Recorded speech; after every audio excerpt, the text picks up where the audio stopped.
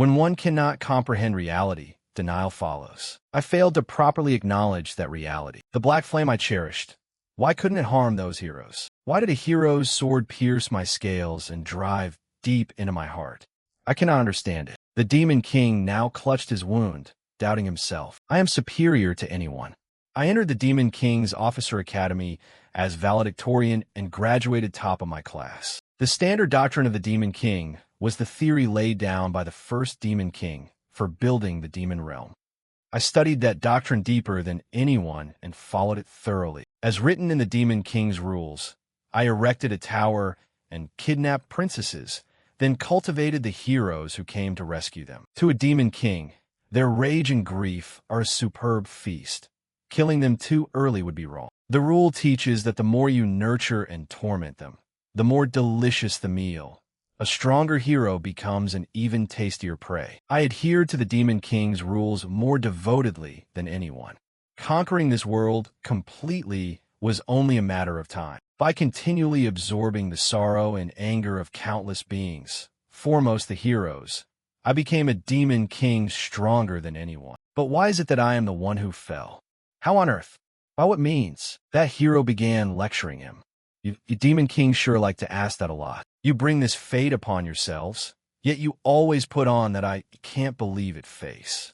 I really don't get it. What nonsense are you talking about? Nonsense? You always kidnap the most famous princess to send us a signal. Like the Demon King has started acting. Come stop him. It's stupid. If it were me, I'd have killed the king too, throwing the whole kingdom into chaos. But if I kidnapped the king, the humans vying for the empty throne would spark a civil war. Then the fury wouldn't be focused solely on me. In the end, the Demon King himself couldn't grow. That would go against the teachings of the Demon King's rules. Moreover, if we don't climb the tower, you release manageable monsters into villages and devote yourselves to training us stronger. What's there not to be grateful for? But if we come to the tower, it's even easier for us. The first floor always has weak monsters that each can train against at their level. So it's perfect for increasing strength. Because heroes mustn't die halfway. You have to be careful to gather more energy. That's exactly what the Demon King's rules teach. A pain surged into him unconsciously. He continued to mock. When we're tired of this tower, just kill the Demon King and that's it. Then a new Demon King and a new tower will appear. It's basically a hunting ground made just for heroes like us. Right, everyone? The heroes agreed. Of course. Thanks, Demon King. Because of you, we've grown stronger. You're not a Demon King. You're like our godfather. This tower's been pretty useful, huh? You really put in the effort, huh? Thanks, Demon King, for giving us the best hunting grounds. A godfather? He lay on the ground. Is my tower a hunting ground for you? Still, you're pretty strong, huh? A lot of heroes died this time, you know? Yeah, and thanks to that I got famous too, so it's all good. Farewell, Demon King. A bunch of low-class heroes. Don't be ridiculous. How dare you mock me like this? What the hell even are the Demon King's standard rules? I won't die like this meaninglessly. He struggled in agonizing pain. I am the Demon King, but his neck was already streaked with a line of blood. The hero had mercilessly chopped off his head. The sight of the laughing heroes still struck him in the face. Drops of the Demon King's blood spattered across the floor. But in his final moments, his hatred still lingered. The image of that hero kept appearing before his eyes. He muttered in his subconscious, "All who dare insult me will pay. Don't touch that head. Those horns belong to me." The hero felt something was wrong and turned around. My final life, even if I must die. Could it be that he sensed the Demon King was about to self-detonate? The Demon King's body burst open, releasing a terrifying surge of energy. By the time the hero shouted, "Run!" it was already too late. The entire tower was swallowed by that energy. Those arrogant heroes were blown away, leaving nothing but corpses. In his final seconds, he still couldn't understand that the rules were wrong. If I had known earlier that the heroes were mocking the Demon King with those rules, I would never have followed them. If I were given another chance, I'd crush those stupid rules to pieces. With that said, he and the tower were consumed by that energy. When Beej Diaz opened his eyes again, someone suddenly called his name. Beej Diaz stood in a crowded room, bewildered. All the students here were focused on his oddness. He was sweating after what had just happened. Am I still alive? The host kept signaling Beej Diaz. Hurry up, hurry. This is your name. Go on, come up. Faced with the urging, He had no choice but to go up on stage. Impossible. This place is... Beej Diaz began to realize it was 15 years ago. The graduation ceremony of the Demon King's Officer Academy. We invite all graduates to step onto the dais. I don't know why I've returned to the past, but this is an opportunity. Next will be the oath of the graduates. The future Demon Kings, the valedictorian graduate Beej Diaz, will read on behalf of everyone. A board of Demon King rules appeared right before Beej Diaz's eyes. He looked at it with disgust. The Demon King's rules. I've stared at it until sick of it.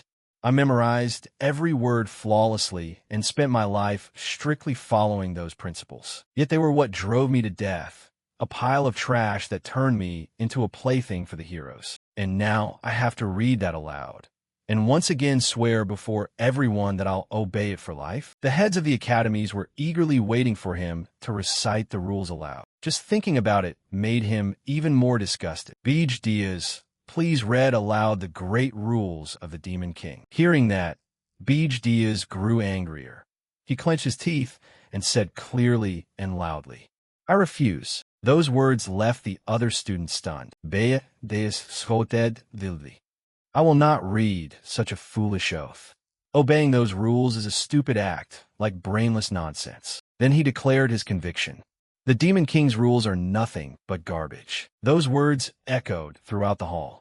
The Demon King's rules are nothing but garbage. A few excited students were also silenced by that statement. The heads of the academies were even more shocked. What? Everyone there immediately began to curse him. This was the moment the greatest valedictorian in the academy's history became the biggest fool of all time. Suddenly, a clenched hand slammed the table in anger. Grand Duke Arcane Blarimf of the Demon Realm spoke. Beej Diaz, you could be executed on the spot. How dare you insult the Demon King's scriptures? But considering your past outstanding achievements and exceptional talent, I will give you one last chance. Retract that insolent remark immediately and apologize to the entire Demon Realm, or you will be sent to Arian. Everyone began to murmur. Arian, seriously? Isn't that the dimension where dozens of Demon Kings have died? That's essentially a death sentence, isn't it? Why give a criminal like him another chance? That kind of person deserves to die for daring to mock the scriptures. How could an apology suffice? Arcane continued. You know what Arian is? It's the most dreadful land, where countless demon kings have perished. Suddenly Beej Diaz interrupted. Send me there. I will prove the Demon King scriptures are nothing but trash. A crimson magic sigil flared on the ground. It's hopeless. Beej Diaz, from now on you are officially assigned to Arian, and you will not receive any privileges reserved for the Supreme Demon King. No fiend is allowed to accompany you. You are forbidden to return to the Demon Realm until you complete the conquest mission. Beej Diaz thought to himself, fine. After that charade, it's understandable to be treated like this. I really have been exiled back to that place, where the heroes who killed me are waiting. Before I reverse time, I had chosen Arian myself. I thought the strongest like me should conquer the toughest challenge. That arrogance cost me my life because so many heroes exploited the Demon King scriptures. A great explosion echoed across the high peak. On Beej Diaz's back were a pair of enormous black wings. Northern continent, the Aryan Mountains. His expression was solemn. This time I will not repeat that mistake. This time I will take advantage instead. Beej Diaz's eyes were utterly determined. The hero's scriptures. At that moment, Gordon Dyrek was leisurely shaving. He was buttoning his shirt with meticulous care. Gordon Dyrek, valedictorian of the Fiend Academy. Very good. If the Demon King's Academy trains Demon Kings, then the Fiend Academy trains fiends to serve them. A system displayed the Demon Realm's regulations. A fiend is the chief servant who serves the great Demon Kings. Someone smiled. Gordon is really lucky. Graduating top of the class means he'll serve the Supreme Demon Lord himself, Lord Beej. David added. If I tried a bit harder, I could have served him too. Dyrek continued with a laugh. All your demon lords are magnificent. Suddenly he grinned slyly. But none compare to Lord Beej. He is of the Demon Dragon line, a once-in-a-thousand-years genius. His name will be recorded in the Demon Realm's annals. Graduating the same year as him is an immeasurable blessing. Accompanying Lord Beej, we could conquer any dimension. I'll also be engraved in the demon realm's glorious history, won't I, Lord Beej? Suddenly Beej Diaz's voice rang out. Wrong. Everyone froze, eyes wide, staring forward. He shouted loudly, because the Demon King's scriptures are trash. Direk stood motionless, mouth agape, his glasses shattering. Northern continent, the deep mountain range, demon realm decree. Great fiends serve the leading demon lords. Direk still couldn't recover from the shock. But why? Beej Diaz spoke. They said no fiend would accompany you. So why are they sending someone? Direk blinked and froze, then slowly turned his head back. Beej Diaz reached out, smiling. It's so good to see you again. Gordon, he continued in a trembling voice. Why? Why would you do that? Beej Diaz puzzled. Do what? Suddenly Direk shouted. That scripture. How dare you insult it in front of everyone? And this is Aryan. Now I have to die with you. He replied casually. Calm down. You're about to pull all your hair out. Direk angry. My mission hair isn't the issue right now. Beej Diaz thought. Gordon wasn't like this before. Before I rewound time, he was confident and composed. And in the past, he used to say, all right, even if it's hard, with you and me we can do it. Honestly, if it weren't Aryan, I wouldn't even be interested. Beej Diaz kept thinking. It's understandable. The situation is very different now.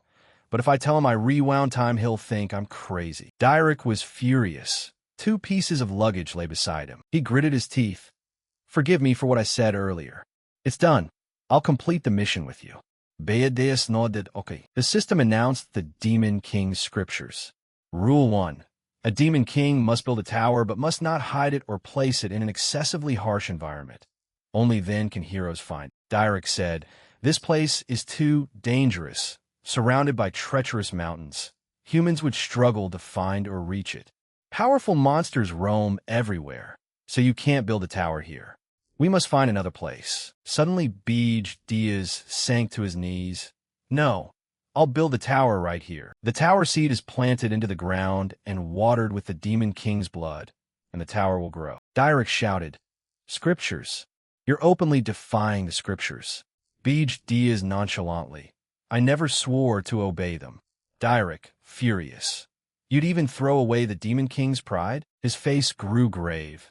I understand his revulsion. As a demon, it's very hard for him to renounce beliefs engraved in his bones. Unless he dies or goes through something as terrible as death. Otherwise, he cannot deny it.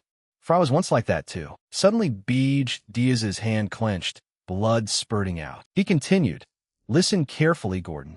The Demon King's scriptures are nothing but garbage. Especially here in Aryan. At that moment, Direk felt everything around them beginning to change. The mountain ranges ahead were trembling violent. It began to emit a blazing red beam shooting forth. Before the two of them now was a powerful vortex. Beej Diaz smiled and said, Because heroes are crawling all over Aryan. So many it's frightened. Those who had once betrayed him watched Beej Diaz be defeated. The system displayed. Tower detecting user. Race. Black lustrous dragon demon.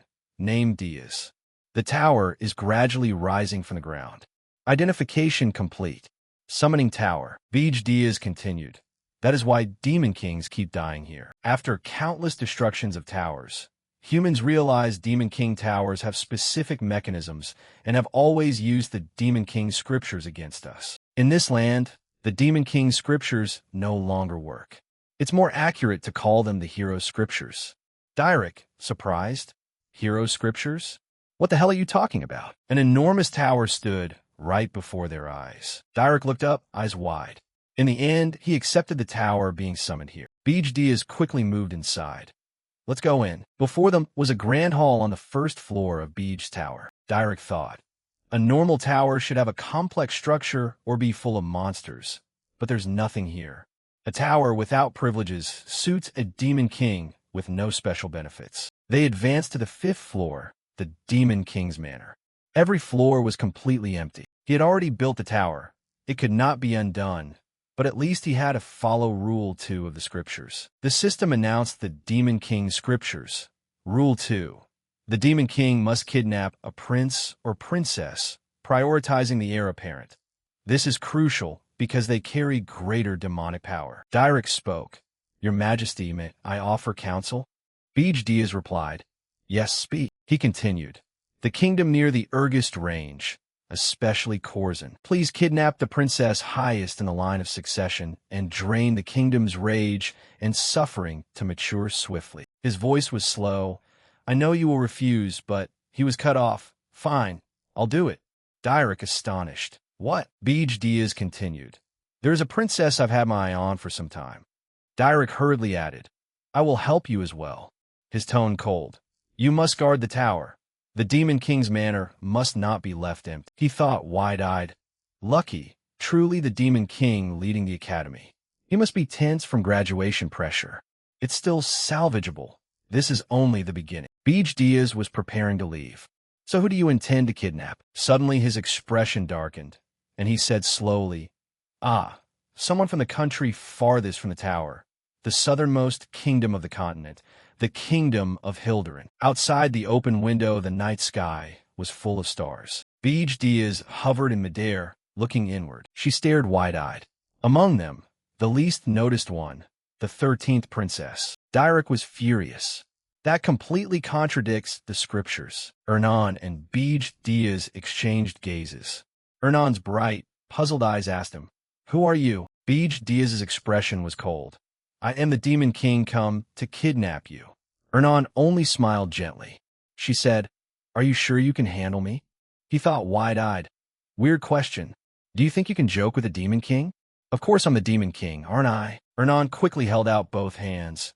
Then just take me. Beej Diaz was slightly surprised. Why so calm? What are you plotting?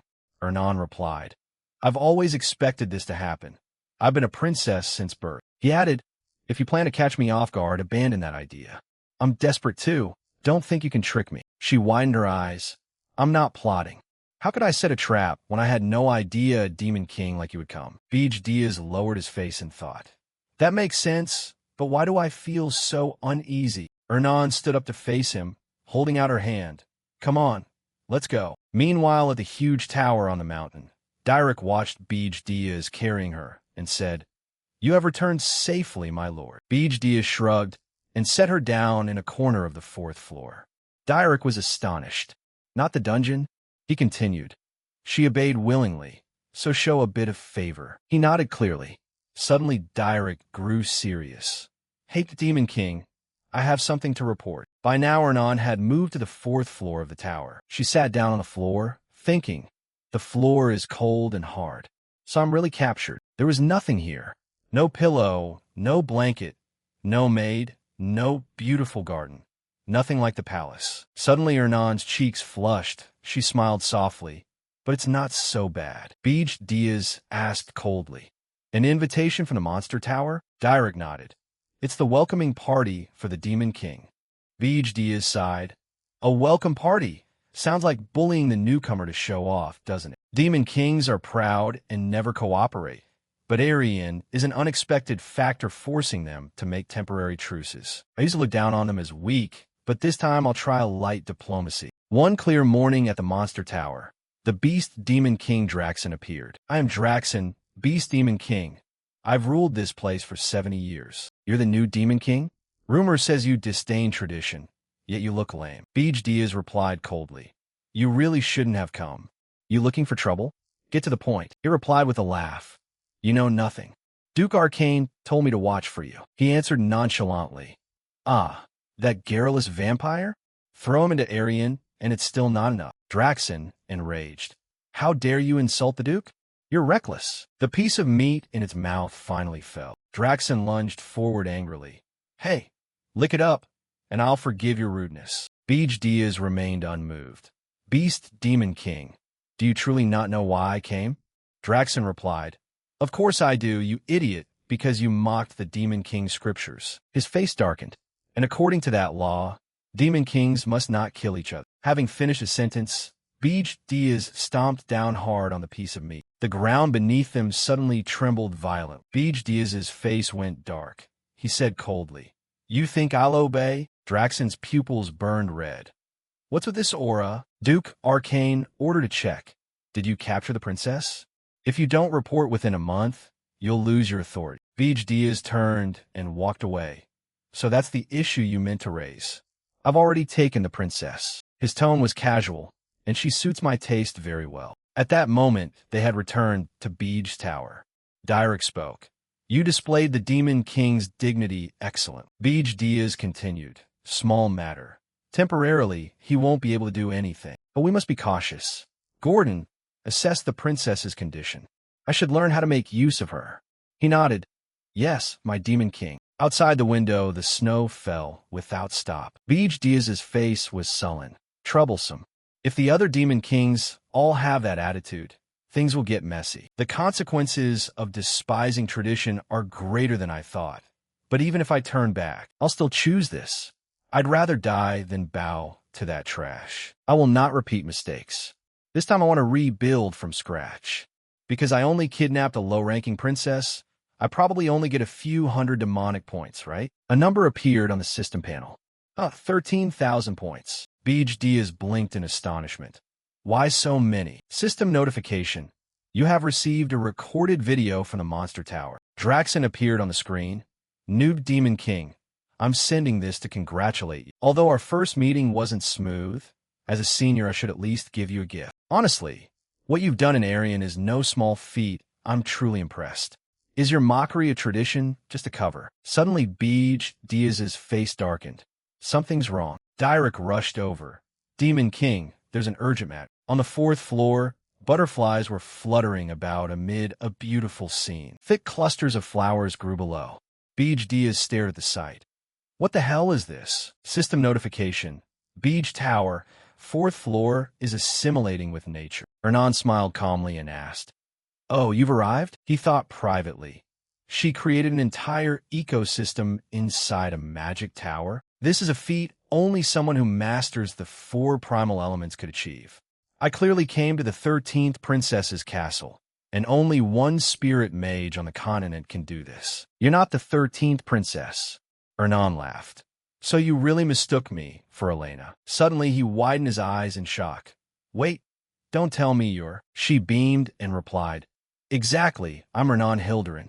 I am the crown princess of Hilderin. Meanwhile, in the kingdom of Hilderin, the crown princess has been kidnapped by a demon king. Who dares kidnap my beloved princess? Hernan, assemble the strongest heroes and the kingdom's entire army. I will take the head of that foolish demon king and bring my princess home. I will take the head of that foolish demon king and bring my princess home. Beej Diaz's face was still stunned as he continued. I've heard there's a genius elemental spirit mage overflowing with demonic power. There's no way I wouldn't have noticed. How did you fool me? Her palm glowed. I can hide my mana with this ring. It's an heirloom of my family. So does that answer your question? Do you want to send me back? Does that answer your question? Do you want to send me back? His gaze was serious. We must resolutely keep her. System displayed. Lethal intent detected targeting Demon King Beej Diaz. Mana points owned. 19,521. Beej Diaz pondered. They must be aiming at me. Even if you're not the 13th princess, nothing changes. You're still my captive. At that moment in the Hilderin castle, the king shouted angrily, Kill that foolish demon king for me and bring my princess back. Lavi spoke. Your Majesty, we haven't identified which demon king is behind this yet. I've dispatched patrols everywhere. Please be patient. He snapped in anger. Then find them quickly. The princess was kidnapped, and you stand idly by. Simmong said, But something doesn't add up, sire. The king bellowed, What now? He continued. The Lust Demon King kidnapped another nation's prince. He angered too many people and was slain by heroes. Given that precedent, isn't it very strange that another demon king now dares to kidnap my princess? Everyone was astonished by Simmong's words. The king's hand bulged with veins as he gripped the armrest. He ground his teeth in fury. This must be some new one. A soldier knelt and announced loudly, Your Majesty, we've detected teleportation traces. They head north. The destination is likely the mountains. The king's pupils narrowed in anger. Mount Ergist, among snow-covered ranges. At Beej Tower on Mount Ergist, Direk said, My lord, the Hilderin army is approaching. Don't you think they'll overwhelm us? Suddenly Beej Diaz broke into a sly smile and added, No matter, they cannot reach here. Mount Ergist lies at the far northern edge of the continent, while Hilderin is all the way in the south. There's no way all the countries in between would let their armies pass easily. They wouldn't open the way for them.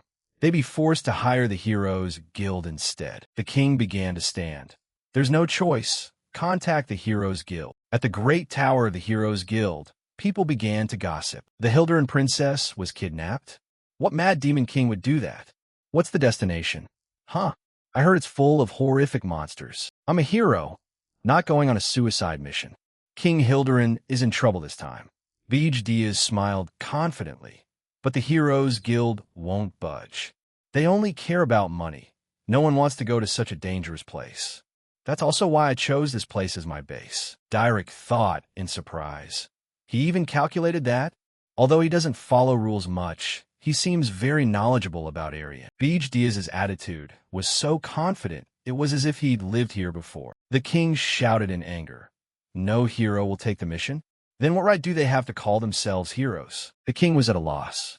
Indeed, although Aryan has many heroes, they only care about profit and are very select. So it will take time to form a team.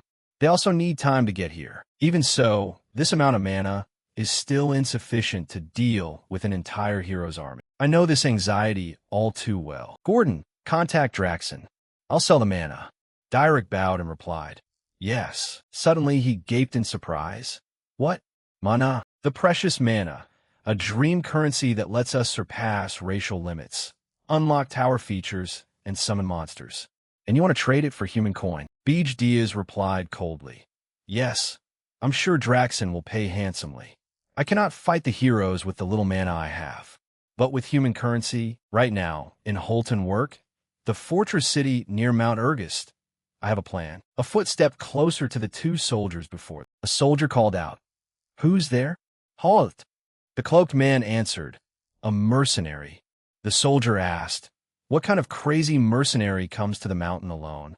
You got some nerve. Suddenly the cloaked man stepped forward and handed them some gold coins. They excitedly said, hey, split it in two. Don't you trust me? Beej Diaz said coldly, since I cannot freely investigate this city, I'll need to find a guild. The main headquarters of the Crimson Hawk mercenaries. Hey, Captain, shouldn't we leave here soon? Hamster laughed. Huh? This place is great. Guards kill monsters, and we just split the spoils. What could be better? Someone on the upper floor called down. Haven't you heard? A new demon king built a tower on the mountain. Hamster continued. Ah, that's a rumor. You don't really understand demon kings, do you? They always build towers where heroes can easily reach. Jason added, I heard he even kidnapped the Hilderin princess. Hamster, excited. Have you ever seen a demon king bother to go to the far end of the continent to kidnap a princess? He laughed loudly. Then what about this? I heard the Heroes Guild refused the king's mission after learning the destination. Hamster jumped onto a table excitedly. It's just a performance. A princess is the royal family's most valuable asset. They're just putting on a show to squeeze more money out of it. You know how crazy they are for money, right? The crowd stirred. Exactly, that's true. Suddenly Beej Diaz silently appeared behind Hamster. So that's it. Hamster fell to the floor in fright. You nearly gave me a heart attack. Who are you? He smiled and replied. You lot seem well informed. One of you stay. The rest get out. They all charged with weapons raised. The intruder won't leave here alive. But in an instant they were struck repeatedly. Beej Diaz easily defeated each would-be attacker. A large man leaped down from above. You! His massive hammer slammed down onto the floor. Beej Diaz's pupils glowed. He smiled eerily as he braced his hand. The large man's expression began to turn fearful. Those on the upper floor also aimed their bows downwards. Beej Diaz below quickly struck the giant, sending him flying. Hamster crouched trembling, eyes wide in fear. Monster! At that moment Beej Diaz only wore a confident, merciless smile. Only the sounds of blows and fists echoed from inside the building in the middle of town. Those outside just watched, fighting again. Don't they ever get tired? Inside, it was a complete mess after the brawl. Beej Diaz said in a low voice, Don't be afraid. If you answer my question, I'll spare you. Hamster, trembling, please, spare me. He asked coldly, Where's the slave market? A magnificent castle stood beyond the town. The silhouettes of two cloaked figures entered together. Beej Diaz spoke. Only human slaves? Hamster, embarrassed. Is that not to your liking? Suddenly Beej Diaz handed him a pouch of gold. No rarer species? Hamster's eyes lit up. Of course. This way, please. Beej Diaz thought to himself. How can he keep that expression after seeing his comrades crushed? Humans crave money. Demons crave mana. Essentially, they're no different, are they? Feet slowly descended the cellar stairs. Hamster solemnly gestured inward. This way. Dyrek had said, My lord, what you plan to do with human money is... Beej Diaz interrupted. I'll buy slaves by the otherworldly races captured by humans. Preferably find an elf known for loyalty. I'll use it as a spy to sow discord among the heroes. A voice echoed loudly. The hero Hillencargill had arrived. The king proclaimed, I knew you would accept this mission. Hillencargill knelt respectfully. Of course, sire. I will rescue the princess and bring back the Demon King's head. His expression was full of confidence. In the name of justice. Beej Diaz thought using an elf as a spy to disrupt the heroes internally would be highly effective, because this race is famously naive. An old man appeared and asked, What kind of slaves do you need? He replied, I'm here to buy this elf slave. He will pay. Hamster standing beside him was surprised. What? Suddenly Beej Diaz said sternly. Do you object? Hamster forced a laugh. Of course not. The money should be paid by me, right? Beej Diaz said coldly. I need to verify a few things. Both of you step outside. The old man called from behind, but the elf could go berserk. Hamster's face twisted in worry. It's fine. If anything happens, he'll compensate. Beej Diaz slowly approached the one locked inside the large cage. He spoke. A noble elf, reduced to such a pathetic slave. Granada's face darkened. This energy. Are you a demon? What do you demons want with elves like us? Beej Diaz said gravely. I'll give you a chance to take revenge on humans, Granada replied. It's an attractive offer, but I distrust demons even more than humans. Beej Diaz interrupted. I'm different. If you are loyal to me for 50 years, I'll guarantee your safety and freedom. 50 years is nothing to an elf. It's better than being humiliated by humans like this. You are a demon. Your kind wants to destroy the world tree we elves worship and ruin the world. Granada's face darkened. How can I trust you? Besides, it's strange for a demon to come to an elf like this. Beej Diaz thought. He hit my weak spot. Suddenly, he grinned wickedly. Very well, then. I swear by the great Demon King canon. I will keep my promise and not harm the world tree. I've heard that the Demon King's canon is as important to demons as the world tree is to elves. In return, you must swear by the world tree to be loyal to me for the next 50 years. Granada laughed and continued. You're strange, but if you're this serious, I am Granada of the Wind Clan. I will swear when I meet the demon lord who sent you here. Beej Diaz smiled confidently. I am the Demon King. Granada's face widened in astonishment. Huh? Don't joke. How could the Demon King come here in person? The farther from the tower the Demon King is, the weaker he becomes. Who would come personally to buy slaves? If you truly are the Demon King, I'll swear fealty for 100 years. At this point, Granada was already on the 5th floor of Beej's tower. Beej Diaz smiled and said, The 100-year contract was your idea. Remember. Granada widened his eyes. You really are the Demon King? Stop the trickery. There's no tower this empty, is there? From the 1st to the 3rd floor, there's nothing at all. The 4th floor is all plants. What kind of tower has not a single monster? At this rate, in less than a year, the heroes will tear you apart. I won't serve a place like this. A wave of power began to radiate. Have you forgotten? We made a contract. Granada's expression showed some fear. The pressure of pure mana radiated. He really is the Demon King. His tower may be shabby, but during this time, no monster from the mountain attacked us. They're all catastrophic beasts. They dare not touch me. It's not that they wouldn't dare to touch this Demon King. Yeah, that's true. A Demon King is still a Demon King. Perhaps I can truly get my revenge. I swear by the name of the Great World Tree. From this moment, I will be loyal to you for 100 years. Because the Demon King himself came to fetch me, He must entrust me with an important role. I'll be able to avenge myself in that cruel plan. Beej Diaz laughed. All right, first prepare a meal. Granada below just stared, wide-eyed at his nonchalance. His hands were preparing food. I thought I was going to take part in some extremely important plan. Hernan beside him was busy. Oh, you're cooking? Let me help. I'll make vegetable bread. They all sat at the long dining table in the fifth-floor dining room of the tower. Granada spoke. Hey, Demon King, is that girl from the kingdom of Hilderin? Beej Diaz continued. Yes, she is Hernan Hilderin. He grew agitated. Are you insane? You dare kidnap the crown princess? This tower has nothing. What will you use to defend against the heroes when they come? Beej Diaz replied calmly. That's why I bought you. Now, sit down and eat. He continued calmly. You're a decent cook. Hernan replied excitedly. I'll help too. Granada stared. What the hell is going on? At this time, on the fifth floor of Beej Tower, Granada asked. You intend for me to fight the heroes here? Beje de yasansiv. No. If the heroes reach here, the game's over. That means they've destroyed all the monsters on this mountain. You will go in my stead to sow chaos in the human world.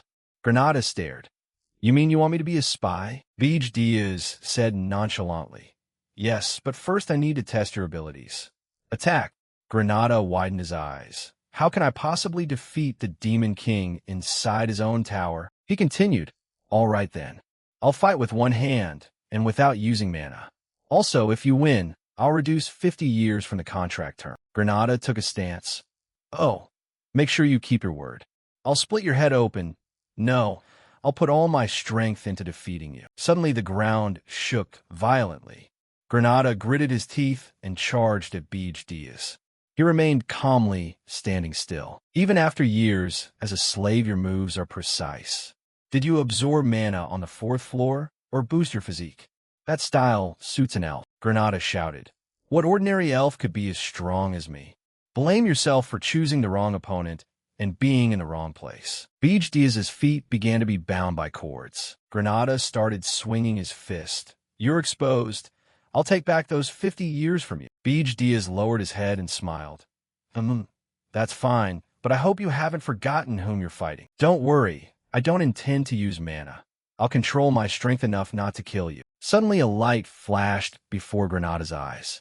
Wait, a massive tremor shook the entire tower. Holton Walk headquarters, the mercenaries Red Hawk. Hamster put a hand to his forehead, excited. Honored to see you again, sir. Beej Diaz continued. I want to hire you for a year. Hamster laughed. Of course. What's your budget, sir? Those behind began to fuss. He really has a lot of money, but must we flatter the one who beat us so badly? Maybe I should change professions? A pouch full of gold coins lay on the floor. This was the deposit. The others excitedly said, Captain, we'll follow you for life. Only loyal dragon makes true mercenaries. So what if he beat us? Hamster glanced over, grateful. Should I form a new squad? Beej Diaz continued. And let this man join your squad. From now on, he will convey my orders. Hamster smiled. Yes, sir, of course. The subordinates reacted excitedly. Captain, wait.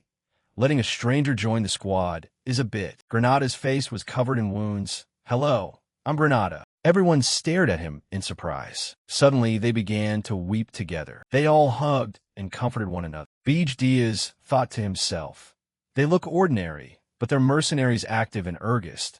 There's no other group as battle-hardened as them. The only hero who could answer Hilderin's call now was Hillencargill, the one who defeated the Demon King of Lust. Red Hawk, this is your first mission.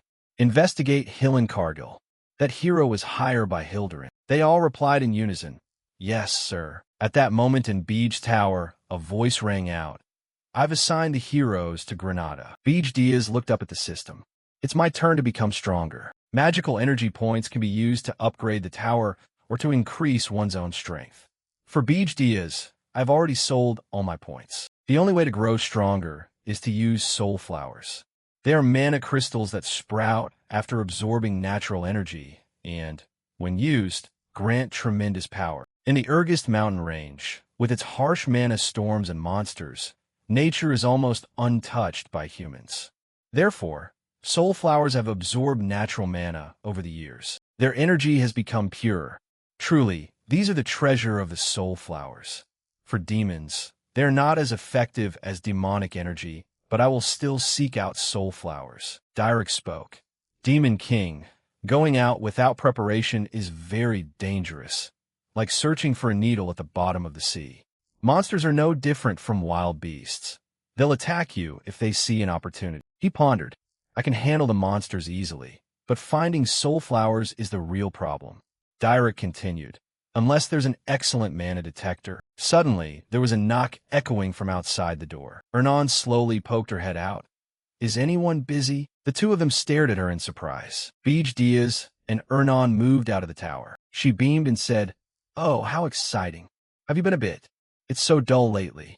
You must keep your promise about letting me decorate the 4th floor my way. Beej Diaz replied nonchalantly, Yes, as long as you find a soul flower. She already decorated it to her taste. I wonder how far she plans to go. Well, the idea of an elf decorating the Demon King's tower was crazy to begin with. She added, I can't believe I can leave the tower. Lucky me, I can pop out to check things. Suddenly a spirit shaped like flame appeared inside her cloak. Suddenly Beej Diaz lifted Ernan.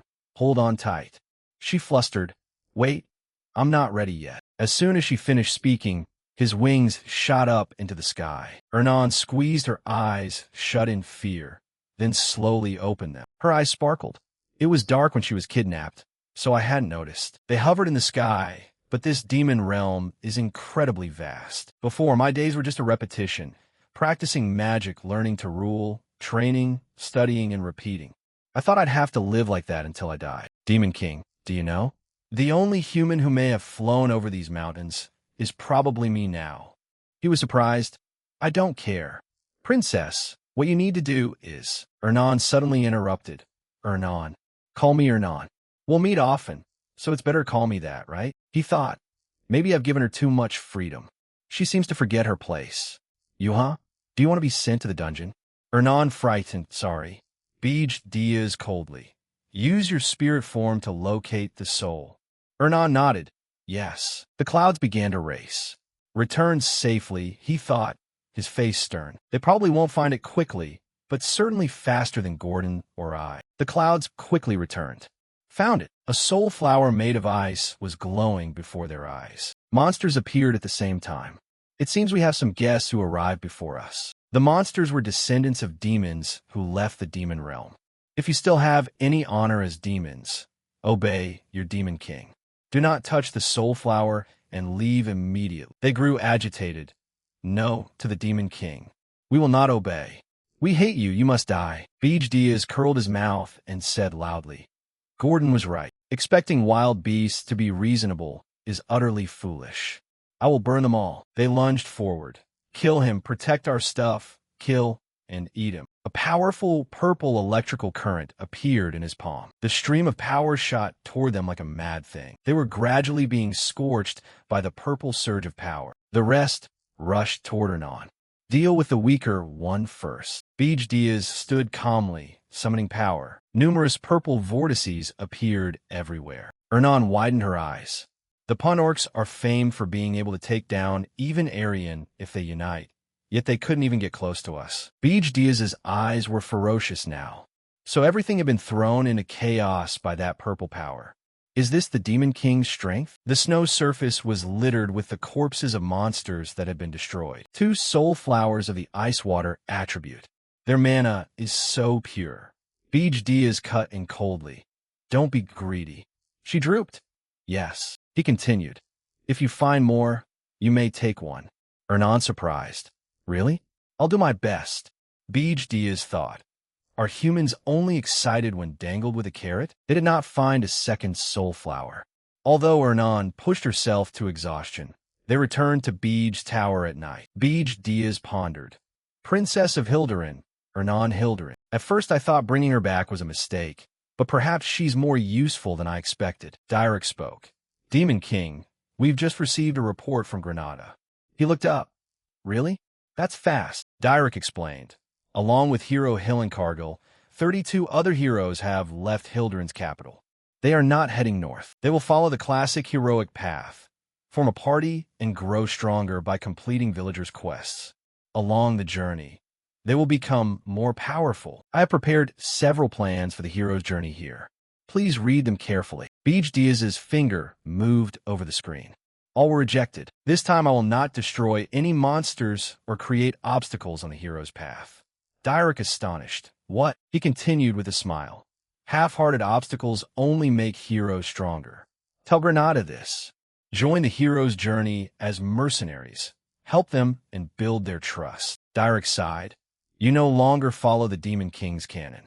But with the current tower, I cannot stop the heroes, can I? He smiled reassuringly. Don't worry, my Gordon will reinforce our tower. Beej Diaz's face filled with the confidence of a dwarf. Direk panicked. What? Now you want to add dwarves here along with humans and mischief-making elves. If anyone sees that small race in our tower, we'll become a laughingstock. Beej Diaz said nothing, staring at him with the power in his palm. He smiled and said, I'm not saying I'll stop the heroes with just one dwarf. More precisely, I need the dwarves' magical devices. Think about that. When the heroes become accustomed to the Demon King's canon, they'll open the first-floor gate expecting weak monsters. But what if, instead, dozens of cannons greet them? Direk's eyes widened. Dozens of cannons on the first floor? The heroes would never anticipate that. Wait, still, this goes too far from the canon. But in the blink of an eye, Beej Diaz had left his seat. Direk shouted in alarm. Another kidnapping? At that moment in Nur, the dwarves' underground city, Lozier was diligently at his work. He pushed his goggles up. Lozier Friedrich, the finest dwarf blacksmith. Now, a trickster demon king had scheduled to kidnap him. In the dwarf city of Volfner, Beej Diaz had to fly a long distance to reach here. I fought countless dwarves before returning, but this was the first time I set foot in their city. Afterwards, I went to an inn at midnight to ask for more information. I'm here to commission a weapon, but I don't know the way. Where does the best blacksmith in this city live? You know how to behave properly with us, right? I've heard dwarves love money as much as heroes do. That's true. Go into the inner city, and you'll see a huge pit. Take the elevator down. It will scan your ID and take you to the appropriate level. It's a double security measure to stop intruders. But Beej Diaz didn't want to do that. He jumped over the barrier and leapt down from an unimaginable height to the bottom. He went down to the lowest level and searched for the deepest chamber. Following the directions, Beej Diaz finally reached the deepest chamber. There you would meet the greatest blacksmith in the city, Lozier Friedrich. He was diligently forging weapons at that moment. His metallurgical technique made the man dance. Is this the work of the #1 smith? What if I quietly kidnapped him? But the hammering from Lozier grew even more intense. Flames from the forge shot out to block him.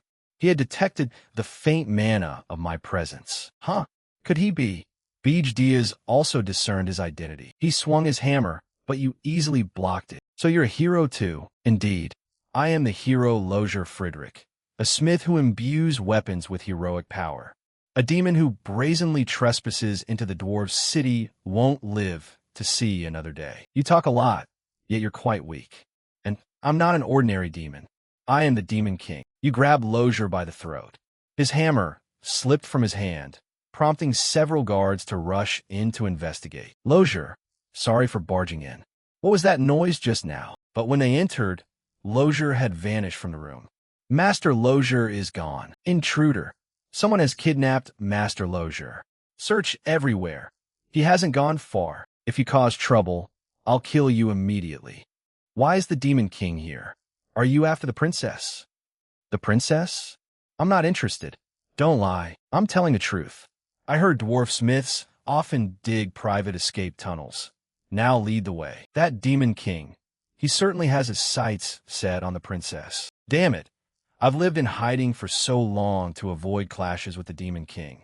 Why is this happening to me? It seems you don't want to cooperate. So here's the deal. I'll kidnap the princess and spare you. What are you plotting? I'll spread word across the dwarf kingdom that the selfish hero sold out the princess to save his own skin. If that rumor spreads, how do you think the dwarves will look at you? Do whatever I say, except that. Damn you, cruel bastard. I've already been seen as weak. If I'm accused of betraying the princess, everyone will believe it. That's a straight road to torment in hell. Now choose. Betray the princess or come with me. Of course I'll protect the princess, but I don't want to be tortured. If you help me, I'll guarantee your safety. I swear it on the Demon King's cannon. The cannon is like the Demon King's creed. He wouldn't dare break his oath. If that's the case, then I, Lozier, grit my teeth and accept. I'll go into the tunnel with you right now. My Lord Demon King, why does your face look so weird? It's disgusting. Meanwhile, Lozier's workshop was already crowded with guards. Lozier. At this time, the princess was very distressed over his disappearance. Where did he go while forging weapons for me? The Dwarf Kingdom's princess, Louise Verft, said, Has he been kidnapped? Shut up, he's a hero too. Shut up, he's a hero too. A hero kidnapped? Does that make sense? He's a hero, but mainly a smith, so his combat is a bit lack. Find him for me. Find that damn kidnapper and bring him before me at once. If you don't find him, prepare to lose your heads. In Lozier's secret tunnel, Beej Diaz was now tearing up at that round, plump rear. How long must I endure this humiliation? The tunnel is cramped. There's no other way. We're almost there. Please endure a little longer. Afterwards, the two escaped from the dwarf city. My mission ends here. I've shown you the tunnel. You're on your own now. Demon King, what are you talking about? You swore on the cannon. You said you'd guarantee my safety if I helped you. Ah, that worthless cannon? I don't care. You're insane. What kind of Demon King are you? Now what should I do with you? I should have betrayed the princess from the start. I'm very useful. My metallurgical skill is unmatched. I can forge any weapon you want. You, a hero, willingly cooperating with me, a Demon King? Why not? Use me as your tool. I'll even spy on the dwarf city for you, as long as I survive this. I didn't expect such devotion. Fine, I'll be merciful. Thank you so much. Long live the great Demon King. Stupid Demon King. Did you think I'd submit so easily? A spy? Huh. Once I'm gone, you're finished. I'll immediately dispatch a capture squad to take you. Just wait and see. Demon King. But when he woke, he found himself on the 4th floor of the Demon King's tower. Gordon was at that moment venting countless complaints to Beej Diaz. Demon King, you dare bring a dwarf here? No, wait. How dare you bring a hero here? Shut up. I have reports to make. Later, Granada, on the screen, also exclaimed, Now you've even recruited a dwarf? Hernan stepped forward to ask him, Did the hero come here to rescue me? Why am I here? You said you'd release me. I never said that. You definitely said you'd be merciful to me. How did you even get here? I mean, you said you'd give me a way to live. I beat you and took you along. Who knows what you might do on the way? He heard that and began to laugh madly. The laughter grew louder. He stood before the 3 of them, laughing more ferociously. You're so happy to be my subordinate? Yes, of course. Extremely happy indeed. Good. I assign you a task. Install a mega cannon on the 1st floor and crush those heroes. At the Ergist Holy Knight Corps preparation base, Granada took the opportunity to report the situation to Beej Diaz. Right now, a rumor is spreading among the Holy Knights. They say the new Demon King possesses Black Gem, so the heroes are equipping fire-resistant gear. There's also a rumor that the reason the new Demon King doesn't send monsters to attack is because he's afraid of the Holy Knights. Their morale hasn't collapsed yet, But the Holy Corps will reap nothing. No battlefield glory, no disputes or rewards that follow each expedition. Gradually their interest will fade and the heroes won't be able to grow. This is a war of attrition, so it's no problem. Keep watching. Yes, sir. He then fell into thought, weakening the Holy Corps simply by not sending any monsters. Ah, this Demon King really understands human nature. Has any Demon King ever been like this before? Fortunately, he's not my enemy. There's only one condition, no use of stones. As long as you comply with that, I don't care how you remodel the 1st floor. But how can you defeat the Holy Knights with traps that don't use stones? Making them effective is your job. Holy Knights are nurtured by the realms. Their energy perception is extremely acute. If you use mana stones to create traps, they'll detect them before the traps trigger. I trust I brought the best smith here. If I'm wrong, I'll just make you disappear and find a replacement. No, I have a way, Lozier said hastily. You should have said so sooner. What way? There's a device that conceals mana traces that I crafted myself. It took 3 years to complete, and it's currently in the workshop. That's the best excuse you could think of to try to escape? No, it's true. All right, I believe you this time. But what is it you're wearing around my neck? It's a device that severs head from body. A single gesture activates it. If you remove it, I'll take it as an attempt to flee, and I will never remove it. To gather the necessary materials and mana shell components for the tower cannon, he carefully traveled through many kingdoms. Over the course of about a month, he bought all the materials and stored them in a space pouch. After that, he returned to Wolfner, the dwarves' kingdom. At that time, the guards there were having a very hard time. It's been a month and a half, and you still haven't found him? How incompetent are you? How long must I be patient? There are too many tunnels dug by the smiths. We're investigating each one, but it's very likely he escaped. Of course he escaped. If he were still here, he'd be an idiot, not kidnapped. I'll give you exactly 2 more weeks. If you don't find the kidnapper, you're dead, understood? We will definitely find him. Now go. Fill in all the tunnels dug by those smiths for me. They left, leaving behind little Louise and the pile of unfinished metalwork. That should already be my weapon by now. Lozier, you better still be alive, because before you finish my weapon, you absolutely must not die. Just then, a sound behind her caught her attention. She reflexively turned and glanced back. Lozier stood there with his identity-jamming mask functioning normally. The location of the dwarven smith's secret tunnel, known only to him. So you're Lozier, are you, princess? I simply couldn't resist. Louise suddenly let out a laugh. What the hell? I ran away because I didn't want to be made into a weapon. Are you telling me that, Lozier? You've misunderstood, milady. Misunderstood? I don't see anything wrong. How dare you humiliate this princess? From now on, you'll be my slave, a lifetime slave forging and delivering weapons to me. But first you must be punished for trying to run away. No, please spare me. Just as Lozier was about to be seized, Beej Diaz leapt up from below and knocked Louise aside. She saw someone intervene and shouted in fury. Who are you? Lozier, grab the equipment you mentioned. Yes, my lord. Who are you? Why are you helping that hateful dwarf? I'm the master of that wretched blacksmith you're tormenting. Lies. He's a slave, meant to forge weapons for me until he dies. Don't even dream of taking him away. Beej Diaz tried to finish it quickly with a kick, but Louise blocked it and prepared another punch. Lozier was also stunned by her strength. A crushing punch was launched straight at him. Lozier, you bastard, now it's your turn. How could Beej Diaz let her achieve her goal? The two traded blows like that. Every attack Louise made was caught. Louise Verth was leveling up, the second princess of the Dwarven Kingdom. Not a hero, she nevertheless possessed exceptional strength. Even before I reversed time, she was already among the top fighters. Now she's even stronger. I could kill her now, before she becomes unbeatable. But to do that, I'd have to use all my magic and primal energy. I haven't fully recovered from the time reversal myself. Besides, the guard would swarm here like bees to a broken hive. If I reveal my magic, my identity as the Demon King would be exposed. Meanwhile, Lozier was fumbling with the disassembly. Finished with the equipment? I'm in the middle of taking it apart. Beej Diaz froze when he saw what item Lozier was dismantling. Do you want to die? You have 1 minute to finish this for me. I'll do it as fast as I can, sir. Who gave you permission?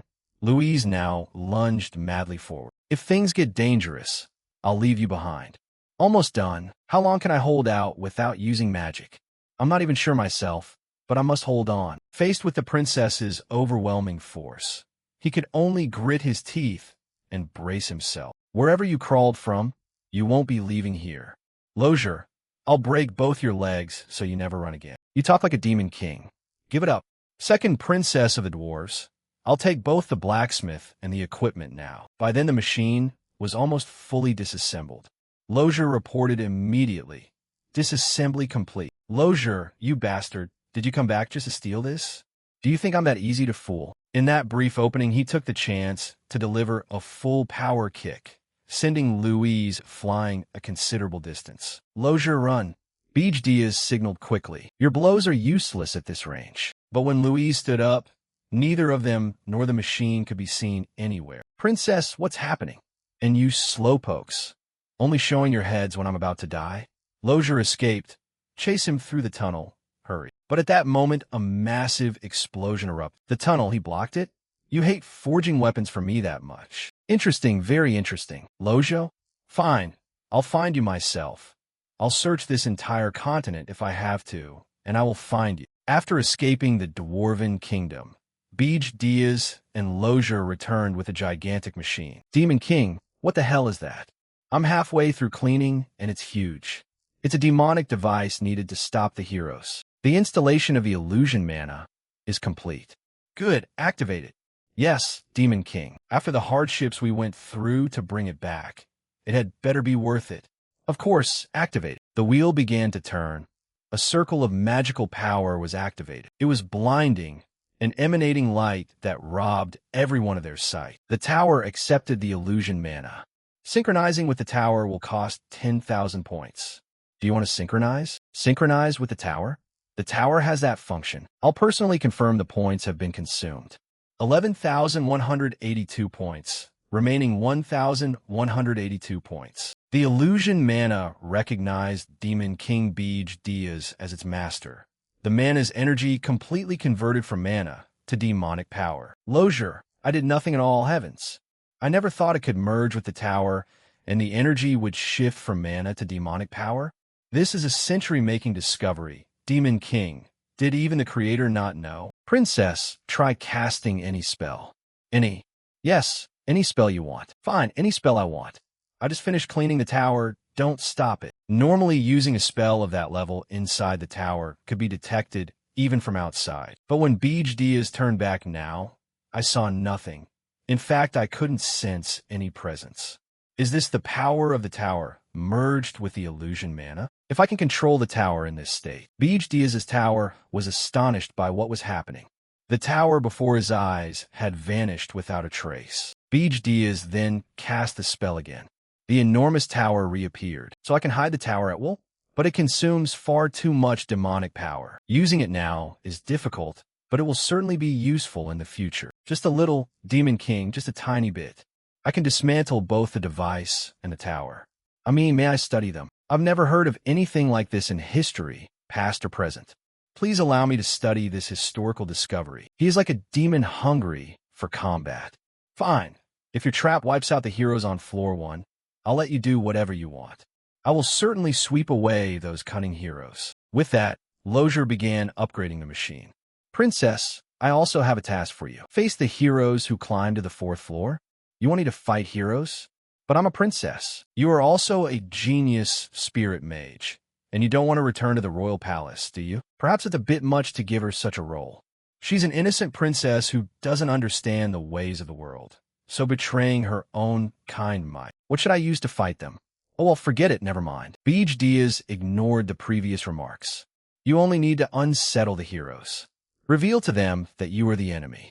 If things go smoothly, you'll be given what you want. All right, I'll find a weakness. But I have one condition. State it. I'm a subordinate of the Demon King, not a princess, understood? Fine, I agree. That'll be easy. How should I fight them? Should I use my looks to seduce them? That's the thing I'm most confident in. No, just do as I tell you. Yes. Beej Diaz then returned to the 5th floor to consider the next step. With this, preparations were somewhat complete. We'll reduce the number of heroes with heavy mana cannons on the 1st floor. Meanwhile, on the 4th floor, we'll finish them off using the princess as bait. But it's still not enough. Given the current situation, I can't even eliminate half the heroes. They number over 200. In the end, I still have to be stronger personally. 2 spirit flowers of the ice water type. Status: tainted by demonic energy. Spirit flowers stained with demonic power are especially effective against Demonkin.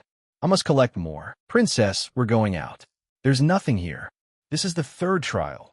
Maybe the last time we just got lucky. Useless sprites, how strange. But then Beej Diaz detected another presence. Orcs had recently gathered here. Or pun again. I'm sick of you lot. However, this time he knelt and begged for surrender. I am Grutu, chieftain of the Lambang tribe. Greetings, Demon King. Please accept our tribe as your vassals. Please take us as your subordinates. You want me to take you as vassals? Our ancestors were demonkin who betrayed the demon realm. We have had to bear that burden ever since. Let us serve you. Enough flattery, Demon King. In the end, you only want to become stronger by becoming my vassals. Anyway, you're more suited to demonic power than to spirit flowers. I didn't expect you to see through it. No need to hesitate. Bring it out. They then brought out a chest containing spirit flowers. So that's why we couldn't find them. Smooth talk with preparation, and you even know negotiation. Compared to the orc pun, you're unusually clever. To survive in this harsh land, Our tribe values wisdom over strength. And you come to me to grow stronger? Because you lack power? He nodded then. Value wisdom over strength. I like you already. Very well. Beach D is now used forbidden magic. But I will only accept you, Groot, one of the snowy fields, and develop your tribe. While I await my orders, I will grant you something greater than mere power. Your tribe will endure forever. Groot 2, Bun Orc race, status, vassal of the Demon King. Thank you. I swear to be loyal to you. Oh, Demon King, I pledge my unwavering loyalty to you. The mountain tower was now prepared. Outside the tower in the Pun Orc region, first floor of the tower, Lozier and 60 mana cannons. Fourth floor of the tower, Ernan Hilderin. Now all the pieces were in place. If you're so brave, come on then, heroes. I will take revenge for the humiliation of my past life. Meanwhile, outside the Granada mountain range. At last, we've arrived. Hillen Cargill, Mount Ergist is right ahead.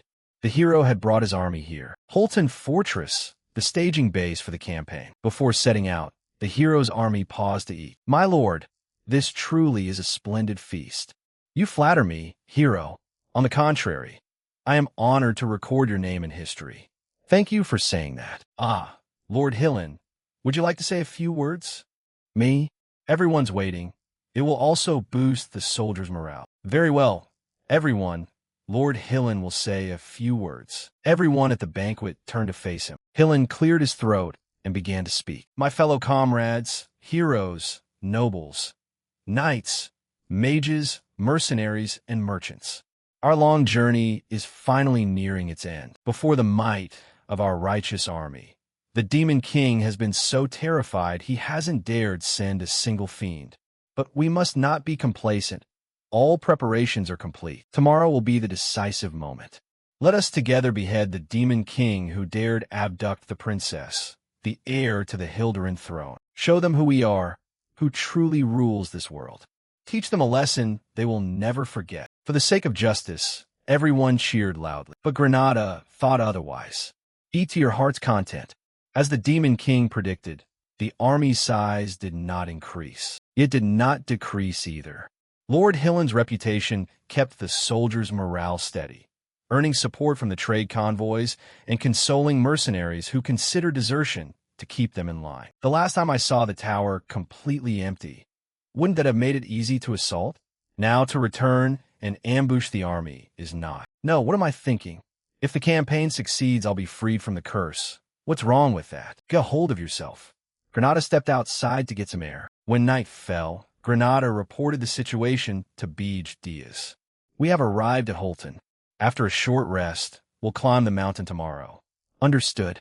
After leaving Holton, do not contact us and note a few points. When climbing, be careful of the snow. Don't be careless at night. When opening the tower's door, do not stand nearby. What do you mean? What are you doing out here alone? I just came out for some air.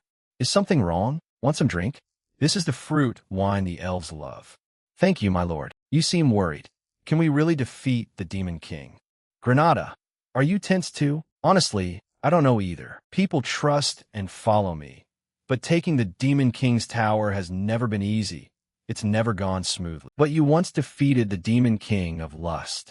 Compared to him, this newly appeared Demon King. By the way, does anyone know how you killed the Demon King of Lust? Tell us the heroic tale. Hillen was suddenly a loss for words. Thanks to brave comrades, I was able to do it. People like Granada, who always charge into monsters. I will lead the vanguard. Protect my flanks. If we join forces with Granada, we will surely win. Very well. Granada nodded in agreement. Come on, let's go inside. The Lord wants to hear Granada's adventure story. When Granada let his guard down, his true nature showed. Of course, with brave comrades. This time we're counting on you too, El Granada. Dawn had just broken. The city gates opened. The heroes' army set out. Onward, heroes. Long live Lord Granada, Lord Wart. The column quickly entered the Urgus Pass. I was worried for nothing, huh? Little snow and good weather. At this rate, we'll reach the tower without issues. Is the goddess of victory on our side? Aren't these supposed to be disaster monsters? Are they hibernating? Maybe they're afraid because Lord Hillen is here. But at that moment, some kind of liquid began to flow down. He curiously touched it with his hand and then shouted out, "Bears on the cliff. What is that? What size is that? They're finally here. All troops, prepare for battle. Stay calm and protect your nearby comrades. The pass is short. Knights, cover the mage's retreat. Lord Hillen, a giant ice beast has appeared ahead. Everyone fall back. The ice beast then charged forward in a frenzy. Lord Wharton, while I deal with the ice beast, get everyone out of the pass. Lord Hillen, going alone? No problem. Hillen shot forward toward the ice beast. It seemed to realize that no ice beast could surpass the Demon King of Lust. The enraged ice beast lost control and tried to crush the hero with its giant hand. Hillen, with agile moves, evaded it. The ice beast continued to strike out devastating blows. Hillen seized the opportunity and ran along its trapped arm toward it. But just as he was about to deliver the finishing blow, Hillen noticed something was wrong. Still, he had to finish the ice beast quickly. The moment he slashed into its weak spot, he shouted, "Everyone run now! Our support is blocked. Run while you can." After the ice beast was defeated, its body fell and blocked the group's path. After sprinting away, everyone panted heavily. Dozens of bears and ice beasts taller than the cliff. This place is insane. No place for humans. Even the Demon King's tower wasn't this bad, but casualties are still lower than expected. Without Lord Hillen, the consequences would have been worse. I heard he killed the Demon King of Lust and absorbed his power. Could he match the Demon King? Having killed the Demon King before, he's probably even stronger. With Lord Hillen, we have nothing to fear. Truly, if it's Lord Hillen, he might be able to defeat the Demon King. Before the group could finish resting, an orc regiment arrived. No time to rest. Orcs? I sense demonic energy. They are indeed vassals of the Demon King. Foolish heroes, welcome to Urgist. But leave this one to me. Wait, Lord Hillen. At that moment, he began to recall the warning. Be careful with the snow. Could he mean? Granada then realized. None of you are permitted to touch the tower. With that, the entire mountain shook violently. How am I supposed to be careful with this, huh? That mad Demon King. The group was quickly buried by the blizzard. Everyone run. He still didn't forget to warn them at the last moment. Everything went according to Beej Diaz's plan. Heroes, I welcome you once more. This time I will hunt you down myself. I warned you. 3 things you must remember. First, beware of the snow. Those damn plurks caused avalanches. We were nearly swept away. Make camp here and search for the heroes who were swept off. Second, never be careless at night. Frost monsters and ghouls. The plurks are herding monsters toward us. Damn it, plurks again. Everyone prepare to fight. The Demon King is a damn madman. He's gone insane. Avalanches by day, monsters by night. It repeats endlessly. At this rate, soon, Beej Diaz now laughed in triumph. By then, Hillen was utterly exhausted. After 3 days into Urgist, their numbers fell from 511 to just 256. The heroes reached the mountain peak, but why was there nothing? The hero seemed to go mad. Where's the Demon King's tower? Normally the tower should be easy to find. So why isn't it here? Lord Hillen, we surrender. Lord Wharton, what are you saying? The hero's journey has failed. I'm sorry, my lord, but we want to live. Hillen, though angry, could not let them leave with him. After 6 days into Urgist, there it was, the Demon King's tower. Mad, it's hiding in Angratinia. Their numbers were down to 52. Anyway, the first floor is full of weaklings. Charge in and sweep them away. Third, when opening the door, do not stand nearby under any circumstances. As soon as the group opened the door and stepped in, countless cannons aimed straight at them. What is this? Hillen was at a loss for words in this situation. With that unlucky one's mana cannon, I will blow them all away in one shot. Very quickly the numbers fell, from 52 to just 1. Beej Diaz was astonished. They can stand after being pushed like that? Hillen Cargill, he struggled to stand, still muttering. What the hell is this? What's going insane here? How is this Demon King not doing anything as I expected? Lord Hillen, Lord Granada, are you both safe? We barely dodged it. Lucky. Quick, go to the next floor. Huh? Is it just the 2 of us? I am the hero who killed the Demon King of Lust and absorbed his power. A newly resurrected Demon King is no match for me. And with Lord Granada with me, it will be even easier. Yes. Right.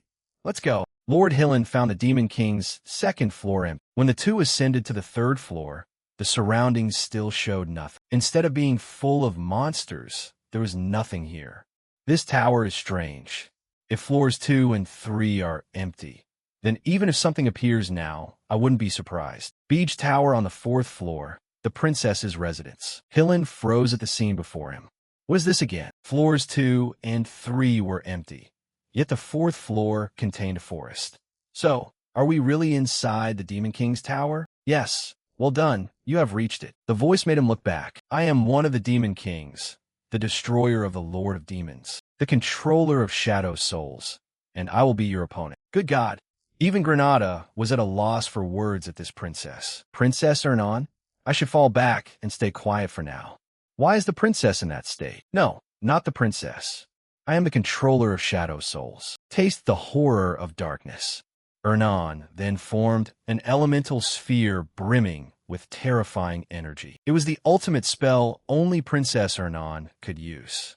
If her mind had been controlled, she couldn't have used that magic. Granada began to reconsider.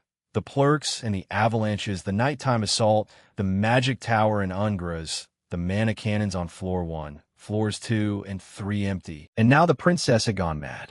Hillen began to lose his mind. And now the princess had gone mad. Hillen began to lose his mind. You useless piece of...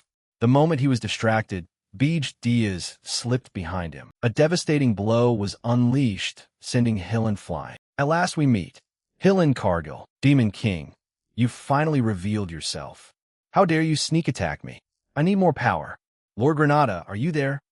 He used his remaining strength to look toward Granada. Beej Diaz was also surprised to see him vanish. Hillen very quickly reached toward Granada's back. Lord Granada, join forces with me. Ow! Only then did he become aware that his power was being drained. I told you, didn't I? As long as Lord Granada is by my side, everything will be fine. Beej Diaz then turned and asked, that relic is the elf ear, a forbidden artifact. It converts an elf's infinite life force into mana. Its drawback is that the user dies afterward. But it doesn't matter, does it, Lord Granada? All for the sake of justice. He, having been trampled, used his last strength to shout, fraud, imposter, both cowardly and cruel. I like you. So if I remove that ring, you'll revert to being useless again, right? What did you say? If you can, then try it, fool. Even the Demon King of Lust couldn't take this ring. No sooner had Wharton finished speaking than his arm was severed. He could no longer laugh. My arm, what's happened? I couldn't sense his killing intent. You humans are rude and odious. Hillen then moved back to create distance, sword falling into a defensive stance. Is this one a high-ranking Demon King? Even after using the relic, I'm being overwhelmed by a common Demon King. Beej Diaz suddenly clapped him on the shoulder. Someone spoke, startling him. Where do you think you're running off to? Hillen now sensed immense danger. It's over. He had to dodge immediately. Beej Diaz unleashed the finishing blow. A vast aura of power radiated out. Hillen had accepted his fate. There was no time left. Beej Diaz formed an enormous sphere of energy. Even at the end, Hillen could not comprehend what this Demon King truly was. Take this. Beej Diaz laughed with delight, then hurled the sphere toward Hillen Cargill. The entire tower shook violently, and the hero was gone from that moment. After being struck by the full blast, Hillen lay there, but he still could not be killed. Diaz kept an expression of astonishment on his face. Impressive. Diaz still could not let his guard down, even as the hero Hillen had just fainted. You're not dead yet. Hillen lay there, mouth agape, trembling in fear. Shackle him and throw him into the dungeon. Also arrest the subordinates lying motionless outside the entrance. Understood. Granada lay there in despair. I've learned a valuable lesson. You did well. This is your reward. After absorbing the spirit flower, Granada fully recovered his strength. My health has returned to normal. What just happened? Was it because of that man? I'll give you this flower as well. Thank you, my lord. Such a precious spirit flower for me. You've endured much. Dwarf, you have my permission to destroy this tower. Thank you, Demon King. It's done. Everyone, return to your assigned positions and maintain your floors. Despite the horrific battle, he looked calm, as expected of a Demon King. Is something wrong, princess? Nothing. I just think the Demon King is tired. Diaz returned to the 5th floor panting. That almost went wrong. A demon king must not reveal weakness. But that annoying human, Cargill. So this is the power of one of the 10 stars. The 10 stars are the continent's strongest heroes. Although Cargill is one of them, he is the weakest. In this life, I have hardly used any mana points to strengthen myself. Partly because I didn't have enough points to spend.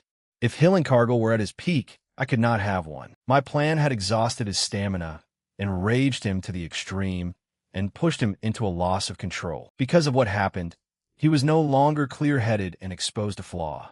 In the end, my decisive strike hit its mark. For now, I have achieved a perfect victory without following the Demon King's rules. This has never happened before. I have changed fate. I can do it. I can change the future. Deus recalled those who killed him in his past life with renewed determination. I will take revenge on those damned heroes. What nonsense is this?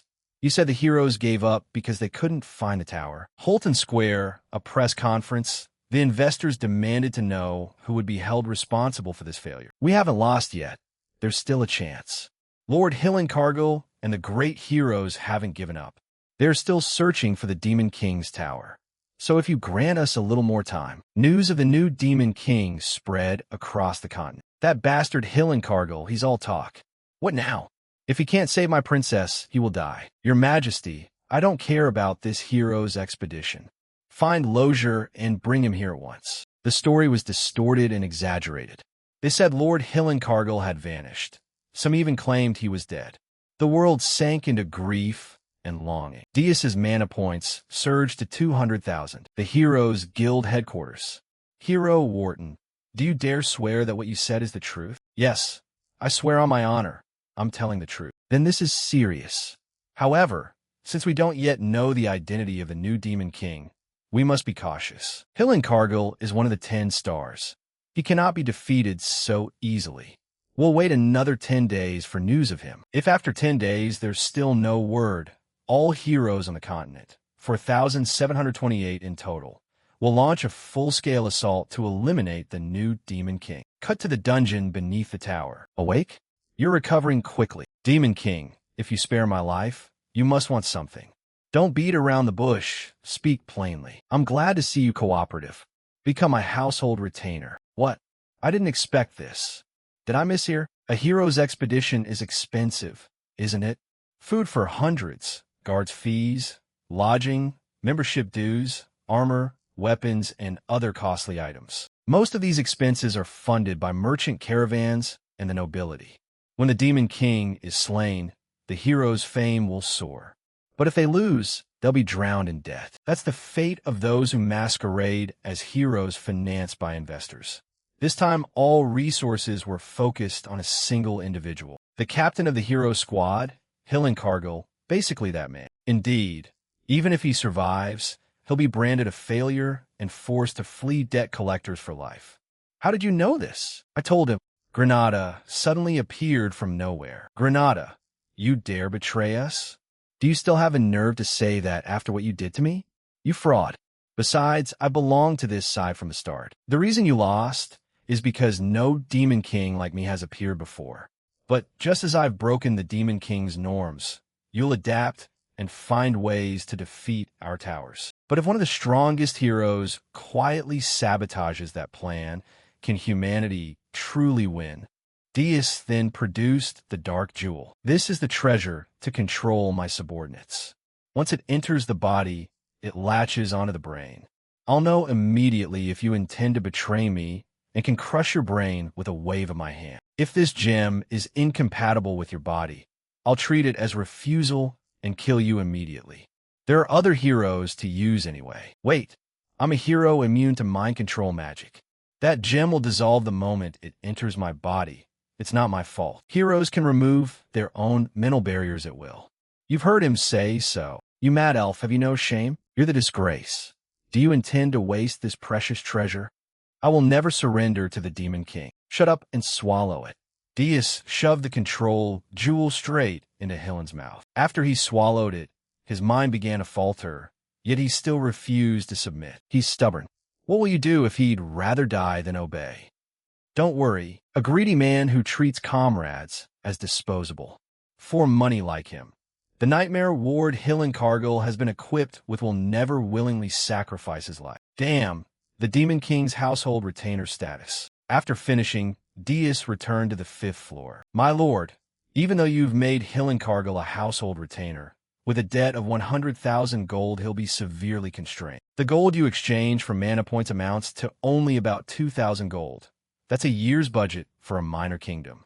How do you plan to raise more money? An announcement is coming. What is it? I'm talking about the annual Demon King Conference, the Tower Alliance Summit. In my previous life, I never attended because I despised Demon Kings gathering together. Other Demon Kings have existed in Arran for a very long time.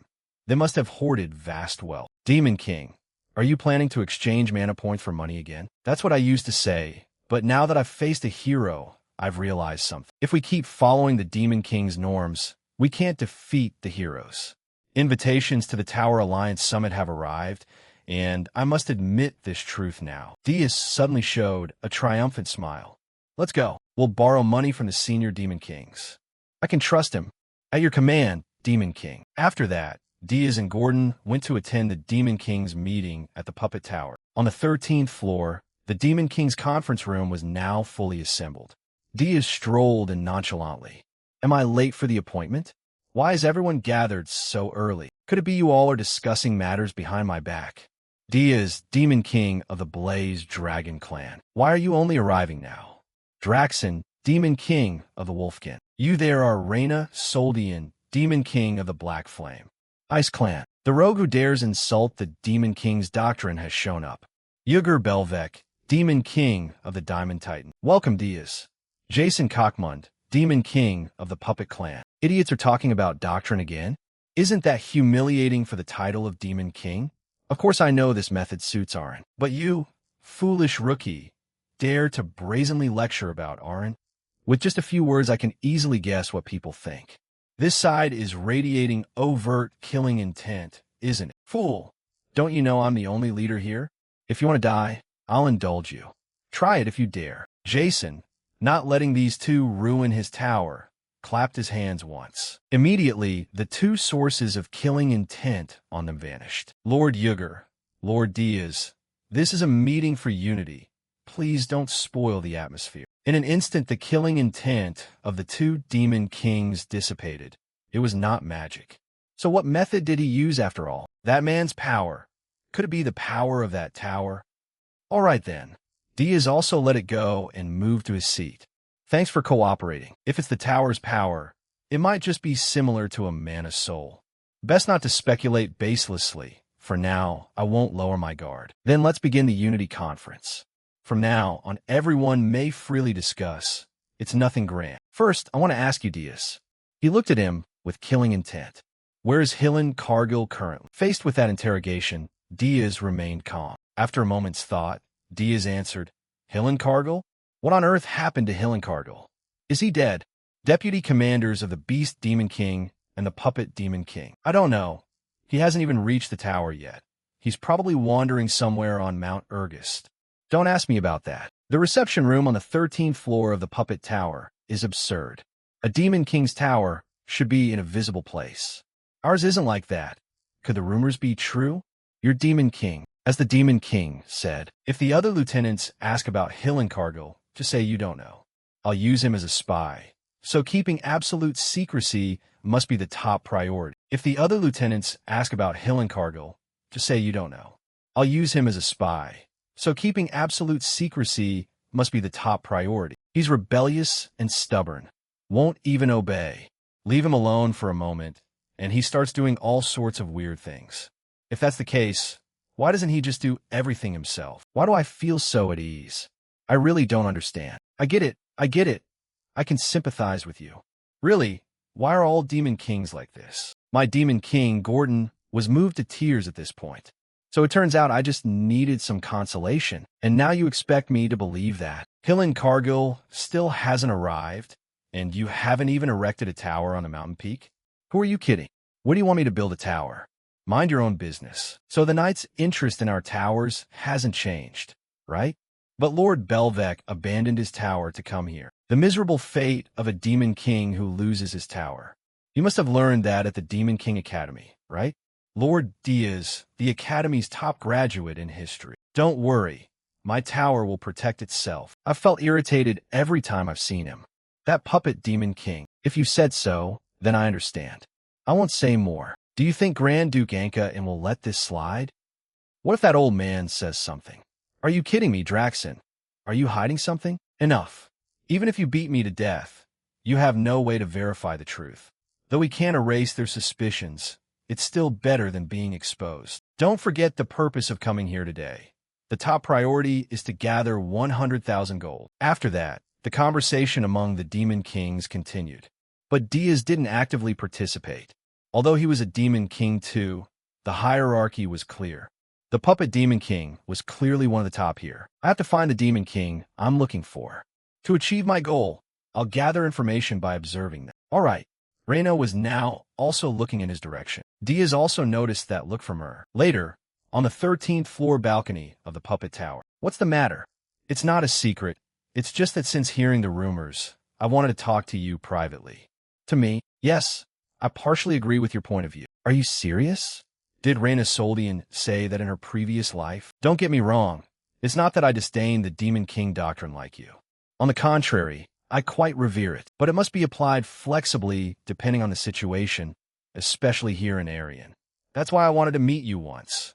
At least it's easier to talk than with those fools. Having met me, what do you think? Not bad. Your appearance is better than I imagined.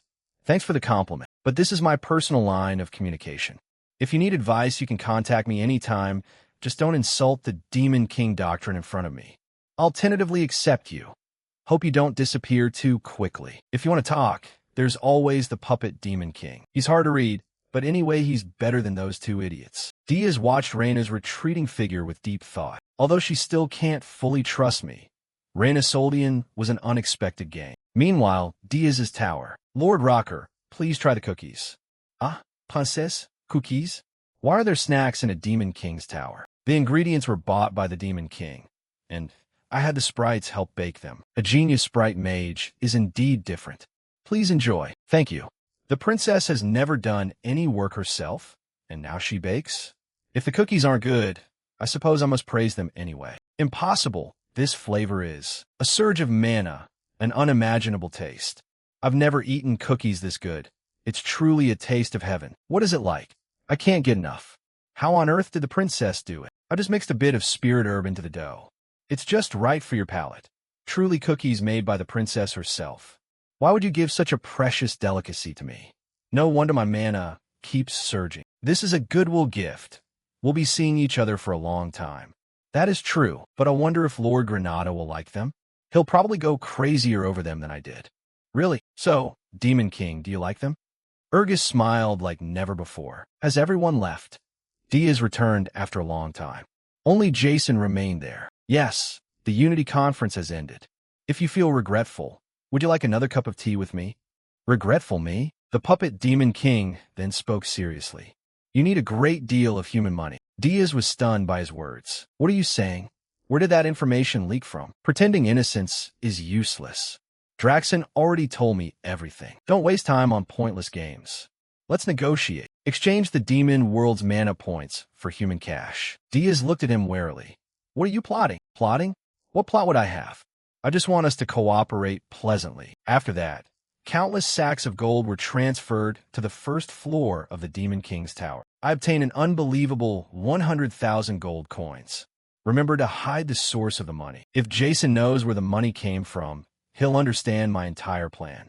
In the worst case, I'll become his puppet. Because I don't grasp his intentions, I must be absolutely cautious. I turn the remaining ones into Shadow Knights and Dark Mages. The one in the middle is a man from the Golden Moon Caravan. Use these to funnel money. They'll obey you unconditionally. Damn, I've truly become a hunting dog for a Demon King. How humiliating. Lord Hillencargill, please save us. At least the caravan members survived, so it's not a total disaster and the debt will be paid. So I can return to being a hero, right? If so, that's great. Let's become partners. Lord Hillencargill, partners. Diaz immediately activated the Demon's Seed. Hillen felt an unprecedented agony in his mind. Don't be ridiculous. We're not partners. You are my slave. Only then did the people feel satisfied. Serves you right. A slave? I didn't expect you to have that taste. I don't want your loyalty. Get out. Urgus suddenly called him back. Could you deliver this letter to my sister Elena? Elena, the 13th princess of Hilderin? Phoenix. But why on earth did she ally with the Demon King? She's the reason I'm in this mess. Sorry, but I have no intention of returning to the kingdom. A hero of your caliber surely knows my family's secret, Hilderin's royal secret. I've heard of it. If it's true, it's understandable why she would say that. The whole group, led by Hillencargill, left the Demon King's tower. It's not that I don't trust the Demon King, but will that so-called hero obey you? Hillencargill isn't stupid enough to scorn money, although he doesn't show off much. His characteristic human greed is written all over his face. He's hardly noble. Hillencargill is easy to manipulate, not because of honor, but because he wants fame. He craves the spotlight, which is why he's so active. If I control him like a secret jewel, he'll make the perfect spy. You study humans thoroughly. I can't just sit idly by either. If a hero destroys human society from within, as a subordinate of the Demon King, wouldn't that be fascinating? Of course, my lord. But at that moment, a knock on the door drew both their attention. Would you like to try a cookie? You've been coming in and out of this room far too easily lately. If the taste is bad, I'll throw you in the dungeon for a month. You taste it first, my lord. Human desserts are usually very, but as soon as he bit into one, Diaz sensed that unusual flavor. This flavor, it worked. But Diaz gripped the chair with all his strength. Made by humans, but not bad. Can he handle it? You mix spirit herb into the cookies. You're truly perceptive. Returning the reward shows you want something special, doesn't it? Yes. In fact, she also voiced her own wish. Cut to another scene. Hillencargill's hero party descended the mountains safely under Kutu's escort. After reaching Holton, they immediately teleported to Hilderin via a teleportation circuit. As for Granada, he was extremely busy. He established the headquarters for the Red Hawk mercenary group. So you all ran at the first chance and abandoned your captain? It's not like that. Let me explain. My god, this is Urzist, where even heroes fall. How can mid-tier mercenaries like us survive? What other choice did we have? And so you abandoned the captain? Lord Granada. What? Granada turned back reflexively. Finally, we meet. I am Keed, a female hero. Due to certain special circumstances, I couldn't join the journey with the hero party, but I decided to come here to seize the opportunity. Though late, please let me join your group. A female hero? She's the one who paid for our drinks while you were absent. Would you like something to drink? Leader, could you shut your stinking mouth? Thank you for buying them drinks, but the hero party's journey is over. What? Lord Hillencargill and the others have left Holton. Impossible. Then please forgive my boldness. But please tell me the story of your failure. That's no problem, but I can only tell what the Demon King permits. After that, Granada began to recount what had happened, and that's the whole truth. Damn. So the Demon King wasn't even at the top of the tower. Then there's no reason for me to stay here. Thank you for your time. Here's a token of my appreciation. Saying that, she left, leaving him with a sidelong glance. One inexperienced female hero. At best, she'll get stabbed in some alley. Can you take your hand off, or what? As Key departed, a few people followed her. Granada sat there and watched the whole scene. After wrestling with his thoughts, he wanted to know the truth. Holton, a dark alley. Keed was now being surrounded from behind. Your Highness, we must return. Your fiancé awaits. No, I won't go back. I'll live as a female hero. A few large men in iron armor approached, yet their footsteps made no sound. That female hero turned out to be a princess. Let them deal with their own matters. But at that moment, a sword was pressed to his neck. Who are you? Why are you stalking us? And using suspicious magic. This is a relic granted by the Demon King. If I'm captured, they'll know I'm his subordinate. Are you a spy from another kingdom? If so, I can't let you live. Oh, Demon King, it seems I'm in big trouble. What should I do now? After being discovered, Granada had to flee desperately. The assassin knight continued to pursue him relentlessly. Granada clutched his chest and ran for his life. Avoid revealing your identity. Don't let him escape. Granada clutched his chest and ran for his life. Avoid revealing your identity. Don't let him escape. Right now, I'm the only elf at Holton Work. If I use elf power, my identity will be exposed immediately. But if I don't use it, can I escape safely? Your Highness, Please fall back so we can handle this. No, I'm a knight too. Very well. Even if our identities are exposed, we must use our powers. No wonder we couldn't find you for so long. Just as the sword was about to strike, a surge of mana shot out and intercepted the blow. So you were shirking duty here. My Lord Demon King, look at me like this, and you still call it shirking duty? Those wounds will heal with ointment. Stop the fuss. Really, Demon King. That Demon King came to kidnap the princess. Even if we must sacrifice our lives, we must protect her. Ignore me. This is our chance to capture the Demon King. Princess, I don't know about that. Don't lie. Why would the Demon King be here? Indeed, my Lord Demon King. What are you doing here? I'm doing odd jobs, purely by chance. Don't try to deceive me. Back a few moments earlier. Yeah, what do you need? I need Sinian powder. Sinian powder? The powder used to sign pacts with sprites. Yes, a few hundred years ago, there was a Sinian who submitted to the human kingdom. The king ordered you to create an additive to make it easier for humans to form pacts with the sprites. Thus, Sinian powder was born. With your talent, why would you need Sinian powder? You flatter me. As you know, there's almost no Ava in the tower. Without Sinian powder, my sprite would. You intend to pact with a new sprite? A high-rank sprite, maybe. It's possible. In my previous life, Ernan made a pact with a high-rank sprite at only 27. The whole continent was abuzz because of that, since those who can pact with high-rank sprites are counted on one hand. And now you plan to pact 30 years earlier. I wanted to surprise you. How did you know that leaving the palace to live in the tower for a few months would affect you this way? Well, if the tower's power increases, that's fine. Enjoy your meal. I'm off. I have my own matters to attend to as well. So make it quick. A tremendous surge of mana erupted, terrifying even the princess. The explosion that just occurred made an enormous commotion. Diaz, thinking it was over, suddenly froze. So, this is what a knight is like. Oh wait, not a princess. The knight's light contains power to annihilate demons. Thus, knights are natural enemies of the Demon King. I don't belong to a stifling palace, but to the battlefield. Ultimate Sword Technique, Spin Crescent Moonblood. I don't belong to a stifling palace, but to the battlefield. Ultimate Sword Technique, Spin Crescent Moonblood. It's understandable that low-ranking princesses or princes like me are sold to other kings. Still, it's not like I'd be married off to that perverted old man. How could I marry that old geezer? So I begged the palace swordmaster to train me day and night until I bled. So I'd be recognized as a knight rather than a princess. If I capture the Demon King here, I'll be acknowledged as a true knight. Then I can escape my father's orders. My future husband will be my own choice. However, that killing strike was easily caught by Diaz. The sword's aura is decent. He crushed it effortlessly into pieces, leaving her so shocked she couldn't speak. Knights don't die that easily, do they? Diaz, unwilling to prolong it, unleashed his true power. Only then did she realize how reckless she'd been moments ago. So you're the Demon King? Both princess and knight. You're quite useful. She tried to flee while the soldiers desperately protected her. The princess is dangerous, but Diaz's overwhelming power descended and destroyed the entire town. What explosion was that? I sense demonic energy. It's probably a demon attack. Demons in Holton? Someone's hurt over there. Where are the enemies? The knights have all fallen. Are you okay? Call a healing mage right away. Guards, how did this happen? The princess was attacked by the Demon King. What? Another Demon King? Hey, wake up. Don't close your eyes. Black flames? Is that the Demon King? Back at Diaz's tower. The 9th princess had been imprisoned by him in the dungeon. Is this Sinian?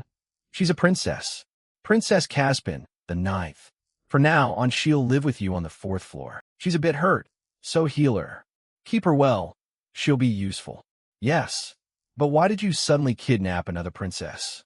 I picked her up because I saw her on the road. You must capture a princess or prince periodically to gain mana points. Mana points? Mana points are, why am I revealing secrets to a prisoner like this? She set me up on purpose, didn't she? It's nothing. I'll go fetch the Sinian powder. Damn, have I grown too familiar from too much contact? I need to stay sharp. The princess is just a prisoner. News that the 9th princess of the Jespin Empire was kidnapped at Holton Works spread across the continent at lightning speed. Knight, order headquarters. Knight Hiren Cargill. Can you swear your words with no deceit at all? Yes, I'm ashamed, but I couldn't find the tower. I accept full responsibility for the failure. Don't worry. If we blame the knights for the failure, who will dare to charge in later? Thank you for saying that. By the way, just as the night party retreated, the Demon King kidnapped Princess Nine of Jespin. The Jespin Empire requests a night expedition, but I want your opinion, since you encountered him. My apologies to Princess Nine, but even I couldn't locate the tower. Rather than rushing a night force in now, the Demon King is on guard. My apologies to Princess Nine, but even I couldn't locate the tower. Rather than rushing a night force in now, the Demon King is on guard. Makes sense. Though unconventional, if the Demon King is a coward and weak, he's not a threat. I agree. I think this Demon King is weak this time, so follow Hiren Cargill's suggestion. Meanwhile, on the other side, someone had remained silent the whole time. Then postpone the full assault until we determine the tower's location. It's not too late to attack later. Demon King, is this what you want? Using my reputation to stop the knights like this? I've already bought you time. Figure out the rest yourself. That is the full report from Hiren Cargill. Very well, continue monitoring. Unexpectedly, the Night Order was preparing a full assault. Luckily, Hiren Cargill nearly lost his life. Subduing him was a wise decision. Outside the tower, Hiren Cargill and Granada were active.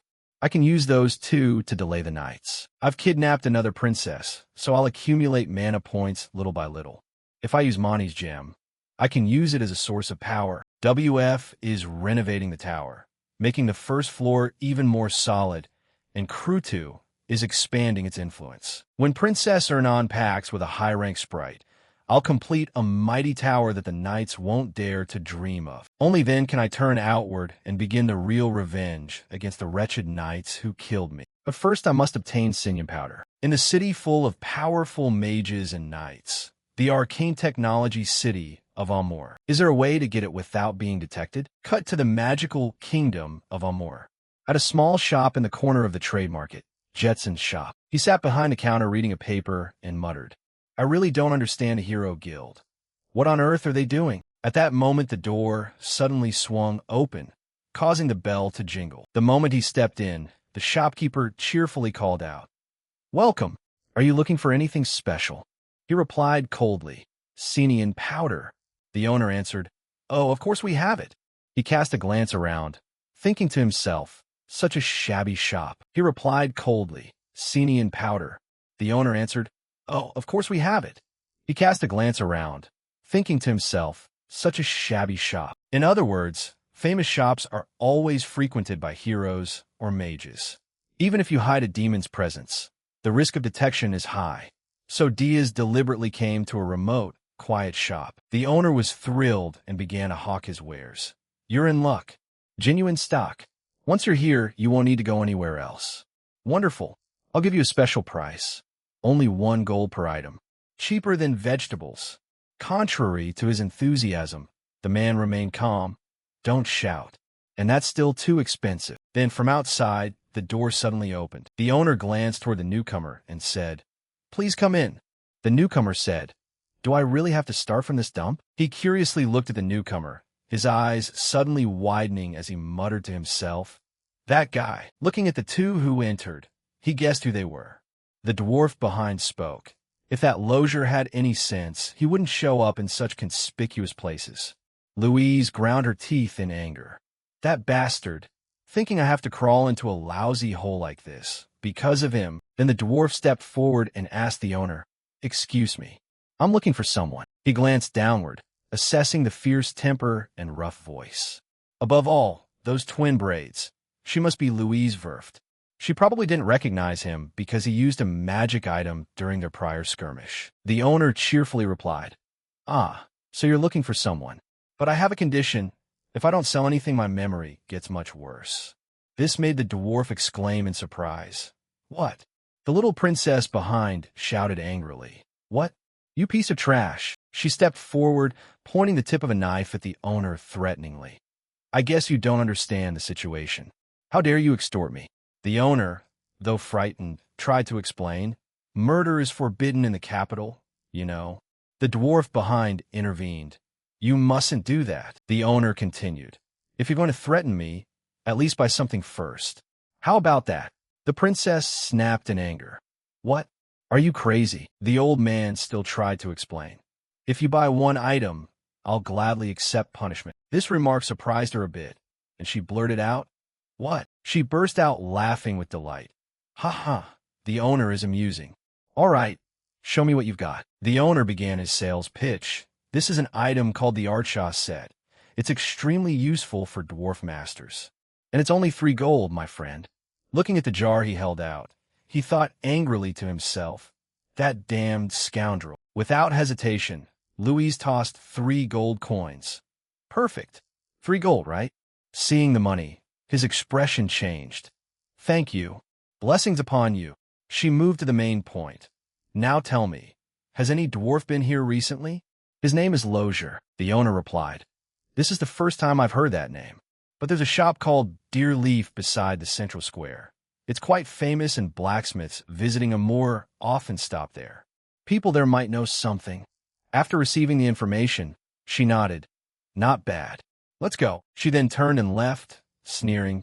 What a shameful display. She then turned and left, sneering. What a shameful display. Not bad at all. You sold that junk for 3 gold. You've got some nerve. The owner answered confidently. Luckily, you kept quiet about it. She looks like a noble's daughter, so I figured she'd easily part with 3 gold. Besides, she can't kill me without a good reason, can she? As he tossed the 3 gold, the owner eyed him curiously. You seem interested in business. For about 10 gold. I could let you in on a secret, you know. Looking at his gaze, he judged what a top-class con man. His ability to swindle people is impressive. Honestly, I kind of admire it. Thinking that, he said, Go to the Silver Moon Trading Guild. If you claim it's a must-visit place, they'll take you in. His cryptic remark made the owner puzzled. Are you from a Silver Moon Trading Guild? That place is about to go bankrupt. Why would someone with a bright future like me join them? He asked in return. Why should you go there? Because the customer you just ripped off is Louise Verf. As soon as he finished speaking, the 2 Senian jars in the man's hands suddenly slipped and shattered on the floor. His voice trembled. That mad princess from House Verft. Louise Verft? What do you want? Having achieved his aim, he tossed out a gold coin. I told you. Join the Silver Moon Trading Guild. The monthly pay is 1 gold. If you refuse, I'll call Louise back. Just hearing the name terrified him. He clasped his hands and begged. Fine, anything but that. Then his expression changed, and he shouted. You think I'd say that? Who do you think you're trying to fool? Dream on. Get out of here now. If you want, call her. She wouldn't come all the way out to a godforsaken place like this, even if she's mad. He didn't answer and turned to leave. Suit yourself. No sooner had he left than the furious little princess appeared before the old man, leaving the old man speechless. What followed were countless screams from inside the shop. He had just left another shop. The owner called out, Thank you. Come again. Holding a jar of Senian in his hand, he ground his teeth in anger. Even the outskirts shops sell ordinary Senian powder. That con man really is. Suddenly a voice from behind cut through his thoughts. Louise approached and said, So you're still here, huh? She continued cheerfully. Thanks, I got my money back because of you. He replied, No problem.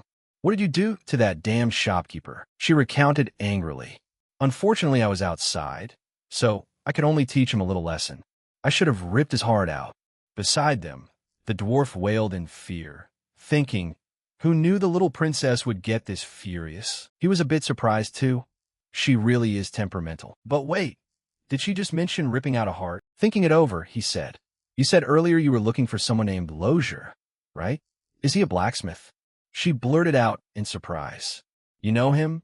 Where is he? He put his hand into his coat, took out a pendant, and asked, Could this item be related to him? Seeing the item in his hand, the old dwarf gasped. This necklace is one of Lozier's early works. He began to explain. 2 months ago, I happened upon him in a tropical rainforest in Ormus. He was starving, so I shared some rations. He gave me this necklace in thanks. It looked like the work of a master, so I kept it. Hearing the story he made up, Louise trembled. She clenched her fist and said, I'm indebted to you again. If I were more ordinary, I'd invite you to the palace for a 5-day, 5-night banquet. But he looked at her current emotion and thought to himself, Please hold yourself together. She produced a badge and explained, "We need to catch him before he leaves, so keep this for now. This badge can be exchanged for the finest equipment in the Dwarf Kingdom." He reached out and replied, "Sounds useful. I'll take it." Then the two of them left. The dwarf asked, "What will the princess do next?" She answered, "Contact my father and request the guards. This time I won't let him escape." Watching their backs as they departed, he thought to himself, "A heart. Huh. After returning, I had been so busy avoiding the path of demons that I unintentionally forgot about it." Before the reset, around that time, Draxon found and absorbed the heart of a spirit beast, gaining overwhelming power. That's the one thing I truly crave. As the new Demon King, dimensional interference still has a great effect. If I had to duel Louise, who is fully equipped with high-grade gear, I would have little chance of winning. To avenge the heroes and survive in this dimension, I ultimately must increase my own power. Therefore, I'll send Louise to Ormus, where the Beast Tower stands. A battle will erupt between the madwoman Louise Verft and Beast King Draxon Doldov. While those two tear each other apart, I will seize the heart of the demon beast. After merging with the mana illusion, the tower gained two new functions: remote tower operation and item transfer. He gave the order, "Gordon, something has come up. I'll hand the tower over to you for a while." Gordon bowed deeply, his expression serious and devoted. "Yes, Dark Lord, leave it to me." He shifted his attention to a floating blue interface and selected a vivid green item labeled Superb. 10 units of Senile Powder with a delivery fee of 1,000 points.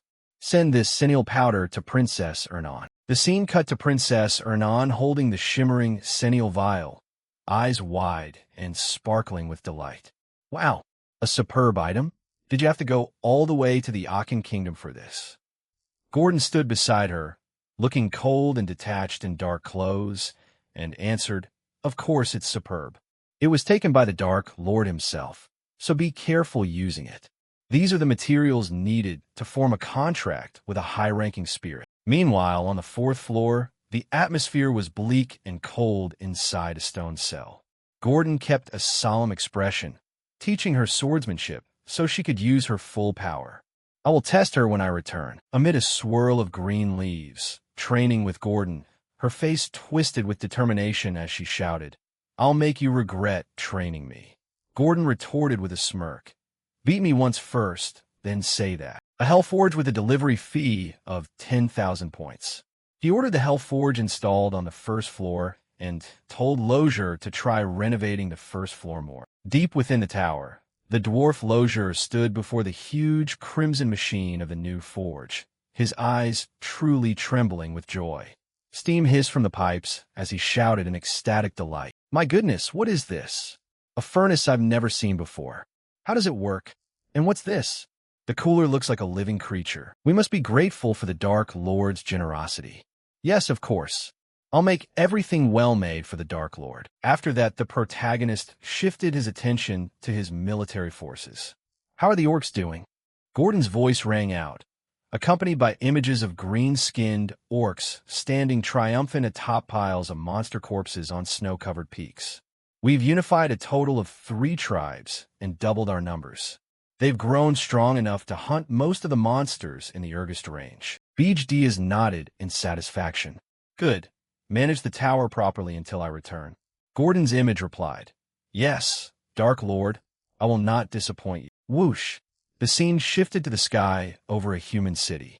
He landed, his black cloak billowing behind him, thinking, "So I can manage the tower directly without returning. What a convenient function." Next, contact Hillencargel. Beep! A 3-dimensional screen appeared before him as he ran. "Can you hear me?" The protagonist answered immediately. "What's the matter?" He thought, "Why pick this exact moment?" Control of the Kim Noyet Trade Guild is complete.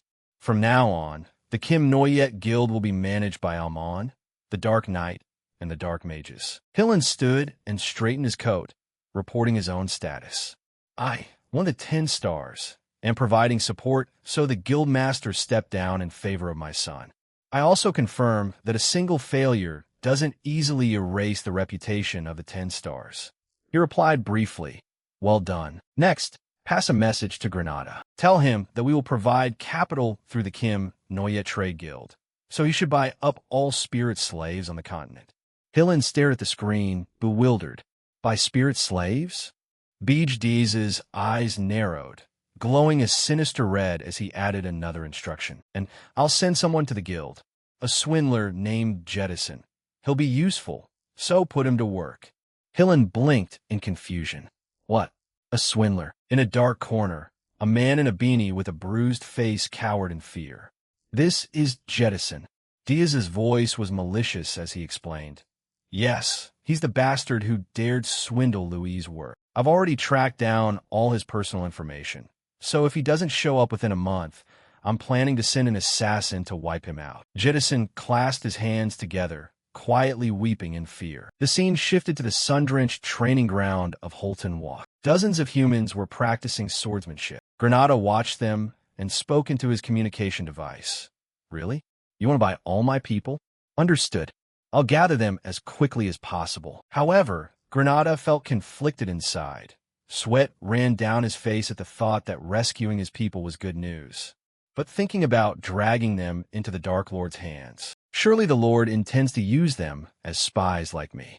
Did the Dark Lord deliberately give me this task? Compared to enduring a lifetime as a slave to humans and dying that way, serving under the Dark Lord is much better. Nearby, the blue-haired one spoke up. Vice Captain, why are we learning the swordsmanship of the Spirit Tribe? He swung his sword desperately. I don't know either. That old hunchback ordered us to do it. What can we do? He keeps bragging that he's hundreds of years old. The blue-haired one added, the captain doesn't seem to pay much attention. Let's run away, Vice Captain. Another voice said, that's right. The Vice Captain was originally our captain, right? If the captain leaves, we'll follow him. The group tiptoed away from the training field. Granada was still lost in his old worries. He raised his hand, and a green aura appeared, freezing the would-be fugitives in their tracks. Vines wrapped around the vice captain, making him scream. Captain, I'm sorry. I was wrong. Stop. Don't humiliate me in front of the others. Sputter. Why only me? While he was being blinded, his comrades were wildly swinging their swords in the air. Hillen watched this chaotic scene on the screen and asked, what's going on? Granada quickly turned away to hide the punishment. Nothing. So what's he planning to do now? Hillen shrugged. Who knows what he said? It seems he said he's going to look for treasure. Granada repeated the word, puzzled. Treasure. Far away, in the dense, humid vegetation of the Ormith Rainforest Kingdom, Princess Louise Werft marched through the forest, disappointment clear on her face. The dwarf who followed her spoke up. Princess, we've received an ultimatum from Ormith. They ordered us to withdraw immediately. Louise didn't stop and shouted back. I still haven't found that bastard. He replied immediately. We've checked every area Ormith allowed us into. She gritted her teeth. No, there's still one place we haven't been. The dwarf stopped, eyes widening as he realized the implication. What? Don't tell me you mean. Louise looked toward a dark, fearsome mountain peak rising in the distance. The monster mountain. Panic erupted among her troops. The dwarf waved his arms frantically. No, that's the monster lord's territory. Too dangerous. Louise just snorted. A maddeningly confident expression took over her face. It's fine. Anyway, they can't touch me. If they dare lay a finger on the dwarf royal family, they'd have to fight every nation armed with dwarf-made weapons. 200 years ago, someone provoked a dwarf prince, and a demon lord was toppled in a single punitive campaign. Remember? There's precedent, so they won't recklessly charge at us. The dwarf, still frightened, argued. Butler might not even be here. That guy could have tricked us. Louise's eyes blazed. Butler could also be here. This is an order to move. If you don't obey, I'll have your heads torn off first. The dwarf could only reply resignedly. Yes, understood. Meanwhile, atop the tower, someone roared in to report. Dark Lord, big trouble. Princess Louise Werft of the Dwarf Kingdom is heading toward the Monster Mountain area. Drax and Dodo growled in confusion. What? Why is that crazy princess suddenly going there? His mind spun with paranoia. Could she have discovered the summoned beast's heart and come to seize it? No, The security should have been airtight, right? Pure demonic energy lies dormant beneath the magma inside the volcano. A mysterious power I wouldn't trade even for 10,000 spirit flowers. If I absorb that power, I'll hold the strongest force. The excavation is in its final stage. Why now? Draxon roared orders to his subordinates. Stop her. Don't let that princess get close. And listen, under no circumstances are you to kill her or let her be seriously wounded. The catfolk girl's subordinate looked worried, sweat on her brow. That'll be difficult, sir. Draxon glared down. What did you just say? Back in the forest, the dwarf expedition was suddenly blocked. A muscular man with long wavy hair, wearing a golden crown and a red cloak, barred their way. He grinned maliciously. Do you want to die? Princess Louise Werft of the Dwarf Kingdom. This is the Demon Lord's territory, and entry is forbidden. I am Max Ormith, the second prince of Ormith. He chuckled and looked down at her. The palace warned you, didn't they? Because there's a risk you could be killed by the demon clan. Louise glared up at him, unimpressed, as if they could touch me. Stand aside. I won't return until I find Lozier. Max snapped his fingers mockingly. No, dwarves are truly stupid, aren't they? His face darkened, the twisted smile turning truly vicious as he explained his plan. During the all-out war 200 years ago, the kingdom of Jespin next to the Demon Lord's castle made a fortune selling war supplies to the heroes. As a result, Jespin used those profits as fuel to grow into an empire. If you die here at the hands of the Demon Lord's men, won't everything play out exactly the same as back then? For the kingdom of Ormith, Louise fell silent. Her pupils dilated as she realized the truth. The bastard's eyes widened, full of greed and murderous intent. Now it's our turn to reap that profit. Kill them all, for the prosperity of the kingdom of Ormith. Louise gritted her teeth, aura flaring. Anyone who wants to die can come on in. Cowardly monkeys. Inside the tower, the catfolk girl continued reporting. The dwarves are about to be slaughtered. Hearing that, Draxon gaped. What? No, we must stop this. Those Ormith bastards intend to kill Louise and pin it on me. If that happens, it will trigger an all-out assault like 200 years ago. Send monsters and demons immediately and stop them. And be sure to rescue the dwarf princess at all costs. The forest became a chaotic battlefield, blood spraying as claws met steel. Dwarves were slaughtered relentlessly. A muscular Ormith warrior with twin blades swung through the air. The dwarves were pushed back, huddled behind their shields. Princess, the terrain heavily favors them. We have no chance in a frontal clash. We'll break a path. Please escape. Louise, trapped behind the wall of shields, said, How infuriating. I'll wipe them all out myself. Hearing that, he replied, No, Princess, please stay calm. Max Ormith saw them huddled, laughed loudly, and raised his green glowing spear. You look ridiculous, huddled behind defenses. I'll end this with a single strike. A massive green energy spiraled around his weapon as he prepared to throw, die. But at that moment, a burst of deep purple radiance erupted on the scene. A familiar gloved hand appeared. Max Ormith froze, eyes bulging. Demonic energy? Has a subordinate of the monster lord arrived? It's not a monster demon. His identity. The boy's eyes flashed a terrifying light as he stared straight at him.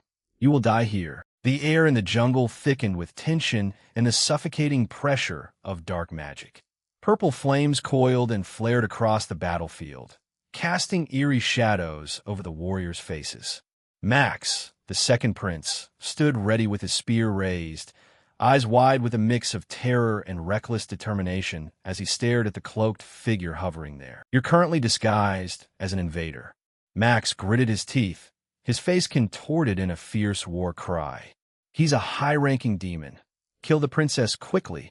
I'll deal with this demon. His soldiers assembled behind the prince, raising their weapons and shouting in unison. In an instant, the princess's voice rang out.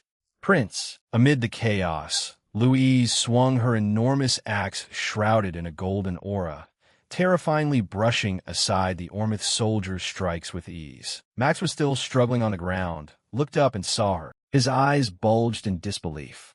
She shouted, How dare you turn your back? Right in front of me. He watched her movements, sweat streaming down his brow as he realized her sheer physical power. How can a dwarf be that fast? However, Max had no time to focus on Louise. The choking purple air wrapped around him like iron chains. His face went pale, and cold sweat soaked him. I really have to deal with that crazy princess first. And that one, is he dazzling me with demonic energy? Damn, is he that easy to blind? Louise went completely mad. Golden flames trailed her giant axe as she swept through the enemy units. Her eyes flared with furious, insane light. She landed, thinking to herself, "Where are the demons?" His magical power suddenly vanished. The Ormith soldiers looked around in confusion. One soldier shouted, "How dare a lowly dwarf attack our prince? Kill the prince's enemy." Louise bared her teeth, swinging the axe with destructive force and roaring at them. "You attacked me first. I'll send all of you to serve my prince." Sensing the danger, the heavily armored dwarf army quickly formed a shield wall behind her. They braced and shouted orders. "Protect the princess. Don't let them near the princess." The dwarf soldiers responded with absolute loyalty. High above the slaughter, hidden among the dense branches of an ancient colossal tree, the male lead stood completely calm. The light from the explosions revealed his sharp features. He watched the fiery dwarf princess tearing apart the enemy forces. A satisfied smile appeared on his lips as he turned his back on the battlefield. He whispered to himself in a calculating, sly voice, "It seems you won't die like that, Louise. In that case, take the bait." The story rewinds 5 minutes earlier, at the towering, mist-shrouded tower of Monster Mountain. An alarm sounded suddenly. He sensed an overwhelming power. Demonic energy, it's a demon lord. The catfolk beside him added, "This demonic energy belongs to a different demon lord." Draxon raced as he analyzed the magic sigils, fangs bared in a growl. "Yes, that's not one of my subordinates. Another demon lord has sent a demon into my territory. Energy at this level is likely from a high-ranking demon or above." He pieced the clues together, his expression darkening as he realized, while the dwarf princess and Prince Ormith are fighting, another demon infiltrates? The timing is too perfect. He leapt out of the tower into the dense forest and hurriedly questioned the subordinate outside. What about the dwarf princess? What happened to her? And did the demon infiltrate? The subordinate answered immediately, "My lord demon king, sorry. When we arrived, the princess was surrounded by Ormith's army." Draxon stared in absolute shock. What? Impossible. Could the attack from 200 years ago be repeating exactly? But it wasn't an attack by demons. It was an utter battlefield dominated by a single furious force. Louise spun like a golden vortex of death. Her axe tore through flesh and armor, blood spraying across the grass. The dwarf soldiers watched in horror. "Beg her, Princess, stop. This has become a massacre." Draxon's wolves turned to him, whining in defeat. "The princess handled it herself, so we couldn't save her. We're sorry." Draxon, utterly confused and furious, roared at the wolves. "Don't confuse me." He hurled a bump at each subordinate, making 3 wolves cry out, "Sorry. Why are we being beaten too?" A larger wolf delivered the final, devastating news, and the second prince of Ormith was killed by the dwarf princess. Draxon stood motionless, watching the surviving Ormith men cower. His mind spun with political repercussions. He glared at them, turmoil rising within. "If I kill them, they'll blame me for the prince's death. That damned dwarf. This is an opportunity to gain demonic energy. But the burden of this abduction and slaughter isn't worth it. Though Ormith is a small nation, it will be very troublesome if they go mad over the prince's death." He made a swift tactical decision and ordered the wolves, "Send the survivors home. Those blind fools must return to report the truth, so I won't be framed." The wolves bowed clearly. Draxon then turned his attention back to the original threat, his red eyes sweeping the forest edge. "Have you found the demon that infiltrated my territory?" The wolves looked at each other anxiously before one replied, "That. We haven't found him either." Draxon's rage erupted. "Useless. Why don't you use your shrimp brains and filthy noses?" The wolves cowered. "Please forgive us, my lord." The anger cooled into sharp focus. He realized the truth. If he's a high-ranking demon skilled in hiding, it's natural they couldn't find him. It seems it's time to use this. Darkness swirled around Draxen as he activated his signature skill, sensory maximization, a technique that amplifies the senses by concentrating demonic energy into the sensory organs. Through this, even traces of cloaked magic can be detected. His vision shifted, revealing a faint red streak cutting through the air. His eyes locked onto it. I see it. The trace of that demon. Kill that bastard who targeted the dwarf princess. He followed the trail, peering through the foliage toward a colossal volcano. Confusion overwhelmed him, and he asked, "Where did the dwarf princess go?" The wolves pointed in one direction. She went there. And then the horrifying truth hit his mind, forcing him to sprint at explosive speed, ripping through the forest at terrifying velocity as he cursed. "Demon King bastard, this is a trap." As he ran, Draxen pieced together the enemy's overall plan. The dwarf princess into Prince Ormeth.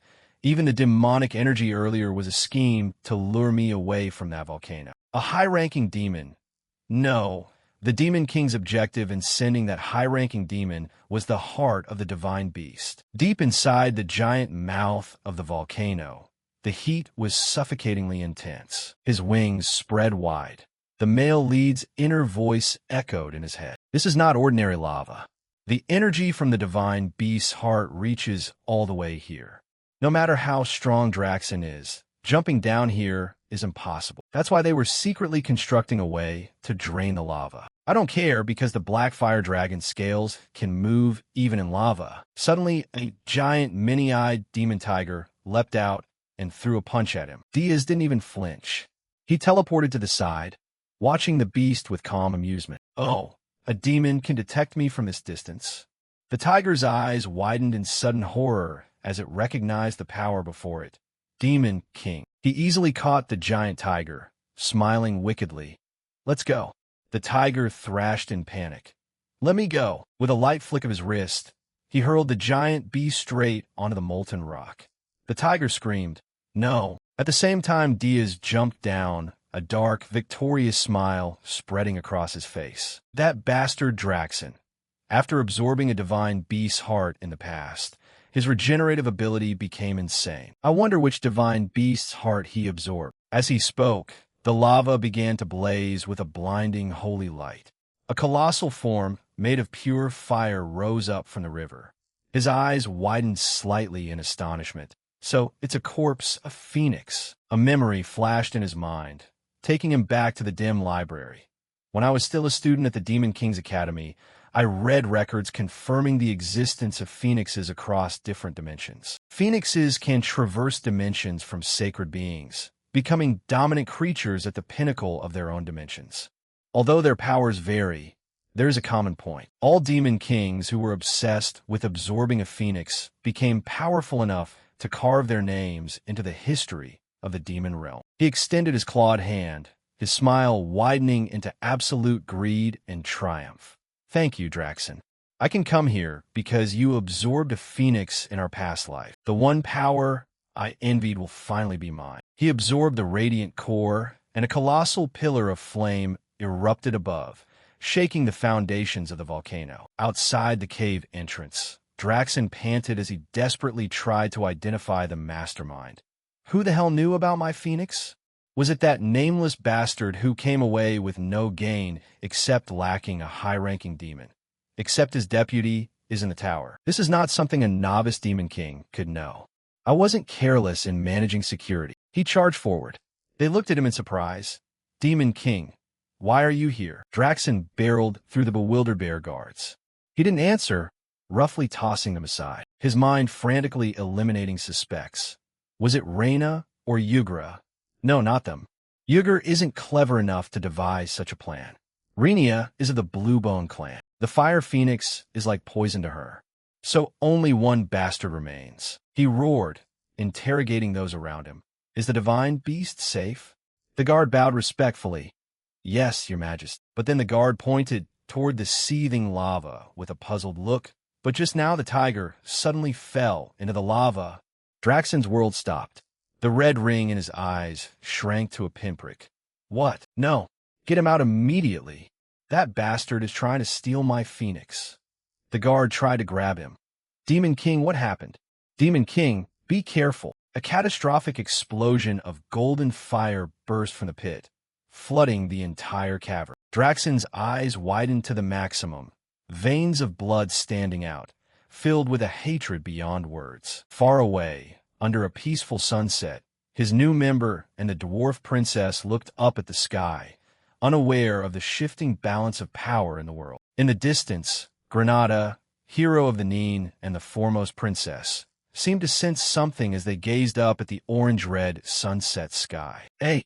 Draxon's monstrous roar shook the sky, echoing with absolute certainty in his mistaken deduction. That bastard Jason! A thudding beat rang out. The massive, radiant heart of the phantom beast pounded with deep red lightning, unleashing a brutal burst of energy into the air. Diaz, now with hair blazing red from magical influence, found himself lying on the damp ground of a sun-dappled tropical rainforest. He opened his eyes to lush green canopy above. He sat up, mumbling in confusion. Where is this?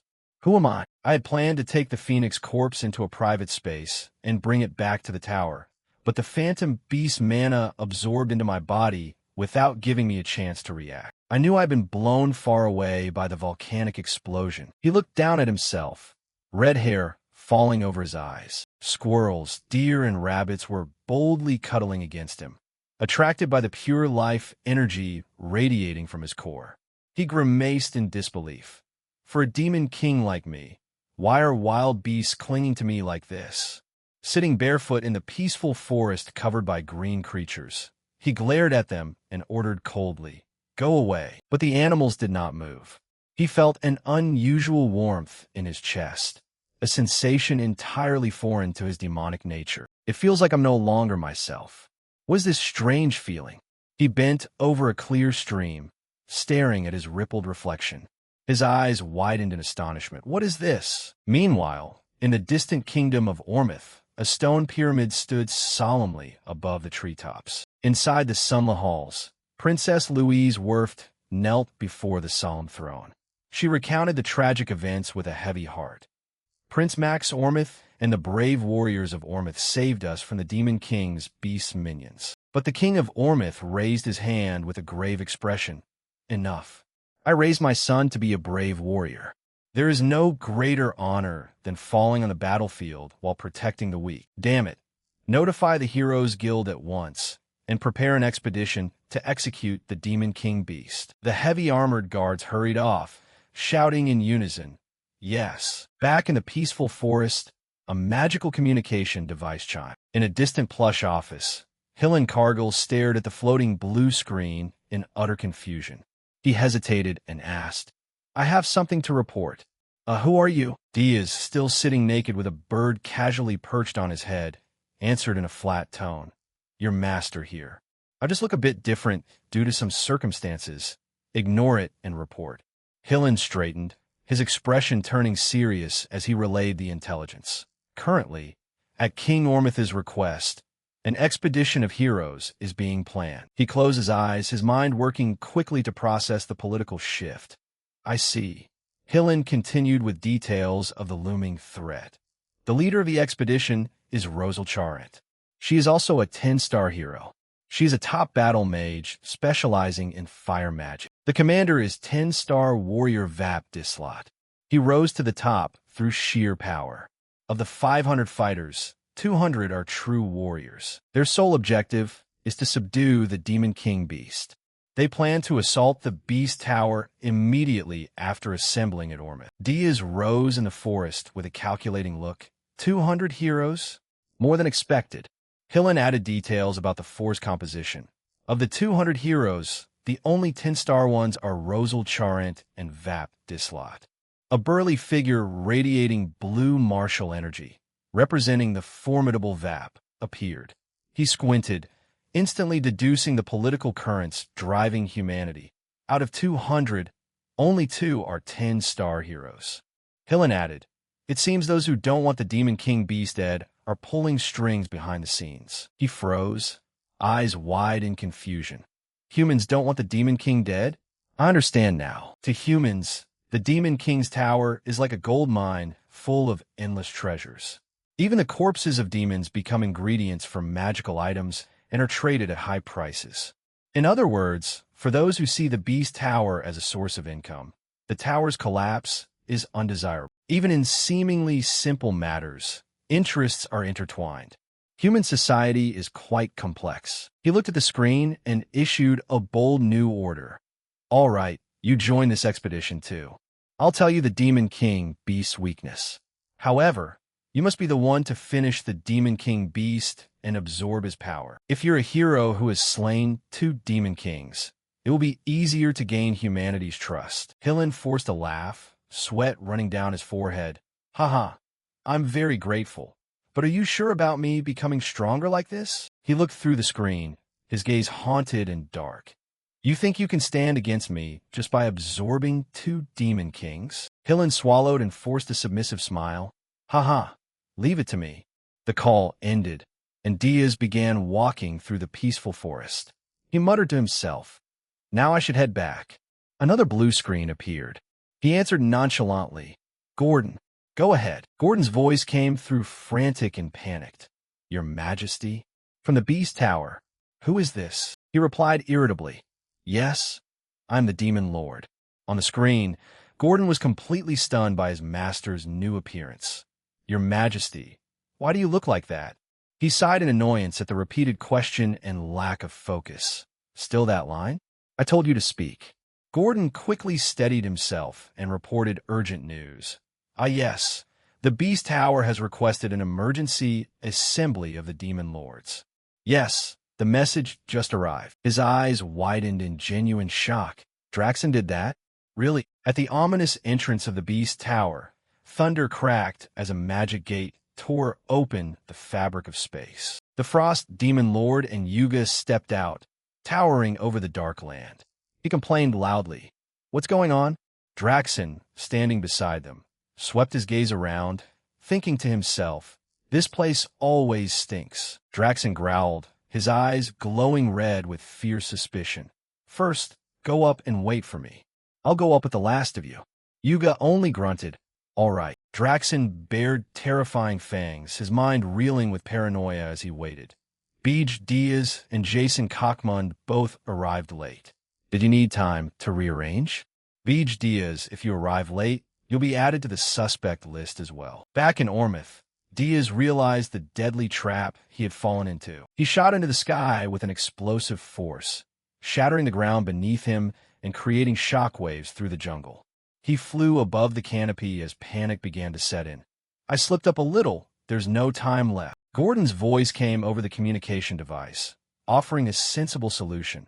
Since you're far away, Your Majesty, why don't you just use the teleport gate to the Beast Tower? He gritted his teeth, feeling strong winds tear at his clothes. No, I can't. Gordon, confused. Yes, you're moving right now? He answered frantically while flying. Yes, I'll be there soon. If I walk there without using the teleport gate, it will obviously arouse suspicion. But if I arrive late, that will also arouse suspicion. First, I need to return to my tower, take the teleport gate with Gordon, and move to the Beast Tower. He pushed his body to the absolute limit, streaking through the sky like a bullet. At this speed, I won't make it. I'll be tens of minutes late. Faster, go. If I don't fly faster. Violet lightning erupted violently around his chest. The Phoenix's giant heart thudded wildly, responding to his desperation. Massive wings of pure golden fire, blindingly bright, burst forth from his back. He surged forward like a meteor, leaving burning feathers trailing across the sky. He glanced back at the blazing wings with extreme suspicion. Phoenix wings? Don't tell me they're still alive in my heart. So that's why the animals earlier. Speed became unreal, a dazzling blur of golden light and whistling wind. He squeezed his eyes shut, his face contorting from immense inertia and searing heat. Wait, too fast. Boom!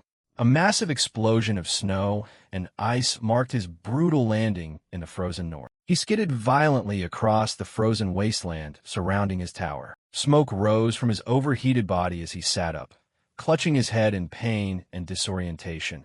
I arrived instantly, but I couldn't control it. I must be careful until I tame the phoenix. He stood, the fiery wings fading back to their old black, his hair immediately dulling back to its original dark color. He strode decisively toward the tower's great iron gate, shouting into the cold air. "Gordon, is everything ready?" He thought inwardly. Has the phoenix exhausted its energy and fallen asleep? Gordon answered immediately. "Yes. Are you on the first floor right now?" Diaz ordered, voice firm. "Yes, come down quickly." His face returned to its usual cold, calculating mask as he prepared for the political battle ahead. "We will move to the Beast Tower now." Meanwhile, back at the Ormith Pyramid, a massive crowd of human heroes had gathered. The air buzzed with whispers and astonishment as they stared at a figure. The figure was Rosal Charent, who had mastered every form of magic by the age of 5 stars. Idol of the Magic Tower, Rosal Charent, the blazing battle mage, lay lazily on the grass, looking utterly bored and irritated as heroes gathered around her. A flushed hero whispered excitedly to another, "This is actually my first time seeing her. Should I ask for an autograph?" Another scolded him, ashamed of the lack of professionalism. "You heroes making a scene like this is embarrassing." A man stepped up to her, bowing deeply with glittering eyes. "Miss Rosal Charent, it's an honor to fight beside you. My life's achievement has just been updated today." Rosal Charent waved them off indifferently. All right. You said your piece, now go." Supporting characters. Rosal Charent's title announced her considerable status in this world. Captain of the Inferno Assault Team. A burly warrior shouted, "Captain, please watch your words. Our expedition's image is being completely ruined." Rosal Charent sat there, completely unconcerned by his outburst. "What did I do? I haven't even struck a blow." The quirky hero in the back whispered excitedly, "I'll never wash my ears for the rest of my life." Rosal Charent sighed heavily, looking at the giant, disorganized army with pure contempt. "They're truly just supporting characters, so what do you want me to do?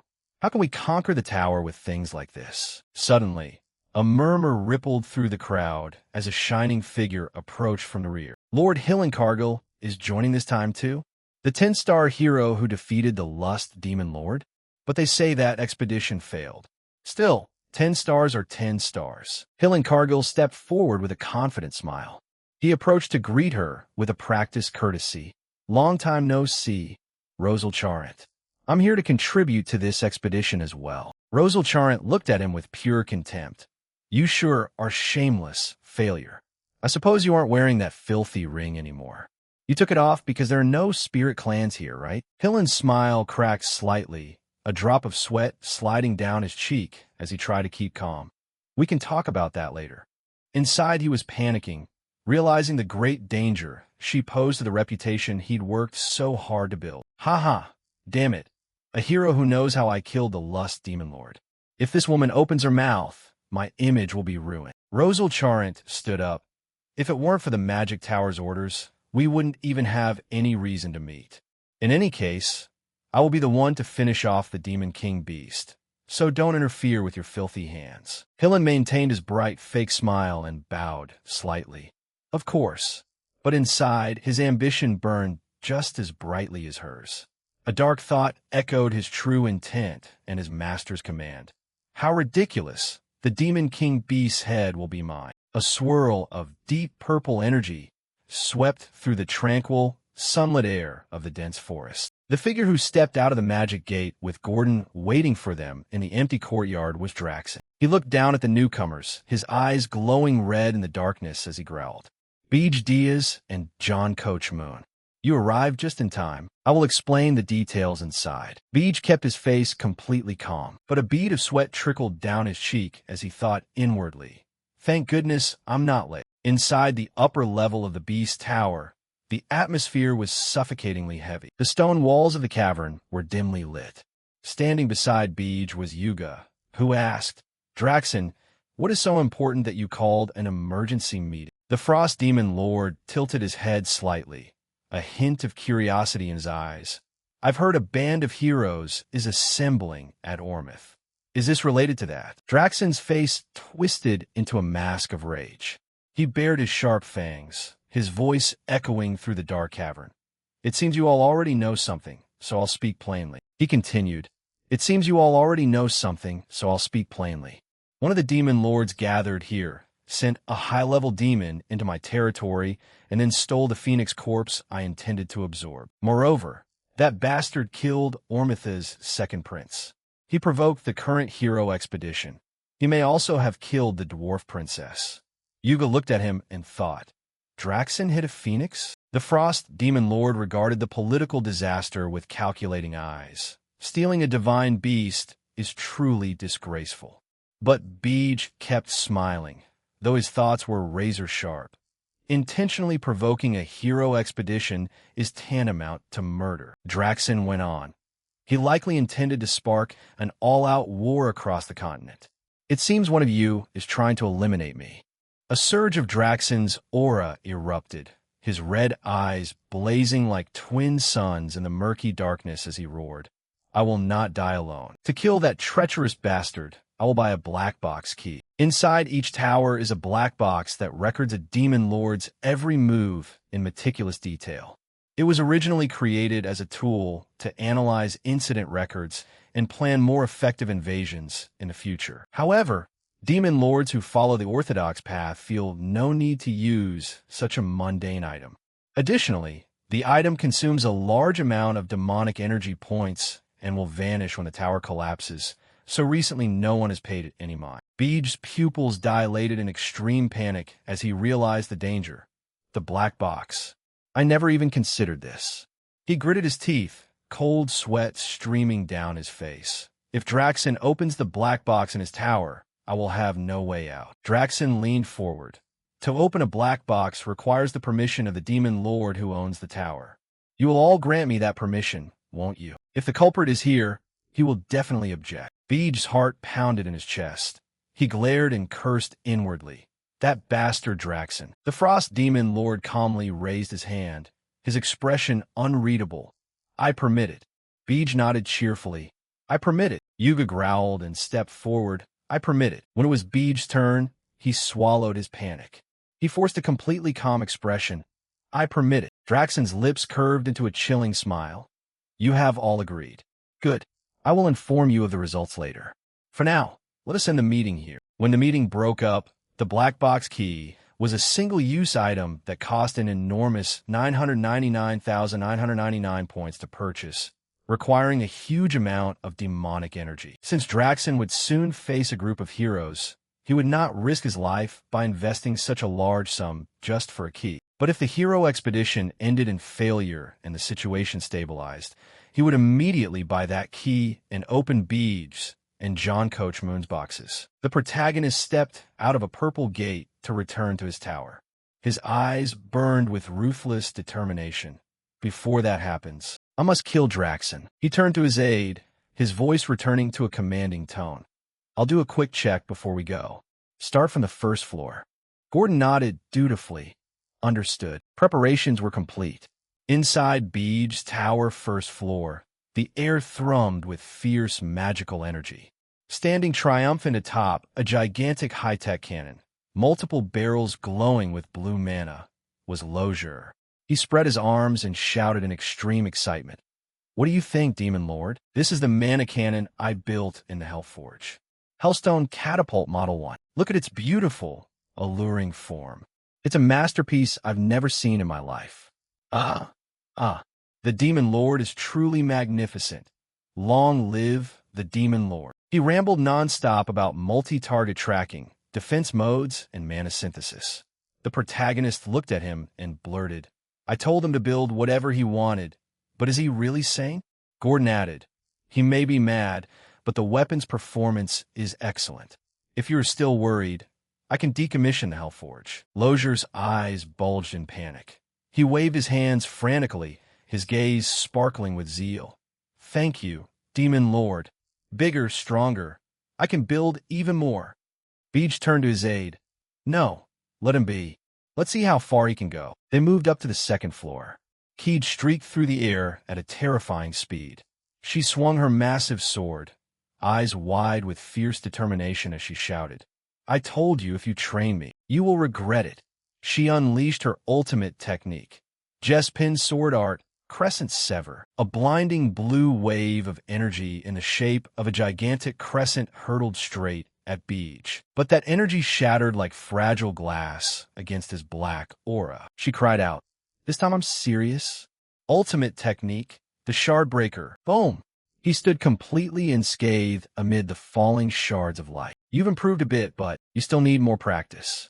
With just a wave of his hand, he summoned a dense, dark purple orb of demonic energy that hissed. Keed collapsed, her face pale and drenched in sweat as she stared in absolute horror at the overwhelming power. Impossible. How could my technique be stopped so easily? After that, only her terrified screams echoed through the tower. Keed was left unconscious in a smoldering pit on the floor. The protagonist asked, "Why is Princess Keed on the second floor?" Gordon looked away. Princess Ernan was preparing a summoning on the fourth floor, so I temporarily moved Princess Keed. The protagonist blinked in surprise. A summoning? On the fourth floor, the environment was completely different. Warm, radiant light filled the room. An adorable fire, wind, and water elemental spirits fluttered about. Bazin was in use, standing at the center of a brilliantly blue magic circle. She seemed to be floating on an ocean of stars. Ernan extended her glowing hands. She closed her eyes, speaking with intense focus and a reverent binding of blood and soul. "I wish to form a contract with you. In the name of Ernan Hinderin, I beg you, please answer my call." A pillar of pure, tear-like white light erupted from a circle. Nyrunian flowed down from the waters, a beautiful high-ranking water spirit. Nyrunian hovered gracefully, her blue hair billowing and her layered water gown shimmering with otherworldly beauty. She looked down at the young human girl with an expression of solemn, impressed reverence. "Oh, within the Demon Lord's tower, you actually have the talent to summon me. By ancient covenant, I, Nyrunian, High Water Spirit, acknowledge this human, Ernan Hinderin, as my contract partner." Their fingers touched, and a wave of blinding light swept through the room. The exhaustion from magic finally overcame Ernan. She completely fainted, toppling backward into the water illusion of the summoning circle. Before she could hit the ground, Beej appeared and gently caught her in his arms. Ernan slowly opened her eyes and, seeing the protagonist holding her, whispered softly, "Demon Lord." The protagonist gave a rare, sincere smile. His black hair fluttered in the illusory breeze. "I almost missed the show. Well done." Ernan's eyes brimmed with tears of happiness, and she beamed. "It's nothing. It's all thanks to the senile powder you gave me. I love you, Demon Lord." She froze completely. Her confident smile vanished, replaced by pure bewilderment as questions swirled in her mind, realizing what had just slipped from her mouth. Ernan's face exploded into a deep crimson. She struggled wildly in his arms, shouting in absolute panic, "No, I didn't mean that. Please believe me. Even if that was my voice, I truly didn't say anything." Beside them, a tiny chibi version of the water spirit Nyrunian appeared. "Oops, slipped out. But I do truly love the Demon Lord." The protagonist looked at the figure and said, "You've summoned something rather troublesome." A magical notification revealed the truth. High Water Spirit Nyrunian. Hobby: reading romance novels. Favorite genre: forbidden love. Nyrunian giggled. "Oh, already know? So when are you two going on a date?" Beej's face darkened with utter horror and embarrassment. He stared, thinking, what kind of nonsense is she spouting? Still trapped in his arms, Ernan, cheeks blazing, shouted, What are you saying?" Ernan's face was suffused with soft sunlight hues and floating pink hearts. Princess Ernan cupped her flushed cheeks, bright red, and in total panic as she shouted, "What? Dating? What are you talking about?" Beside her, the high water spirit Nyrunian floated leisurely, a mischievous smile on her face. "The rumors about the Demon Lord's pure love with the princess have spread throughout the spirit realm. Did you know? I couldn't miss out on such a splendid scene. So when are you two going on a date?" Still in the getting to know you phase, Ernan trembled and replied, "Please go back right now." Nyrunian crossed her arms and pouted. "What? I was just summoned after a long time away." The protagonist stepped forward, to cut through the absurdity. He looked straight at the pure being. Wait, high spirit Nyrunian, how do you see me right now? Nyrunian smiled innocently and answered, what do you mean? A handsome demon lord pairing up with a princess. The protagonist narrowed his eyes slightly. I'll ask again. In a blaze of hot golden light, his black hair shifted to a brilliant red. How do I look now? The high spirit's eyes widened in genuine shock. Oh my, you were just a mass of demonic energy. What is that pure mana? Not a demon lord, but a spirit. The protagonist smirked, a dangerous gleam flashing. I didn't expect I could fool the eyes of a high spirit. If so, other demon lords and the heroes won't recognize me. With this, the beast demon lord, I can take him down myself. Ernan looked up at him, her mind struggling to process the outrageousness of the situation. You mean the demon lord plans to kill another demon lord? This audacious plan drove Gordon to the brink of madness. As the protagonist launched into the sky, leaving a white streak behind, Gordon shouted at the top of his lungs, Demon Lord, are you really serious? Gordon tore at his hair, his sharp teeth bared in pure disbelief. What demon lord in the world would go and take down another demon lord? The protagonist only glanced at his dark cloak fluttering in the cold wind. I explained earlier. A moment before leaving, the protagonist turned to Gordon and said, I'll be back soon. Gordon stammered in fear. Where are you going? His answer was chillingly calm. To kill Draxon. Gordon's jaw dropped. Yes, take care. Wait, what? What kind of explanation is that? He added, I thought you said not to interfere in my affairs anymore. Gordon shouted into the air. This is an entirely different case. Regardless of standards, if the other demon lords learn of your actions, cutting him off, the protagonist clarified plainly. That's why if I don't take him out before he opens the black box, I'll be the one on the chopping block. Gordon tried to reason with him one last time. I understand the reason, but isn't it too dangerous? Demon Lord, you still haven't overcome Arin's spatial energy. This harsh law is exactly why Gordon desperately tried to stop him. Originally, all dimensions are hostile to other dimensions. Dimensions outright reject the intrusion of outsiders. They crush invaders with spatial energy. A fearsome level, 666 demon lord entering Arin is immediately suppressed by a spiral of blue spatial energy, his strength reduced to that of a level 1 gorilla. Demons whose power is suppressed by spatial energy are significantly weaker than they are in the demon realm. That is the world's victory for the heroes chosen by the dimension to deal with such weakened invaders. To overcome this spatial resistance and invade, the Demon Lord's Tower was developed. The Demon Lord Tower is an intermediary that links the demon realm, the Demon Lord, and demons to demonic energy. By reinforcing the tower with demonic energy nodes, more demonic energy can be drawn from the demon realm. Thus, the Demon Lord regains his original power. In short, the height of the tower is the Demon Lord's strength. Gordon stared at Beej's reflected image with extreme worry.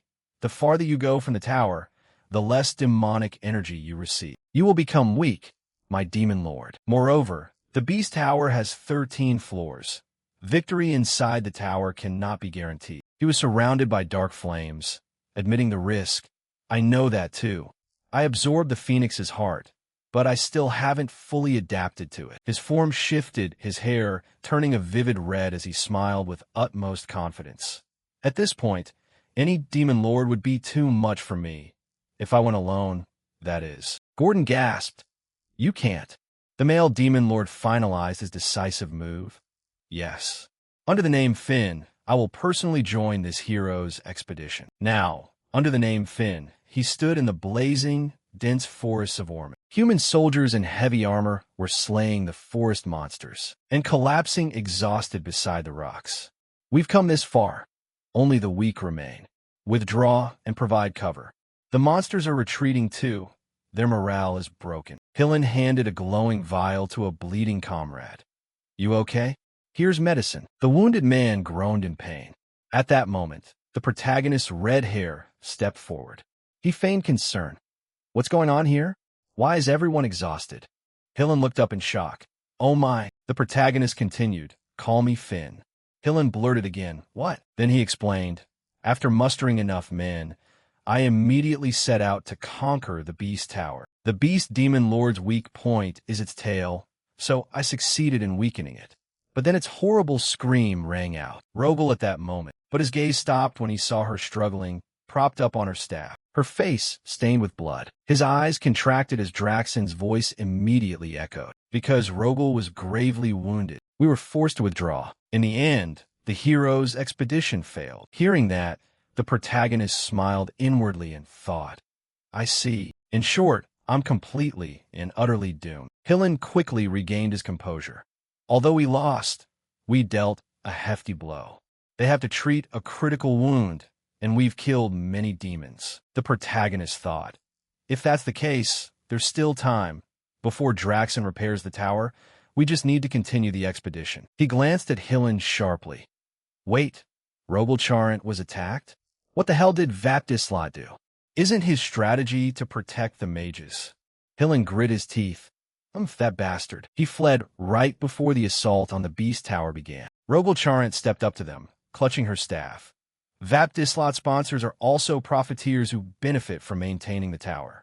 They're just money-crazed scum. The protagonist looked at her and asked, You are Rogel?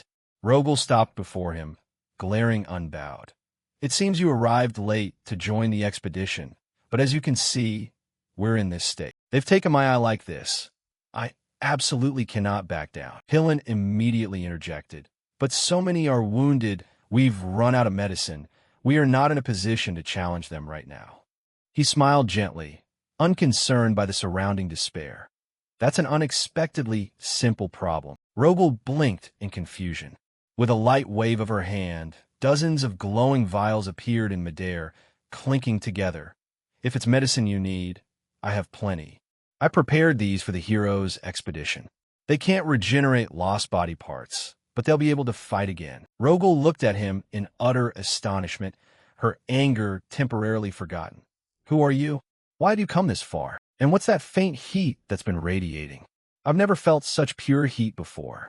How did you accumulate energy like this? The protagonist ignored her questions. As he surveyed the soldiers utterly defeated, collapsed in the mud, all of them in a miserable state, as if their life force had been drained. He thought to himself, their morale is shattered.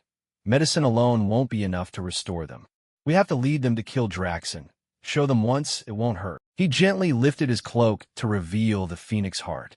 He commanded softly, Please follow me silently. Immediately, a huge ring of dazzling golden flame lit the charred, dark forest like a second sun. The exhausted heroes suddenly found renewed strength, looking up in genuine fear and shock. Rogel held her breath as she stared at the magnificent display of power.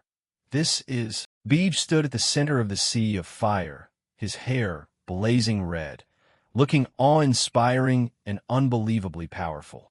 He told the shattered army, Who am I? I'm a master of the Phoenix. I have come to kill the Beast Demon Lord. She looked at him in astonished thought.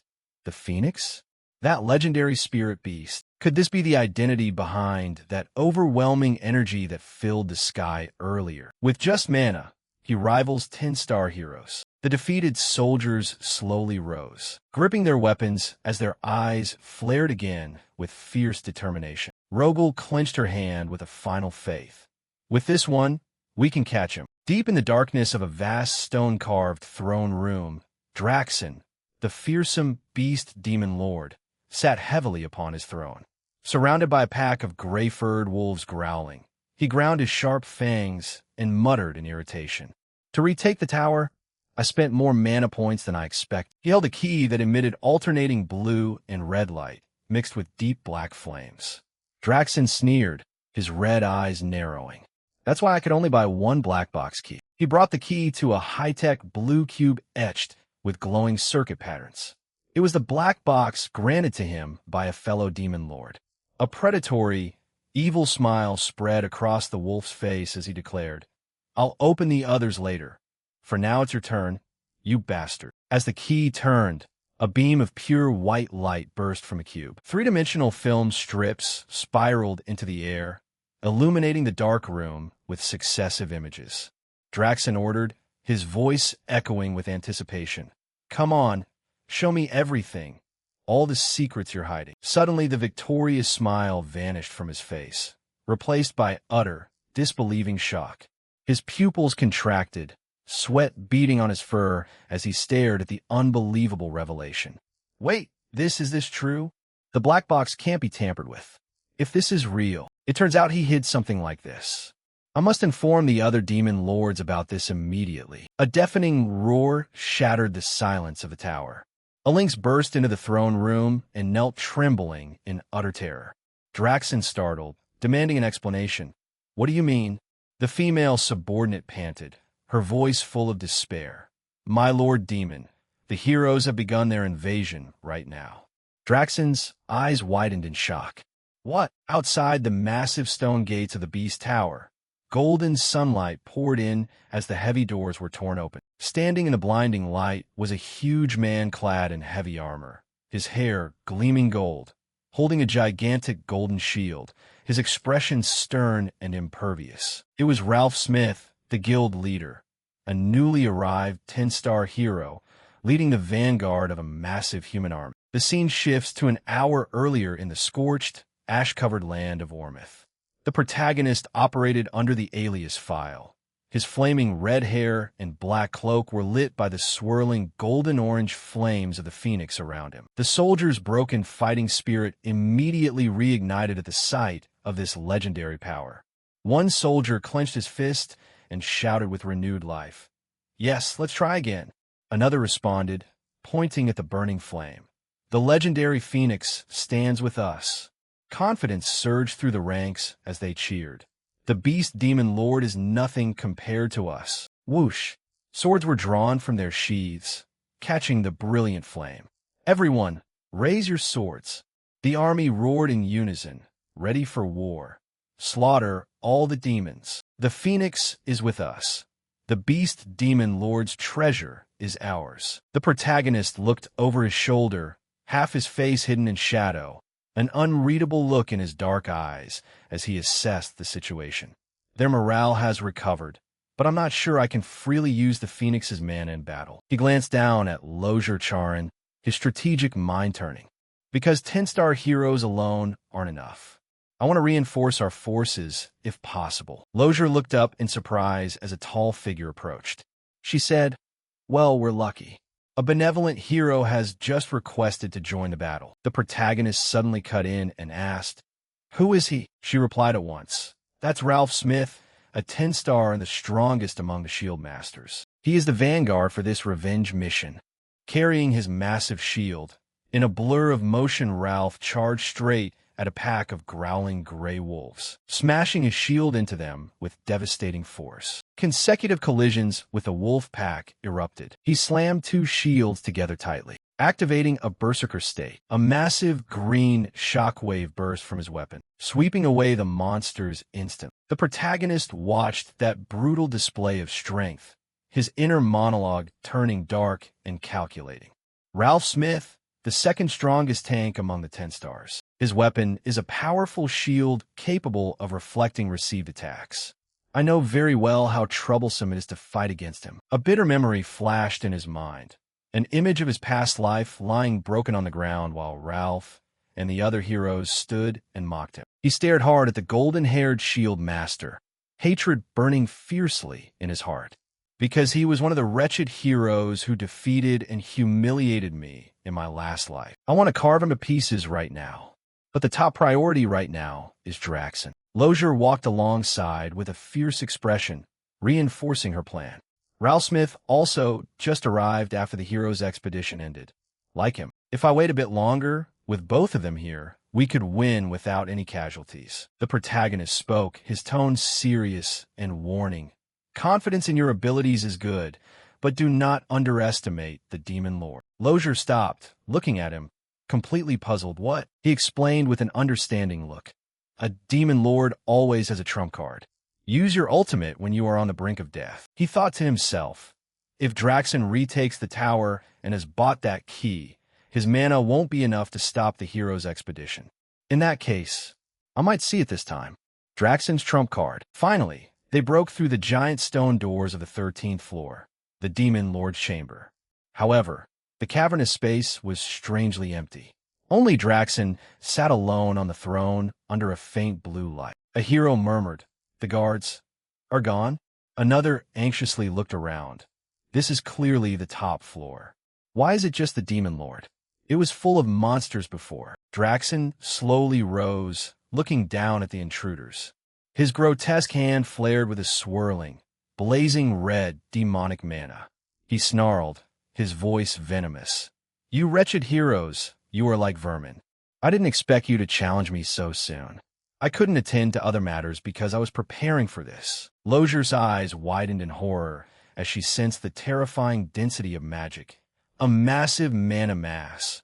"Don't tell me that's why there are no other demons here?" Draxen sneered, confirming her worst fear. "Yes. To finish you all." He swallowed, the black-red flame into his throat, igniting a blazing red fire in his core. At the same time, I gathered all my subordinates into one place. By Demon Lord standards, a Demon Lord should place the strongest monsters on the top floor. He found a loophole, absorbing power from the entire floor. "You foolish heroes, I will kill you and leave no trace, so you can never climb up again." The hero team glared at him. The protagonist looked at him, thinking he's about to go all out. A catastrophic burst of red energy erupted from the Demon Lord, shattering the very air. Ralph immediately raised his golden shield, bracing against a barrage of destructive red beams. Two heroes charged forward, causing the hero behind to shout frantic warnings. "Stop! It's too dangerous now," Blue Hair shouted. "What do you mean?" "The Demon Lord is trying to power up, but now is the time to strike him." But then the two of them hesitated for a beat. With a single roar of his gust of air, Draxen sent that hero flying backward with a bone-crushing force. Another massive red beam shot toward the army. A fierce green magic energy blast flew at the beast Demon Lord, but with a wave of his hand, he easily deflected that devastating attack. Hillen watched the display and exclaimed, "Truly impressive, his magic." The beast still stood proud. Lozier added, "He deflected it that easily?" As the smoke cleared, Draxen's new form was revealed. His massive white fur was now shrouded in a black and red aura. A hero screamed in pure terror. "So that's the Demon Lord beast. The pressure from his very existence alone is enough to kill." The heroes began to collapse, clutching their throats as the toxic energy invaded their lungs. "What terrifying mana is this?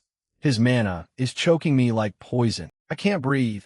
Help!" Seeing the army falling apart, the protagonist stepped forward, eyes blazing with determination.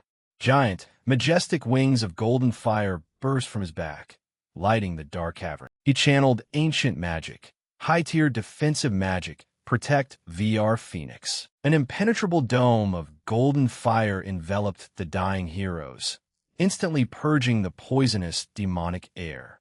The soldiers looked up, tears of relief welling as they inhaled clean air. "File, the legendary cleanse card truly is amazing. I will never forget your death." He gritted his teeth, the strain of magic visible on his face. "I can't let Draxen gather any more mana. Magic is functioning normally." He quietly turned to the soldiers under the dome. "From now on, you will obstruct him, so don't step out of that barrier." The heroes nodded resolutely. "Understood. Thank you." He stepped out of the golden protective dome. The Demon Lord beast roared. "Those who can move, only 4. There is one whose mana bothers me greatly." It fixed its gaze on him. Who are you?" He did not answer with words. Instead, a cold, arrogant, utterly confident smirk spread across his face.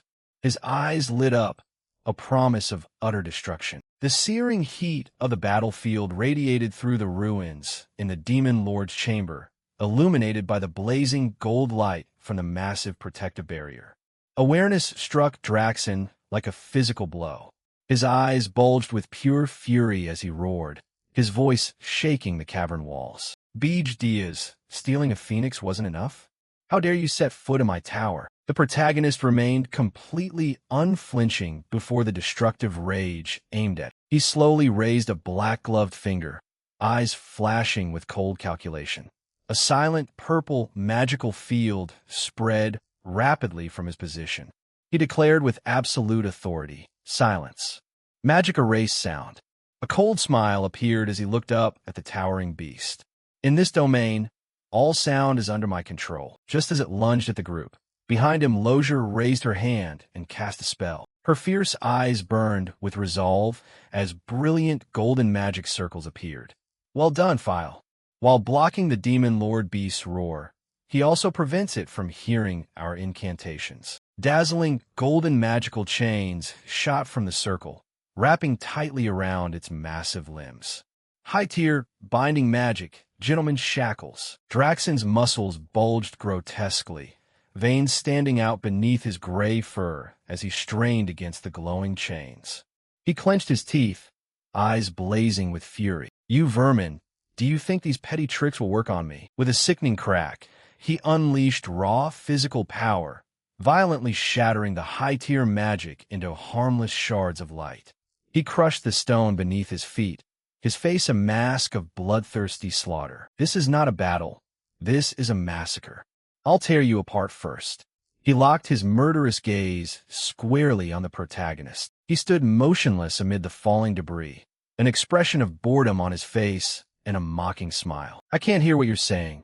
Your barking is too loud. A system message appeared. Silence status permanently activated. Draxon's jaws snapped shut in furious bites, but no sound came out, forcing him to only snarl in an infuriated silent void. Seeing this, Lozier shouted his name. Driven by humiliation and rage, Draxon lunged forward with explosive speed, a red-black blur of fury racing straight at him. But the protagonist had moved ahead. Massive, resplendent wings of pure golden flame erupted from his back. With a graceful backward glide, he slipped out of Draxon's enormous claws. Stone exploded into a shower of boulders and dust. A hero's eyes widened in astonishment. He's too fast. My eyes can't keep up. Hillen offered reassurance. It doesn't matter. Just follow the Lord's orders. Draxon, mind reeling with paranoia and murderous intent, glared down at the abyss where he hovered on blazing wings. I don't care why you use this trick.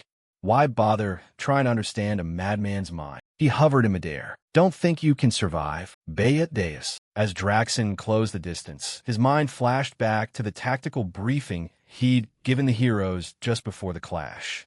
The most important factor in killing the Demon Lord Beast is speed. As you know, his reflexes are extraordinary for a body that size. That's why we must bind his legs and aim for the weak points. Hillen looked worried, sweat streaming down. But can I keep up with him? Even with my blink speed lightning. The protagonist smiled to reassure him, a dark promise hidden in his words. Don't worry, I'll give you the signal at that moment. Back in the present, Draxon swung his deadly massive claws straight at him. His eyes flashed with triumphant anticipation. Got you now, you filthy vermin. But the protagonist simply leaned back. He casually produced a purple magic orb. Draxon recognized the relic immediately, his expression twisting into a mocking sneer. Ehrman's orb? You think it will work on me? He activated the orb without a second thought. Looking straight into Draxon's eyes, his smile sharpened into something dangerous. It won't affect you, but Ehrman's orb can reveal a subordinate the location of their master. Draxon snorted, the silent laugh vibrating his massive body as he prepared another strike. What good is telling them your position? None of your underlings can help you here. A gigantic, blinding column of blue lightning tore through the cavern ceiling. Hillen San appeared in the crackling electricity, his sword plunging down, face contorted in intense pain as the orb's neural backlash scorched his senses. My head feels like it's going to explode. Don't use that orb anymore. The Demon Lord Beast roared in anger. Beej Diaz, you bastard. You scum. Did you really turn a hero into your subordinate? The protagonist chuckled casually. You should try it. It's quite useful. As the blue bolt struck the Demon Lord Beast, he added coldly, even if you can survive. The immense voltage shattered the ground, hurling up a colossal cloud of dust. But from the heart of the electrical storm, Draxon emerged, fur singed and remnants of blue lightning dancing across his body. His blazing red eyes emitted a deep, terrifying killing intent like never before. He sneered darkly. Ha ha, you grow arrogant over so little? Pathetic. But immediately, A barrage of golden energy beams shot toward him. His inner mind continued the flawless tactical analysis. Hillen Cian had created a brief opening with his signal. Next was Lozier's turn. Focus all your power. Avenge her lost eye. Lozier planted her feet and shouted fury at the advancing monster. Demon Lord Beast, how dare you do this to my eye? I'll use all my mana to kill you in one blow. Supreme Fire Magic, Celestial Flame Assault. A colossal column of fire, compressed to an extreme, pierced the sky and hurtled straight at Draxen. The impact created a shockwave that tore the ground apart, sending boulders flying in all directions and bathing the entire cavern in blinding white and orange light. As the destructive smoke began to clear, a deep black crater was revealed. At the center was Draxen, severely burned, blood pouring and gasping heavily. Yet he still stood. He glared at his attackers, his voice a torn roar full of hatred. You bastards! You filthy insects! The protagonist watched from a safe distance, narrowing his eyes in genuine surprise. I didn't expect him to survive that strike. It seems he's not easy to defeat. Realizing he had been backed into a corner, snapped the last shred of reason in Draxen. His eyes flared a horrific deep red. He roared, a sound that pierced the silence magic through pure physical force. Do you know who I am? An overwhelming shockwave of crimson demonic mana burst from his body, moving at speed despite his grievous wounds. A massive wave of red energy tore the sky apart, shattering the large golden shield of the tank hero Ralph and slicing deep across his chest. Blood spurted wildly as Ralph was blasted backward. Lozier was not spared from the attack either. Draxen shouted his pride and curse. I am Draxen Donov, Demon Lord Beast, right hand of Grand Duke Ankenkin, and the Demon Lord who will conquer this dimension. How dare you do this to me? None of you will survive, Beej Diaz. The protagonist did not flinch to dodge. Instead, he looked up at the charging monster, smiling widely with utter mercilessness. That impressive posture is gone. Now you're just a mad dog. He roared loudly. Right now I'll silence you, so you can't speak another word. The protagonist only sneered. I haven't shown you everything yet, have I? The power of the Phoenix, what you covet and hide. Draxen gasped at that golden-orange light. Beej Diaz, he unleashed an attack that forced him to throw his head back and scream, releasing the ultimate pinnacle power of the legendary spirit beast. A colossal spherical explosion of blinding golden fire erupted from the core, violently sending Draxen flying backward and scorching the surrounding air. The heat was absolute. However, driven by stubborn, pure hatred, Draxen bared his teeth in a desperate scream. Not yet. I won't die from just this. The protagonist observed the struggling beast, his mind razor-sharp as he identified the final piece of the puzzle. His weak point is the tail. Spotting the opening, Lozier, bleeding but unbowed, activated a brilliant golden magic circle. She shouted with steadfast determination, I will not miss. High-level binding magic, gentleman's shackles. Golden chains once again wrapped tightly around the exhausted beast, pinning it down completely. Draxen thrashed wildly, eyes wide before impending death. No, the protagonist turned his head slightly, his voice cutting through the chaos with absolute cold calm. Hillen. A brilliant surge of blue lightning rose in the air as Hillen lunged forward, his sword vibrating with deadly voltage. Draxen stared at the approaching executioner, his red eyes wide with utter horror and uncontrollable fury as he shouted the opponent's name one last time. Beej Diaz. The massive blue lightning blade sliced smoothly and decisively through the beast's defenses. The protagonist watched the final strike land, a dark, deeply satisfied smile appearing. He mused to himself, eyes already on the future. I will make good use of this phoenix. Farewell, Draxen. As the Demon Lord Beast's colossal body finally collapsed, the chaotic battle ended decisively. The Demon Lord Beast's severed head tumbled across the shattered ground, leaving a long trail of blood. The red-haired warrior shouted in astonishment to his comrades. We won. Another added. Lord Hillensian has been bathed in that sacred golden light piercing the darkness. Hillen raised his black sword triumphantly to the sky, the crowd roaring. He has defeated the demon Lord Beast. Long live Lord Hillen Cargill. A nearly mad grin spread across Hillen's face, his eyes widening with ambition and excitement as he drank in the adoration. Good, more. Praise me more, as the greatest hero in history. I, Hillen Cargill, will rumble. Large stones suddenly began to fall around the heroes. Green energy exploded from cracked walls, throwing everyone into panic. The tower is collapsing. Grab the treasure. Give recovery potions to the 10-star heroes first. Run. Amid the rubble and dust, the protagonist looked down at the corpse, thoughts cold and calculating.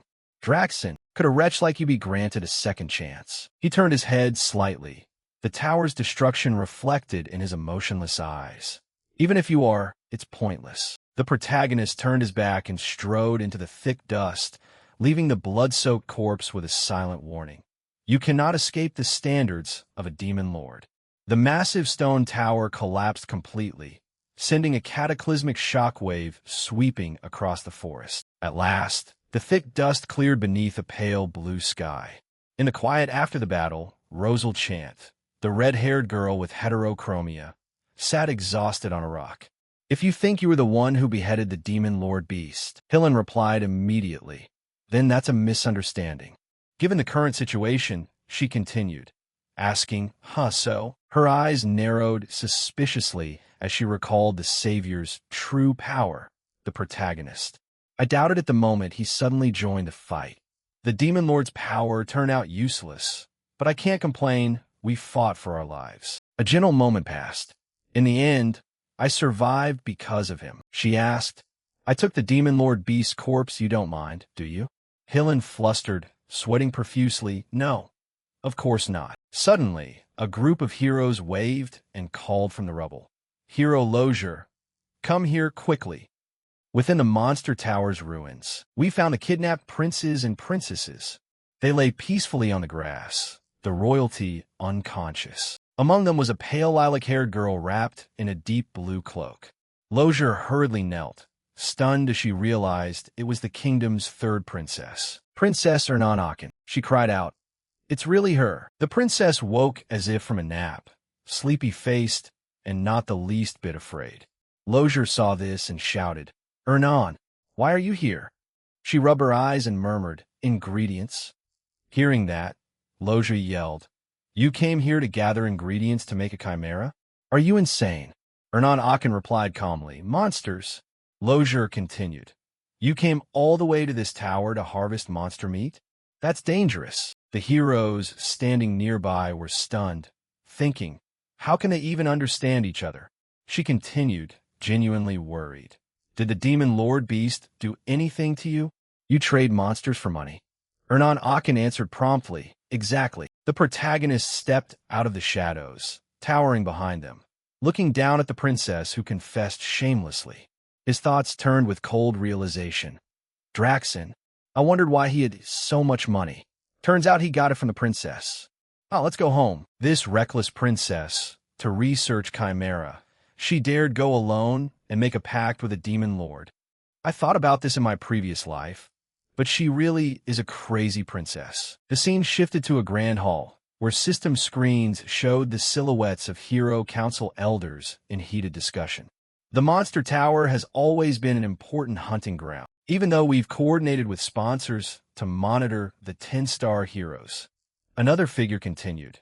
It seems the one claiming to be the Phoenix's master pushed this expedition into violence. Someone else asked, the Phoenix's master? Is there such a hero?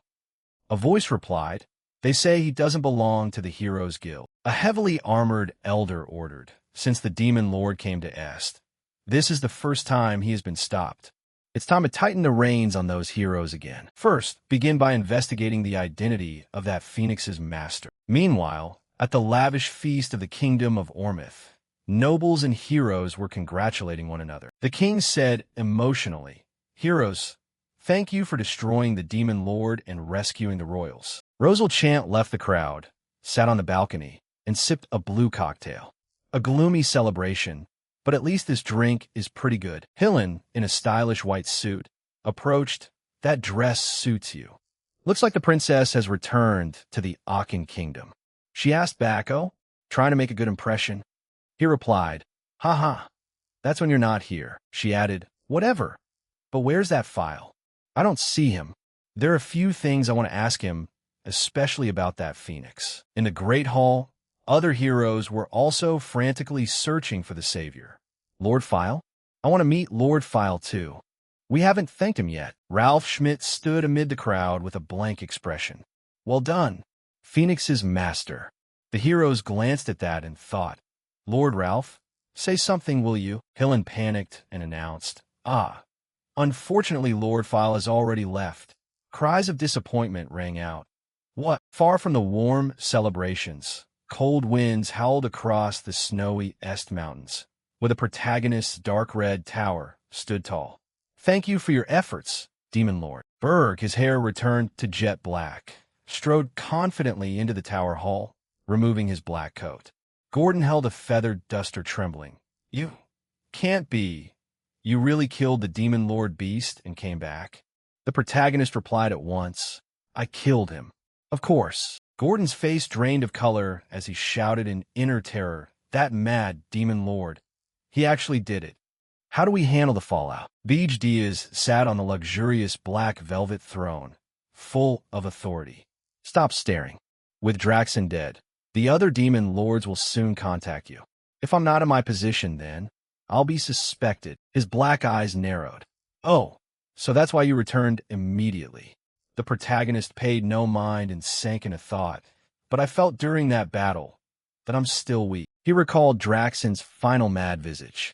Even though he used his ultimate, he had weakened a lot from the previous expedition. His final strike was aimed at killing me. He remembered how easily he had brushed off the attack, looking down at the phoenix heart beating in his chest. But it didn't deal as much damage as I thought. Not only my base power, I also need to strengthen the phoenix. His thoughts were cut off by a ting. A screen appeared, the image of the Demon Lord of Chaos. He spoke.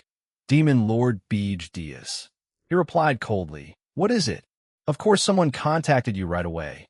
Fortunately, you returned in time. Gason Coachman smiled a fake friendly smile. I want to hold a meeting of the Demon Lords at my tower today. The protagonist asked back. So sudden? Isn't there still time? He narrowed his eyes.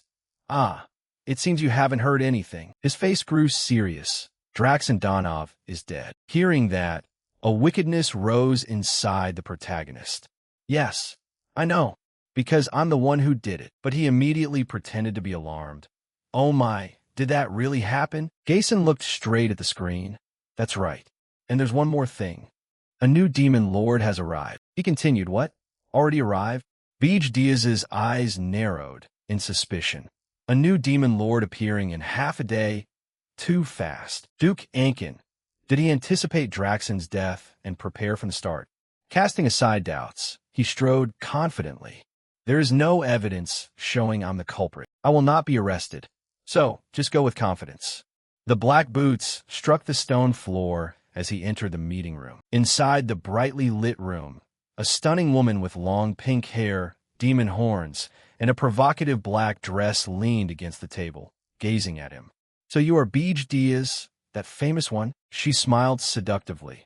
I am the queen of the Blood Moon clan, Vivian Bland. Beej Diaz calmly sat at the round table, completely ignoring her, which made her glance at him with curiosity. Vivian narrowed her bright pink eyes, a fierce amusement flickering. An interesting one, a dark memory surfaced. The Grand Duke of the Demon Realm pounding the table in rage. Draxen couldn't have been defeated that easily. Whoever infiltrated his territory is highly suspicious. Investigate and report to me. In a flashback, Vivian bowed in obedience. And Beej Diaz, keep an eye on him. If any demon lord breaks the rules, the one who dishonored the standard is the prime suspect. Back in the present, Vivian licked her lips teasingly. He seems like the type easily controlled. Should I toy with him a little? Gason Coachmund broke the silence. Everyone is gathered. Let's begin. Suddenly she stood, walked around, and spoke. This orange spatial dimension is rather interesting.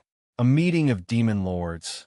And the fact that all of you are trying to find the cause just because someone died. But I find this aspect more interesting. She strode straight to Beej Diaz, standing before him arrogantly, her demonic wings spread wide. Bea Diaz from it. She leaned in, her face only inches from his. Her eyes skimmed his sharp features, while he simply stared back with absolute indifference. He asked coldly, "What do you think you're doing?" She smiled. "I'm just curious. What kind of demon could overturn the demon realm?" He asked again, voice emotionless. "Can you guess?" Vivian extended her long, slender hand toward his face. "You're quite handsome. I like you. Are you free tonight?" Without a second's hesitation, Beej Diaz violently shoved her hand away. His eyes narrowed in contempt. "Don't touch me. You're disgusting." The words cut like a blade to her heart. Her face went pale, trembling in stunned shock. "What?" She stood frozen, unable to believe she had just been rejected. Sweat poured from her as if she'd bathed. She stammered in disbelief. "Ugly," she thought. "I'm a succubus queen, you know that, right?" The frost demon lord interrupted elegantly with a cold glare. She waved a disdainful hand at the flustered Sylvist and ordered, "Vivian Blant, shouldn't you return to your seat?" Jason maintained a solemn, dignified posture at his white fur. "This meeting is indeed to welcome you, but we are also investigating why Draxon failed so disastrously." "Keep your dignity," Jason muttered inwardly. "Jason is presiding over this meeting?" Vivian quickly composed herself, a sly, seductive smile returning as she covered her mouth and teased Jason. "Oh, so you want this man too?" Jason calmly retorted. "Huh, that's just your imagination." Vivian turned and walked away, humming lightly. All right, I'll stop for today." Jason Cockmund sat at the head of the large, intricately carved round table. He addressed the terrifying assembly of demon lords under the hall's light. "Then, let's continue the meeting."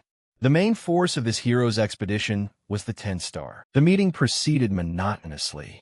The demon lords shared the information they had gathered, and the main unexpected topic was the appearance of a new power called the Phoenix's Master. The demon lords' opinions varied, but the meeting concluded with a decision to investigate the Phoenix's Master further and proceed cautiously. Beej Diaz sat with a contemplative expression, his red eyes slightly narrowed as he pondered his reckless actions in the recent battle.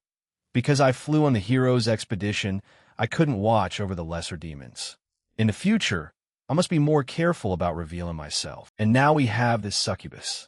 The one sent on a covert mission by Duke Aachen was Vivian Bland. She winked mischievously with a sweet blush, trying to seduce the protagonist who was completely uninterested. He merely looked back with an expressionless face, unimpressed, thinking silently, "I don't need to worry much about her." Meanwhile, on the first floor of Beej Diaz's tower, the blonde princess Keed peered anxiously, her heart pounding as she assessed her surroundings. Surveillance has loosened. "There are no demons here, right?"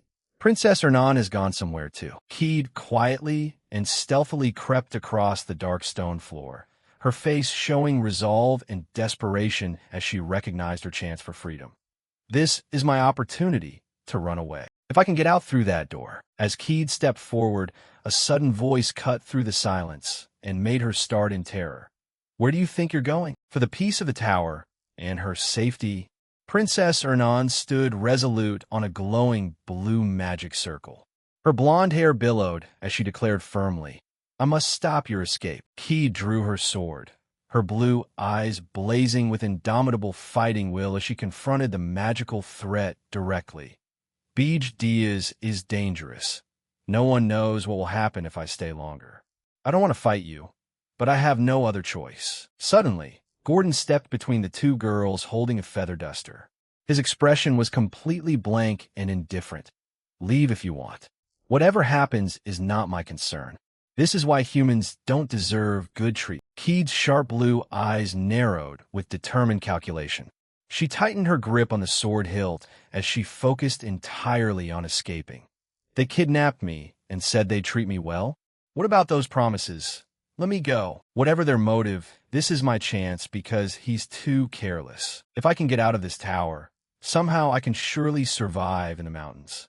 I'll soon reach Holton Walk to seek help. With a touch to the door, heat flared up, crackling with streaks of purple energy. She froze for a moment, a soft, surprised sound escaping her lips. With an explosion that echoed throughout the first-floor hall, purple light illuminated the entire room. Ernan stared with wide, innocent eyes. Gordon commented, "That happened because you touched the door. Those who do not have the Demon Lord's permission can't even leave this tower." Gordon silently warned the young princess before him, "Don't touch it carelessly. You'll get into trouble too." No sooner had he said this than she lightly touched the door and a blue light appeared. It seemed another explosion would follow, but instead the great door quietly swung open. Gordon's eyes bulged behind his glasses, and Ernan gasped in sheer terror as both fell silent at the unexpected appearance. Ernan frantically tried to push the massive door closed again. She was drenched in sweat and stammered apologies. I just felt like I could open it. Wait, why did it work?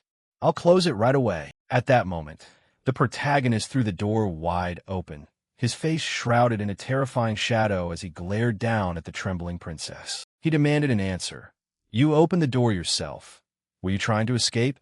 Causing Ernan to cry out in fear. Gordon quickly bowed formally while Ernan stood dazed like a lost fawn. "Welcome back, Demon Lord," the protagonist asked. "What the hell are you doing?" Beej Diaz stood amid the snowy entrance, a few white flakes resting on his black hair. He looked slightly bewildered by the strange scene unfolding in his tower. Later, he sat regally on the red velvet throne in the dark room, listening to Gordon's report with a grave expression. He quickly ordered, "Princess Keed tried to escape? Lock her in the underground dungeon." Gordon nodded. "Understood." Before hesitating, he asked, "But, my Demon Lord, what happened to Princess Ernan?" Beej Diaz narrowed his eyes. "What do you mean by that?" Gordon leaned in, his expression extremely serious as he explained the tower's magical mechanism to his shocked master. "Only those permitted by you can leave the tower. Didn't Princess Ernan open the main door? The tower recognized her as one of its members." Beej Diaz muttered, "What?" He watched the brilliant blue system interface reflected in his dark eyes as his sharp mind quickly connected the facts. If Princess Ernan made a pact with a high-level spirit, escaping the tower and crossing the mountains alone wouldn't be too difficult. His red eyes narrowed with suspicion as he pondered the royal prisoner's true intentions. "Though I was away from the tower for quite some time, why hasn't she already fled? What is your true goal?" Ernan Hillen. Inside the cell, Ernan tried to warn the naive princess about the harsh reality of being imprisoned. "See? I told you not to go." Keed replied, "Kindness without purpose doesn't exist. That Demon Lord certainly has motives, and so do you." Ernan simply smiled radiantly, her purple eyes shining with cheerful defiance as she turned to leave. "But I came here of my own free will, you know." Keed panted. "What?" He quietly observed them, eyes wide with astonishment as he happened to overhear her confession. "Did she look this way? Did she notice I was watching?" Ernan continued in a bitter tone. "I left because I hate the palace and the royal family, even my father. Technically, I was kidnapped, but I never want to go back there again." Keed stared at her in absolute shock. Meanwhile, Beej Diaz thought silently in stunned silence. "Princess Ernan, were those words meant for me?" Keed clung desperately to the iron bars, her face drained pale as she reminded Ernan of her grand destiny. "Among all the princes and princesses of Hindarin, only you were born with extraordinary talent. You were destined to become the next queen of Hindera, and yet you abandoned a bright future to become a subordinate of a demon lord." Ernan looked at her with cold reason, questioning the very foundation of that future. "Isn't that strange? There are as many as 62 princes and princesses of Hindarin, the largest royal family on the entire continent. But apart from me, not a single prince or princess's name is known." He blurted out, "What does that mean? Aren't there supposed to be 28 princes and princesses of Hindarin in total?" Ernan's face darkened as she explained, Officially that's true, but..." Suddenly she turned slightly, her smile dangerously sweet as she challenged the knight to discover the truth himself. "When you return to the kingdom, ask about it. The king might know." Keed worriedly asked further, If this truth spreads, don't you care about the kingdom and the royal family's honor? Ernan flashed a radiant, teasing smile. That's not something appropriate for a runaway princess who doesn't want to marry to say, is it? Keith's face flushed red with shame and humiliation. Her eyes widened as she realized she had been completely led on. Ernan turned and walked gracefully down the dim dungeon corridor by torchlight. Just kidding. See you tomorrow. He sat with dark, pensive eyes over the information he'd just obtained. The secret of the Hindran royal family. Something only the great nobility knows. He decided on an important move. Beej Diaz opened a communication channel and issued a direct order to his subordinate. Gordon, prepare for me. Outside the mountain range, Ernan and Beej Diaz marched through the thick snow, while the mischievous Narinian floated ahead with a fire slime, cheerfully ignoring the heavy atmosphere. Hey, let's go find spirit flowers. Give the demon lord and the princess some privacy. Ernan asked from behind. You're not thinking anything strange, are you? I guess she's excited because she hasn't been out in a long time. You've been going out a lot lately, haven't you? Ernan Hillen continued. Did you just call my name? Beej Diaz was shrouded in deep shadow, his aura suddenly dark and oppressive as he broke the peaceful moment with an icy accusation. I don't believe everything you've said. Tell me everything you're hiding. Beej Diaz turned to face her directly. A threatening purple flame flared in his palm as he stared down at the trembling princess and issued a terrible ultimatum. Or else. The protagonist's eyes were cold and indifferent, with not a trace of warmth as he stood amidst the frozen landscape, towering over the small, fragile princess, observing them from afar. Hidden behind a mound of snow, a scout wearing a gray cloak and a high-tech gas mask watched through heavy binoculars. A sinister smile hid behind the gear as he spotted his target. Princess Ernan bit her lip, sweat beading on her cheek as she worriedly stammered, Beej Diaz's expression hardened. His black eyes narrowed as the purple flame surged higher. His voice grew cold and resolute. Then there is no other way. Whoosh! Without warning, Beej Diaz thrust his glowing hand forward, releasing a gigantic, blinding beam of purple demonic energy. I'll listen to you after I deal with this nuisance. Hidden among the icy cliffs, the scout wearing a gas mask jumped back in panic as the purple flames scorched the ground.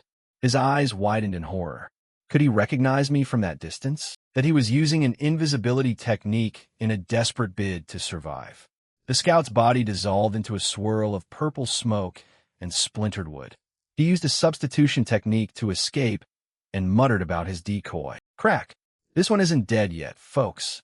He slowly turned his head, black hair whipping in the cold wind as he watched the smoke dissipate with utter contempt and sneered, pathetic. Princess Ernan stepped closer to the protagonist, her voice trembling in the frigid air. Is that a hero? His face was a mask of displeasure as he confirmed. Yes. He's been annoying me for a while now. Princess Ernan looked up, her purple eyes lighting with recognition as she pieced the clues together.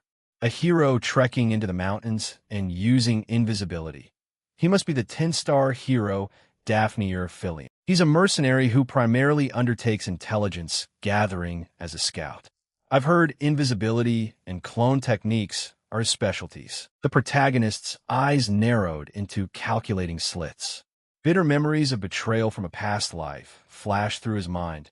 Daphne, I've heard that name before in a previous life. They said a lot of my information was leaked to him. This is the first time I've seen him at such close range. Princess Ernan turned to him. Is the tower all right? He didn't even bother to look at her, standing straight and nonchalant as he answered with absolute certainty. No problem. Far away in the frozen wasteland of the mountain range, Beej Diaz's dark red tower stood completely concealed amid the vast snows. Scout Daphne shook his head hard, the heavy gas mask hissing in the cold as he scanned the endless white expanse, completely unaware of the tower's massive, shadowy silhouette right behind him. If there's a demon lord, there must be a tower nearby. But why can I see nothing? A brilliant blue system interface suddenly appeared, showing a defensive magic activating. The remotely controlled Mana S Sentinel rendered the tower invisible, consuming 10 mana points per second. Back on the open ground, He calmly manipulated the display, his dark eyes analyzing the coordinate grid as he explained, "I made the tower invisible as soon as that guy noticed me here. This function will also be useful to thwart the hero's expedition." His mind calculated the steep magical cost as the digital number quickly dropped from 65,480 to 65,470. The price of invisibility is 10 points per second. The tower will remain undetected until my remaining mana is completely exhausted. Meanwhile, he glared down at Princess Ernan with merciless, piercing eyes, his voice cutting through the cold wind like a blade. "Continue our conversation. Tell me everything you're hiding, or I won't let you into the tower anymore." Princess Ernan gasped, her purple eyes wide with utter panic as the threat was laid down. Her head bowed in complete defeat. She took a long, trembling breath, resignation written on her face as she whispered, "I'll tell you the truth about me. Do you know of a magic called the Child of the World Tree?" Beej Diaz's eyes bulged in stunned amazement. His usual composure shattered instantly at the mention of the legendary spell's name. Far away, Daphne continued his bitter trek through the blizzard. A screen popped up before him as the protagonist's disciple reported, "My demon lord, the hero left the mountains without using invisibility. As you said, it appears to be a clone." Beej Diaz stared at the digital projection and issued a swift order to ensure comprehensive surveillance. "Well done. Find the remaining clones and track all of them." A loyal voice replied, "Understood, my demon lord." While the system window updated, the remotely controlled Mana S Sentinel kept the tower invisible. The mana count rapidly fell to 65,200 as Beej Diaz's expression hardened. The tower's location was nearly exposed. Dangerous. The tower has been reinforced compared to before, but it's still precarious against a hero's expedition. I need to deal with this troublesome Daphne. Princess Ernan stood on the vast snowy plain, shoulders slumped in disappointment as she said, "He was probably sent to find me." Beej Diaz's eyes widened slightly in surprise as he weighed the political implications. "I suppose because you're the first princess, he won't give up. Or could it be related to what you just mentioned? The Child of the World Tree?" Princess Ernan looked down at the snow, her eyes filled with deep sorrow as she prepared to reveal a tragic past. "It's a rather long story." Beej Diaz stood motionless in the bone-chilling cold, granting her a rare moment of patience.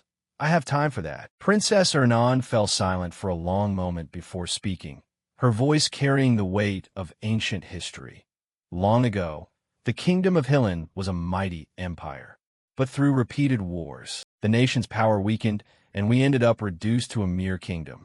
Father wishes to return to those days of imperial glory. To achieve that, a single genius mage who can dominate the battlefield is far more important than an army of 10,000. But genius is not produced by education alone, and innate prodigies are not easy to find." Beej Diaz's eyes widened in horrified realization, the terrible truth rising as he gasped. "No way," she continued. "Yes, the Child of the World Tree is a magic that creates enhanced humans like me. From the fetal stage, an enormous amount of mana is forcibly injected to create a magical prodigy with abundant mana sensitivity." Beej Diaz listened to the chilling account. A shadow of doubt crossed his eyes as he compared races. "So humans do the same things as demons. But even so, the fetus and the mother couldn't endure it, right?" She replied, "Yes, many died." Ernan's face twisted in pain as she exposed the kingdom's propaganda machine. Even those who survived had to live with deformities or didn't live long. Only the successful cases were announced to the public. Suddenly, a terrifying giant blue eye appeared in the sky. It detected the mana I released. Beej Diaz immediately thrust his arm forward, forming a destructive sphere of purple demonic energy in his palm. "It reached here just now. It seems to be a high-rank monster." He called out, "Get back, princess!" Princess Ernan did not answer, but raised her arm. A water spirit shimmered brightly behind the fragile princess as she finished revealing her dark secret. "Among those successful cases, I was created to be an overwhelmingly exceptional genius." The grotesque eye across the sky gathered intense power and unleashed a destructive red laser directly at them as Ernan summoned a massive blue magic circle. The red beam slammed into a massive ice column erupted from the magic circle, producing shattering shockwaves. She raised her hand to summon the magic circle. The water spirit behind her reinforced her power. With a cold look, she fired back in response. Columns of absolutely razor-sharp ice exploded up from the ground, piercing the monster's eye and freezing it instantly. Beej Diaz stood completely unscathed, staring at the frozen corpse in deep astonishment. A human defeated a high-rank monster in one strike. No wonder the king wouldn't abandon her. Princess Ernan lowered her glowing hands, bowing her head in suffocating shame as she looked at her palms. This is power stained with blood. He towered over her, his dark eyes narrowed with suspicion as he questioned her motives. With such power and being the closest to succession, why do you not want to return to the kingdom? You expect me to believe that right now? Princess Ernan spread her arms wide, shouting in desperation amid the howling wind, tears welling. It's true. Try using the magical tool you gave Hillen on me. Beej Diaz remained completely motionless, coldly extinguishing her plea with absolute magical logic. Mani's orb would shatter easily against a spirit's mana. You can't use it on a spirit mage. So tell me your true intention. A swirl of pitch-black radiance began to churn around him. If you intend to deceive me again, I'll show you what a true demon lord is like. Ernan's fearful expression vanished instantly, replaced by a sullen, angry look. She boldly grabbed his dangerously glowing hand with both of hers, startling and confusing Beej Diaz. Princess Ernan pressed his flaming hand firmly against her beating heart, shouting with unwavering conviction, "I'm telling the truth." The protagonist violently tried to pull his hand back, sweat pouring down his panicked face as he stammered, What are you doing?" Ernan held his gloved hand tight against her chest. "Listen to my heartbeat. I'm only telling the truth." He stood stunned, eyes wide at the absurdity of the situation. Suddenly, the image of the phoenix heart, glowing pink deep within his chest, began to pound violently, leaving him gasping. I feel it through the phoenix. The heartbeat, the pulse. Ernan Hillen's emotions. The emotions she feels now are anger, followed quickly by waves of tragic sadness and embarrassed confusion. Sorrow and awkwardness. This is how spirits communicate. Pure mana can sense the vibrations between us. Through that, we can understand each other's thoughts. Ernan looked down, her voice lowering to a whisper. I'm truly only telling the truth. He looked at the trembling girl in stunned silence, thinking she was telling the truth. Princess Ernan kept her head bowed, the gusting wind blowing her golden hair across her face as she softly admitted, "And when I first saw you, I knew immediately." Her eyes shone with desperate hope, that you were different from other demon lords, that you could help me. Beej Diaz's jaw dropped, his calculating mind completely short-circuiting. Help you? What the hell are you talking about? Princess Ernan once again boldly seized his gloved black hands, her eyes burning with terrifying determination as she shouted into the blizzard. Please help me. I want to overthrow my father and the kingdom of Hillen. His face contorted in utter shock at her sincere, insane declaration, thinking, are these also sincere words from her? A freezing scene enveloped the night, the wind howling cold. The protagonist stood there in his black coat and calmly said, All right, I believe you. Princess Ernan bowed slightly, her cheeks flushing shyly as she replied, Thank you. Suddenly, the water spirit Narunian leapt between them with an excited face, her big round eyes sparkling as she glanced between them and demanded, What is this? What happened between you two? Since when have you been close? You've been pretending to be innocent all this time. You little notorious kitten. Ernan waved her hands, her face flushing as she stammered. Hey, it's not like that. This was just a method of communication. Nyrinian squinted, a mischievous cat-like grin spreading across her blue-green face. She pointed suggestively. Yeah, body contact communication, right hee? The protagonist turned his attention back to Ernan, his expression serious and calm despite the spirit's teasing. He said in an authoritative voice, All right, I take what you said seriously. We'll continue the hindrance discussion after returning to the tower. But before that, Ernan looked up, embarrassed. Yes, the protagonist smiled with sharp confidence. Use the spirits to locate the true body of Daphne Filion. I want to capture him. A biting wind blew across the snow-covered rocky peaks, creating a dramatic backdrop for the upcoming hunt. Rapid footsteps echoed over the ice. A dizzying cut blurred the blue sky and falling snow as the high-speed chase officially began. Daphne Filion, a scouting hero cloaked in camouflage, sprinted across the snowy field, his boots pounding the snow. He rationalized to himself. Clone magic allows the copies to share strength with one another. The more clones there are, the weaker the power becomes, but it can be used to search widely at once. The Demon Lord's tower is at least 50 meters tall. How could it be hidden? Is there really no trace of it anywhere in this area? Based on what Holton Walk and Hillen said, they calculated the route and timing of the hero army using my method.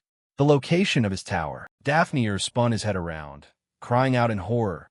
It must be around here. The Demon Lord is nearby, too. A blinding white light filled the frame, marking the scout's moment of shocking realization. But I couldn't find anything there. What on earth is going on? Suddenly, a blazing red skull icon flashed on the map with a piercing beep, making him jump. My clones. Weren't they supposed to avoid the high-rank monsters? Were many of the copies destroyed at once? A towering Cargill stood amid the snowy wreckage of a destroyed clone. He reported proudly, "My Lord Demon, we've found and destroyed his clones.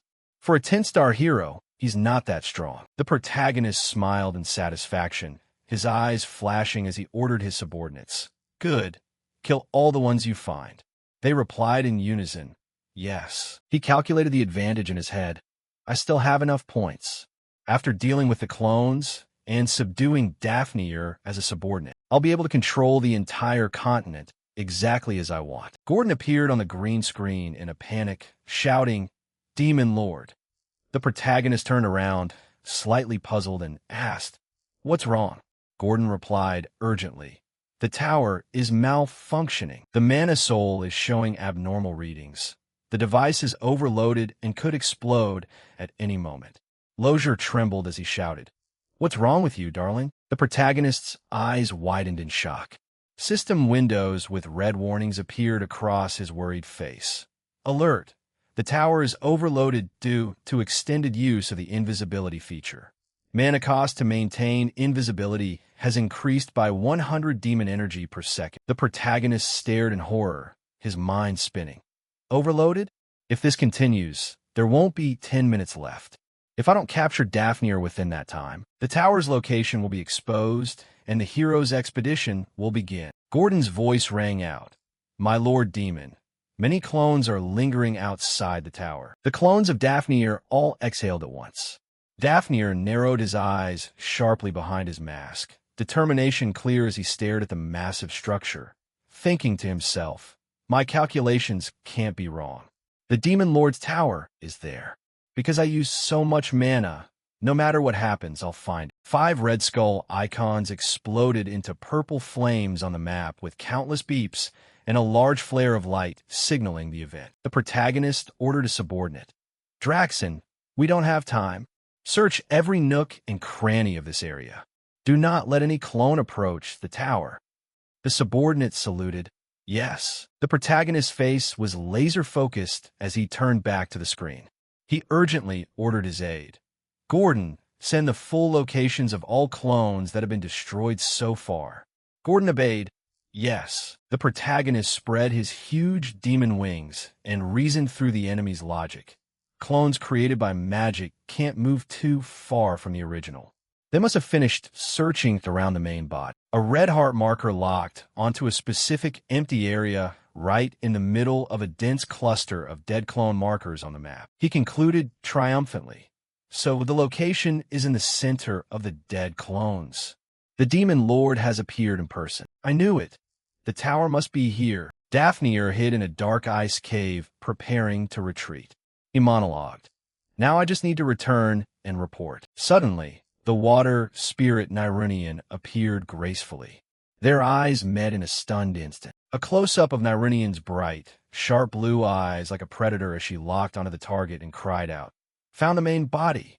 Nyrunian thrust her glowing blue hand forward, summoning a complex magic circle pulsing with icy energy and unleashed power with a fierce shout. Daphne rolled in time across the snow to dodge the deadly attack. Nyrunian's face was fierce, her blue hair streaming as she shouted a warning. "He's trying to flee." The protagonist lunged forward, anger and determination clear on his face as he shouted, "Ernan, give me his location." Ernan raised her hand gracefully, hair flying as she responded to the spirit's signal with absolute confidence. "All right." Nyrunian, a whirl of magical blue water, spiraled up from her hand.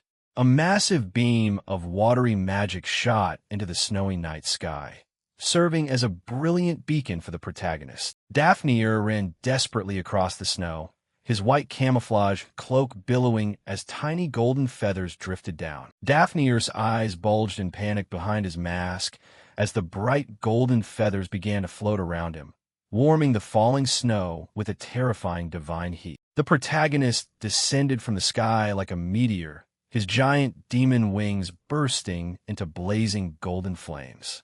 He looked down at the terrified scout. A commanding voice rang out, "Daphne Philian, I will give you a choice. If you want to live, obey me." Daphne dropped to his knees, looking up in utter astonished dread at the winged demon lord wreathed in phoenix golden fire. He cried in disbelief, "Demon lord? No. Is that a phoenix? Are there two phoenix owners? Impossible.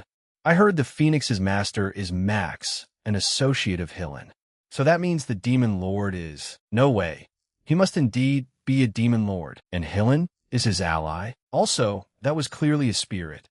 A spirit aiding the demon lord? No, that can't be. Is the princess helping the demon lord too? Like Hillen? Why? Forget these stupid rumors. If I can just escape, I can live comfortably for the rest of my life. First, get out of here, then figure the rest out." The protagonist stood motionless amid the blazing fire, his eyes glowing with a haunting purple light, a genuine demonic aura radiating from his entire body as he taunted, "Fool, though I gave you a chance." A devastating vortex of purple and golden flames erupted skyward, engulfing Daphne and his clones as the protagonist unleashed destructive power, defeating the 10-star hero. The scene faded into deep darkness as the brutal strike landed. Daphne was completely submerged in the annihilating light. His gas mask cracked as he screamed his final desperate thoughts. Is this the power of the demon lord? Someone who only appeared less than a year ago? Damn it!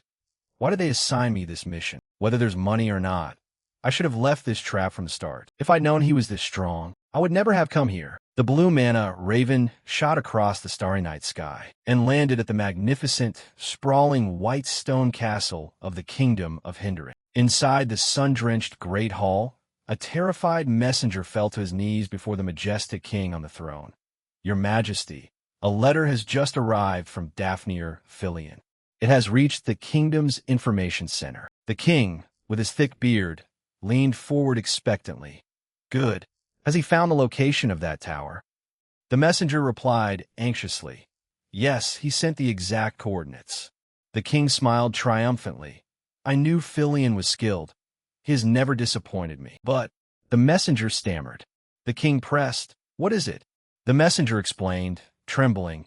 The mana bird Philian used to send the letter suddenly burst into black flames and vanished immediately. The king's confidence completely shattered. Sweat poured down his horrified face as he realized the grim truth. "That means," the messenger confirmed, "yes, the sudden death of that mana bird means Philian's true body was killed by the demon lord, in the same way as the carrier bird." The ring-adorned hand of the old king trembled violently, his knuckles white with rage and fear.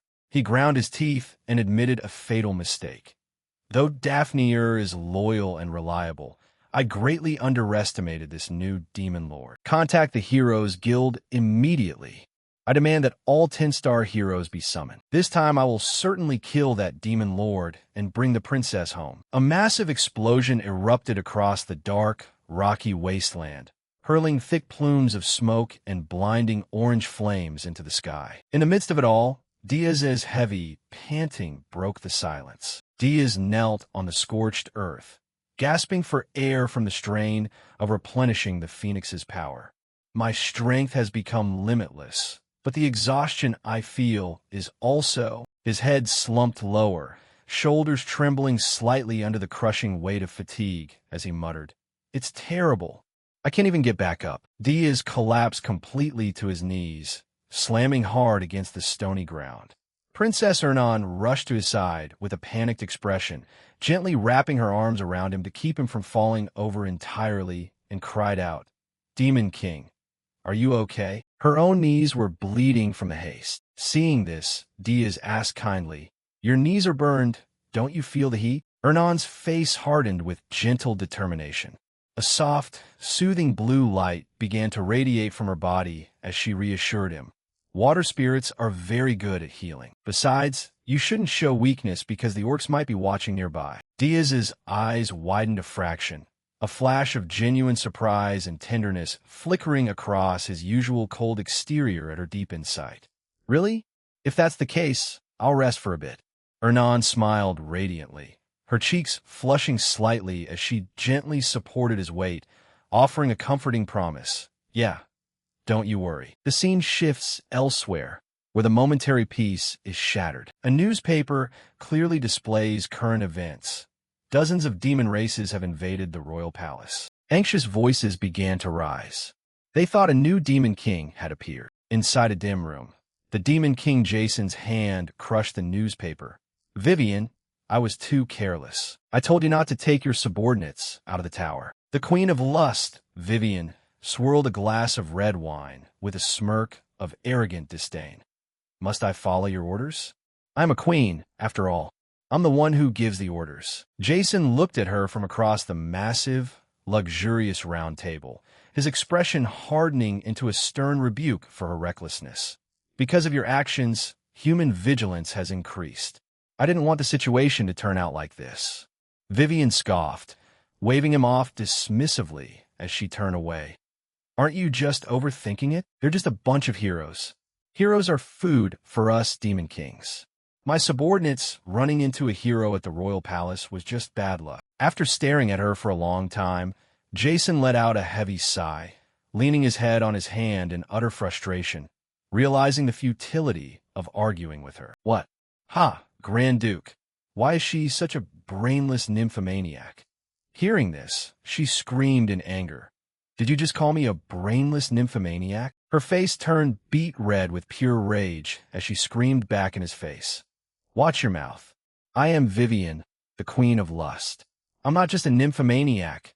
I'm the ultimate nymphomaniac." Jason leaned back into his throne, a bead of nervous sweat rolling down his cheek as he forced an incredibly strained smile. Casting aside the fake smile, Jason's face became deadly serious, eyes narrowing as he prepared to drop a reality check on the arrogant queen. "Vivian, how many heroes do you think are in this dimension?" She replied nonchalantly. "In the dimension I conquered, there were only about 10 heroes. Aren't there about 50 heroes in Arn? Even if they say there are many heroes, is that look on your face because you're worried the number has changed?" Vivian blinked, completely baffled by his cryptic and condescending words, a small question mark hanging over her head. Jason's expression became terrifyingly dark. "For 1,732 heroes. That is the number of heroes currently registered in the Hero Association." Vivian froze completely, her eyes bulging out of her head as the wine glass in her hand tilted dangerously. Her arrogance vanished entirely into pure terror. "You're joking, right? Even jokes have limits. There's no way there could be that many heroes in one dimension." Jason smirked a cold, sinister smile, eyes glowing ominously in the dim light as he shattered her ignorance. "If that dimension had limits, the former demon kings would have conquered it ages ago. My point is, it wasn't bad luck. Running into a hero in this dimension is a daily occurrence." Vivian trembled violently, cold sweat pouring down her pale face, terrified as she desperately tried to deny the apocalyptic reality. "That's impossible.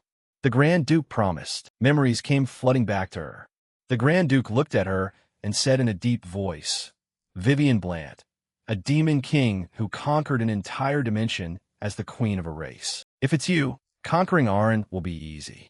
Don't disappoint the Grand Duke who brought you here. Of course, BHD is too.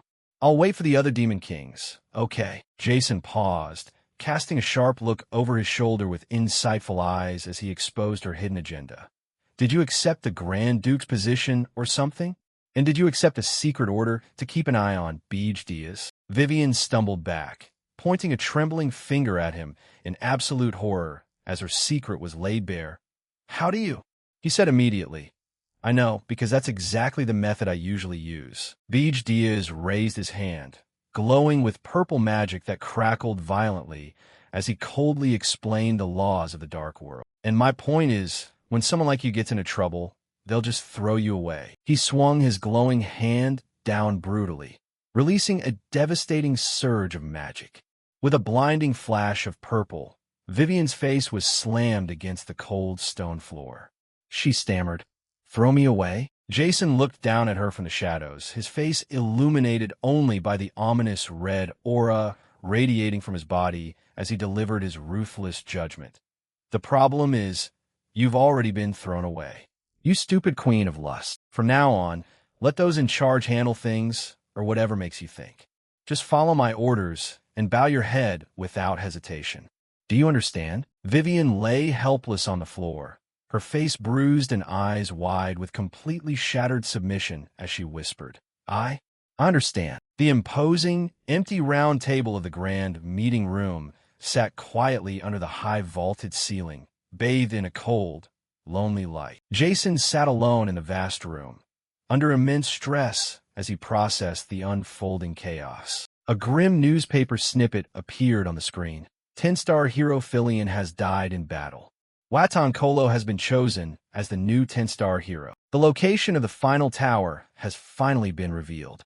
To the Demon King, a new nickname, the Demon King of Raging Flames, has been granted. The Hero Association promises full support in conquering the Demon King's tower. Across the continent, anxiety was spreading following Filion's death. Beej Diaz slumped on his ornate throne, filled with anxiety as a deep fear gripped his heart. The world is shaking in fear.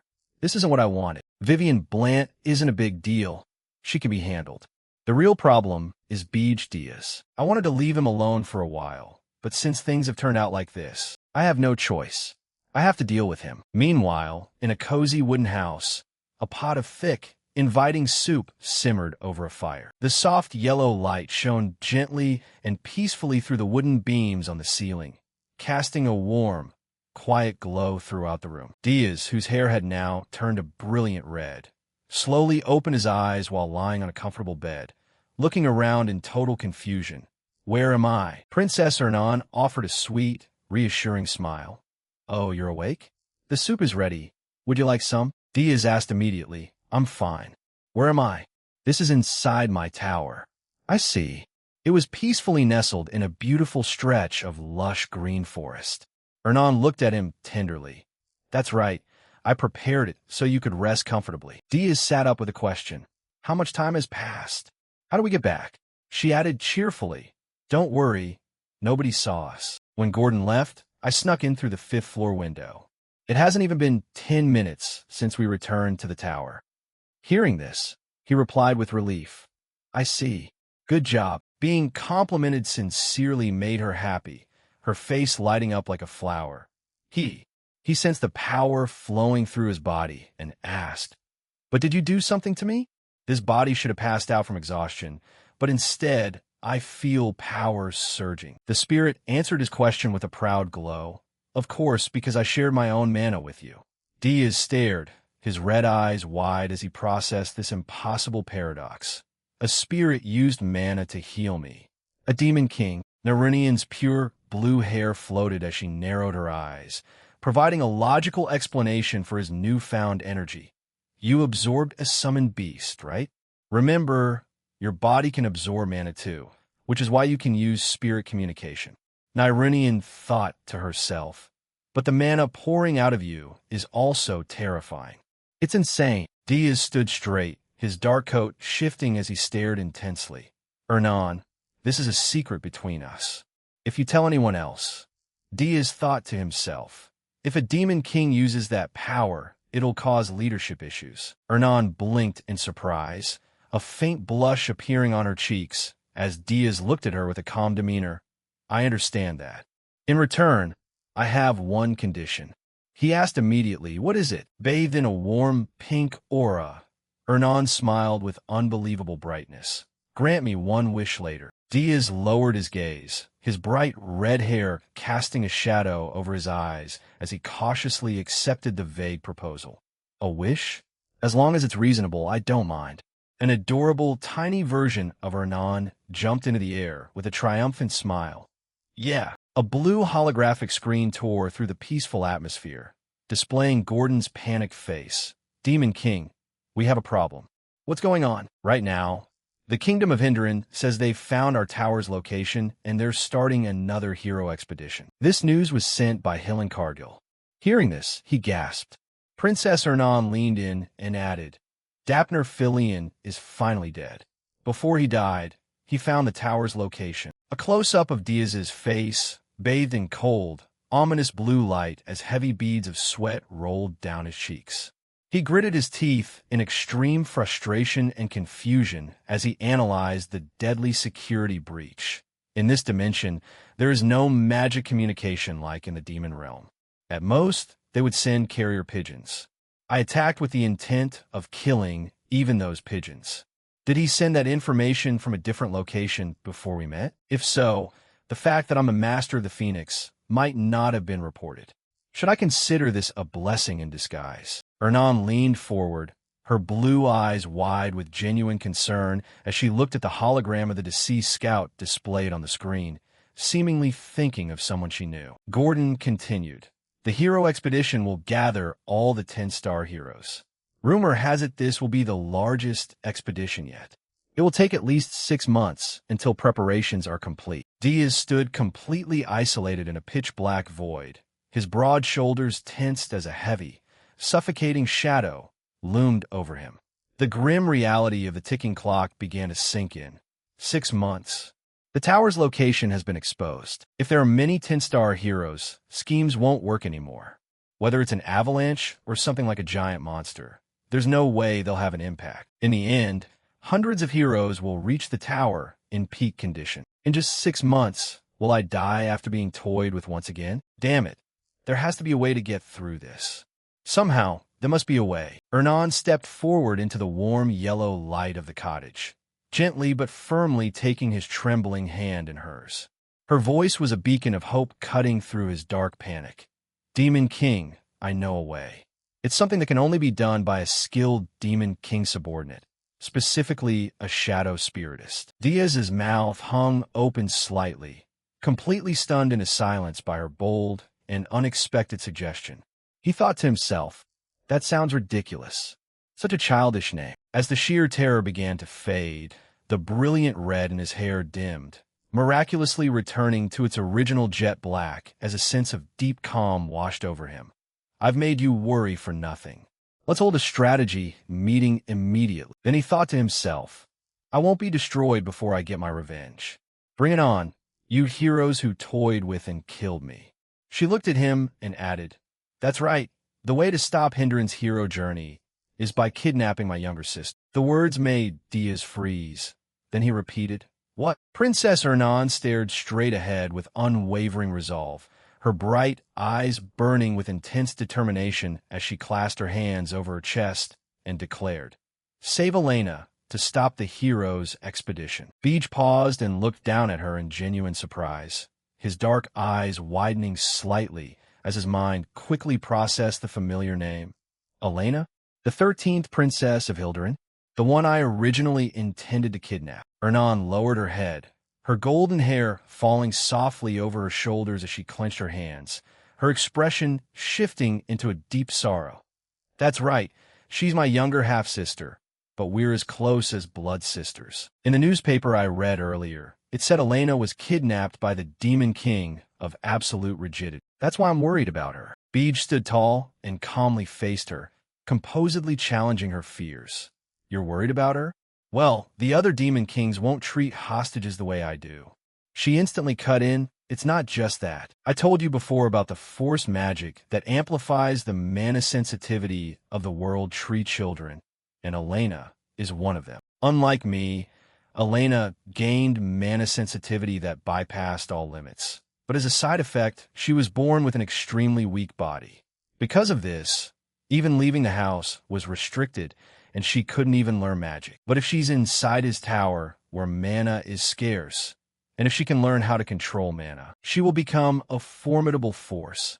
I can guarantee that. His dark eyes narrowed in thought as he weighed the strategic value of this offer against his own demonic nature. If I gain another person with power like Hernan's, it'll be quite useful. Even so, the male lead looked at her and spoke up. Rescuing a princess? I'm a demon king. That's something a hero. Hernan abruptly shattered the tense atmosphere. Would do. So we just let the hero handle it, right? Seemingly catching her drift, he continued. You're quite used to giving orders to others. With a cute wink, she shot back. Well, I'm a rebel princess after all. Beej's expression turned suffocatingly serious as he swiftly issued an urgent command to his subordinate. The heroes are assembling as we speak. There's no more time to discuss. Gordon, tell Hillen Cargill. Organize a hero expedition to rescue the 13th princess. Gordon's face distorted into a comical mask of pure panic, his jaw dropping and his eyes bulging wildly at the audacity of this new mission. Yes, sir. Wait. What? Rescue another princess? Scene shifts to the tower of absolute rigidity. Yuger stood tall as his deep voice boomed. I've heard the news, Beej Diaz.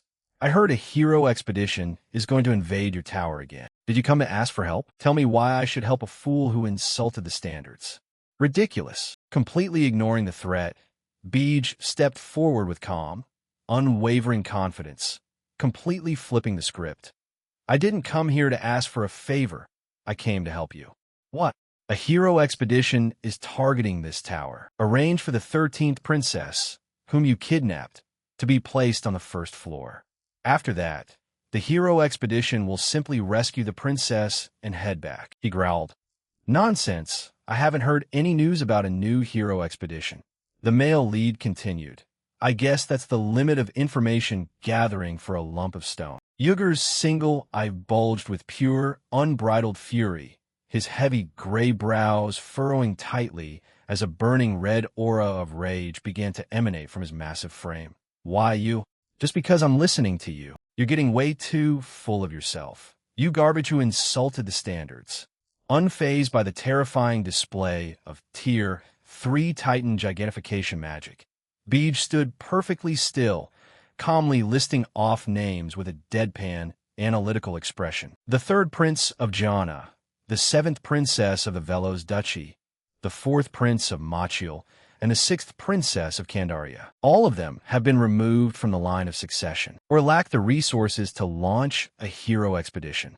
Even if you kidnap them, a hero expedition won't happen. Cold drops of sweat trickled down Yuger's stone-gray face, his single eye trembling in bewildered shock as he thought to himself, I was planning to target them too, but I wasn't sure.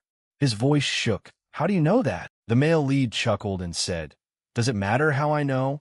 Isn't the safety of your tower what actually matters? His eyes gleamed with dark amusement as his inner thoughts reflected on his past life knowledge before he posed a manipulative question. They're the princesses and princes you kidnapped in your past life. Even if the information about a hero expedition coming to rescue the 13th princess is wrong, it doesn't matter. Keeping a hostage on the first floor won't cause you any harm either. Yuger stared after him, his massive face twisting in bewildered suspicion as he questioned the arrogant newcomer's true motives. Why are you trying to help me? What do you want? Completely concealed in the deep shadows of the exit, Beej's face distorted into a chilling, villainous smirk as he blurted out. What do I want, you ask? Sharp teeth bared as his manipulative trap snapped perfectly shut in his mind. Asterisk, he took the bait in this dimension.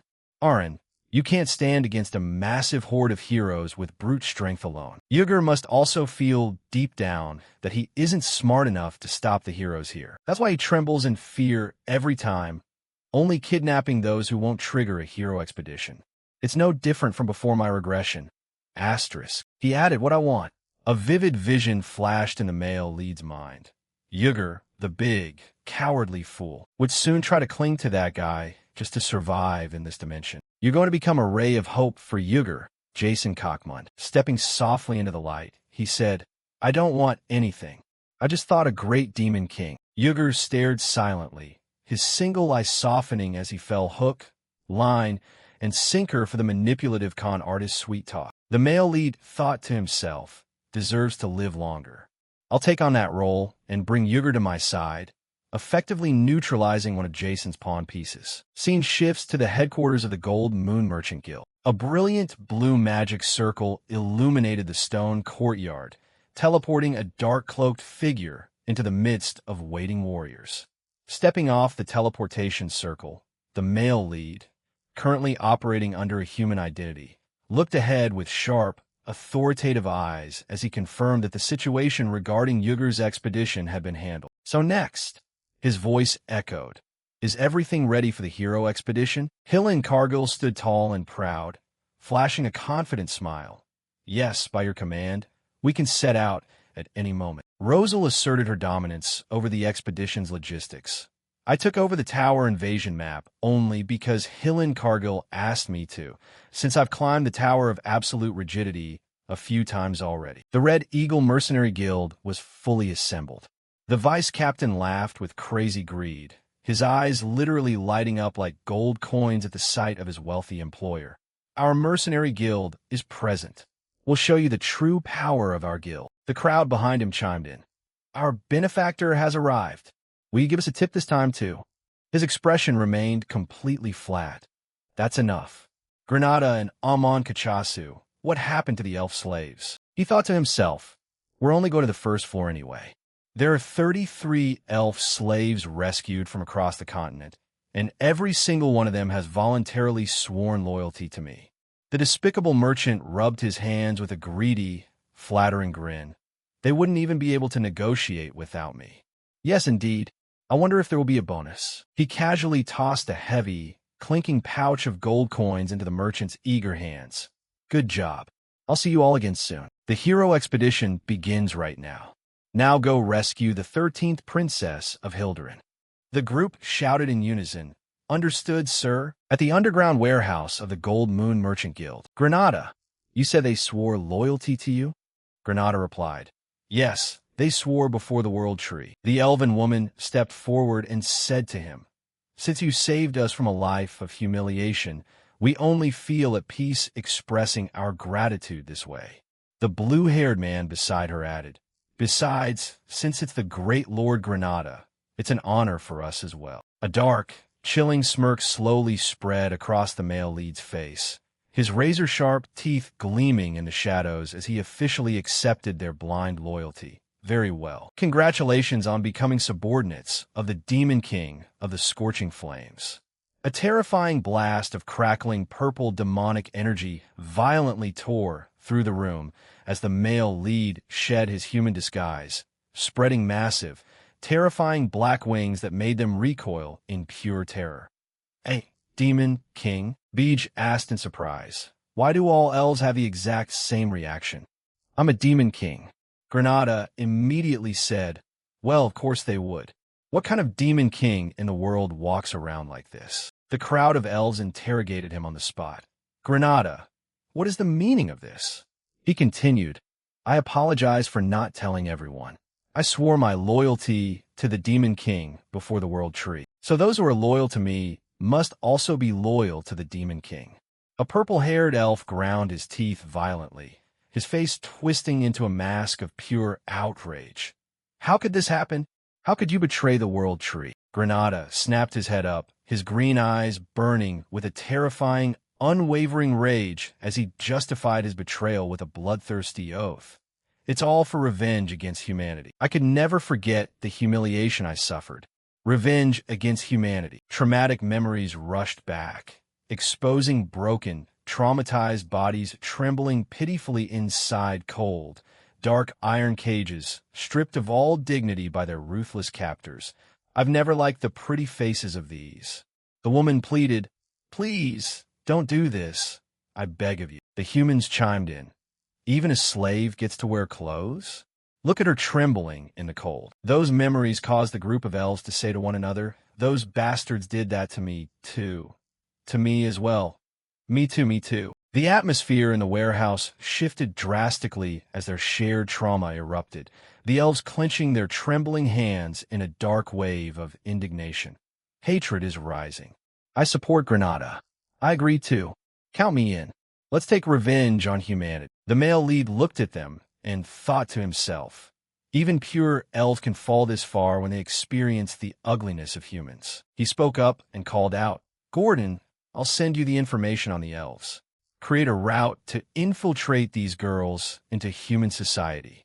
He replied, "Understood. Over the next 6 months, the 10-star heroes will gather in one place to kill me. Until then, I must bring in new talent to fortify the tower and expand my influence to gain the necessary aid, causing chaos in society. Delaying the hero expedition is also a critical mission. Until all the 10-star heroes assemble, with 6 months remaining, I will survive no matter what." At the gray, fortified tower, inside the devastated first floor, thick smoke rose through ruined stone corridors where giant, gray-skinned, muscular monsters lay completely defeated amid the shattered rubble. The fortified tower isn't much after all.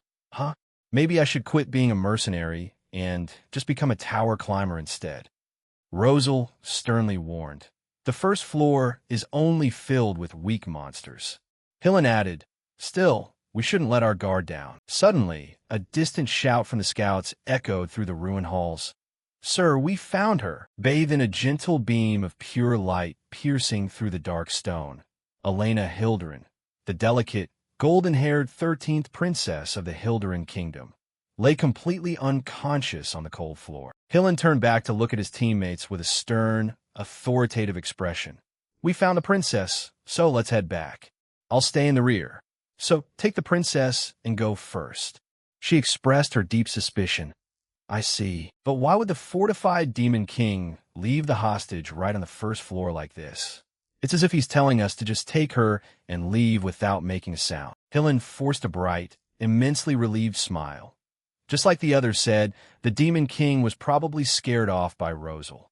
"Our team barely suffered any losses, so isn't that a good thing? We saved the princess, so let's head back first." Rosal paused and glared over her shoulder. "Hillen, Cargill, something is off about you." Hillen instantly panicked, his face distorting into a comical mask, dripping with sweat from sheer terror. "Huh? Is something off about me?" She turned completely to face him. "You seem to have changed. If this were before or back when you were my raid team." He immediately yelled, "Are we really going to stop at just the first floor? Shouldn't we at least set foot in the Demon King's room?" She finished her harsh critique. "You would have demanded that we go all the way to the Demon King's room, even if it exhausted everyone, just for the sake of your reputation. But now, for some reason, you look completely relaxed." Hillen froze on the spot, his eyes wide in shock at being read so easily, sweat pouring down his face. He forced an awkward, embarrassed laugh, desperately trying to maintain his hero facade. "Ha ha, you're probably just imagining things." Inside, his mind was reeling in absolute panic.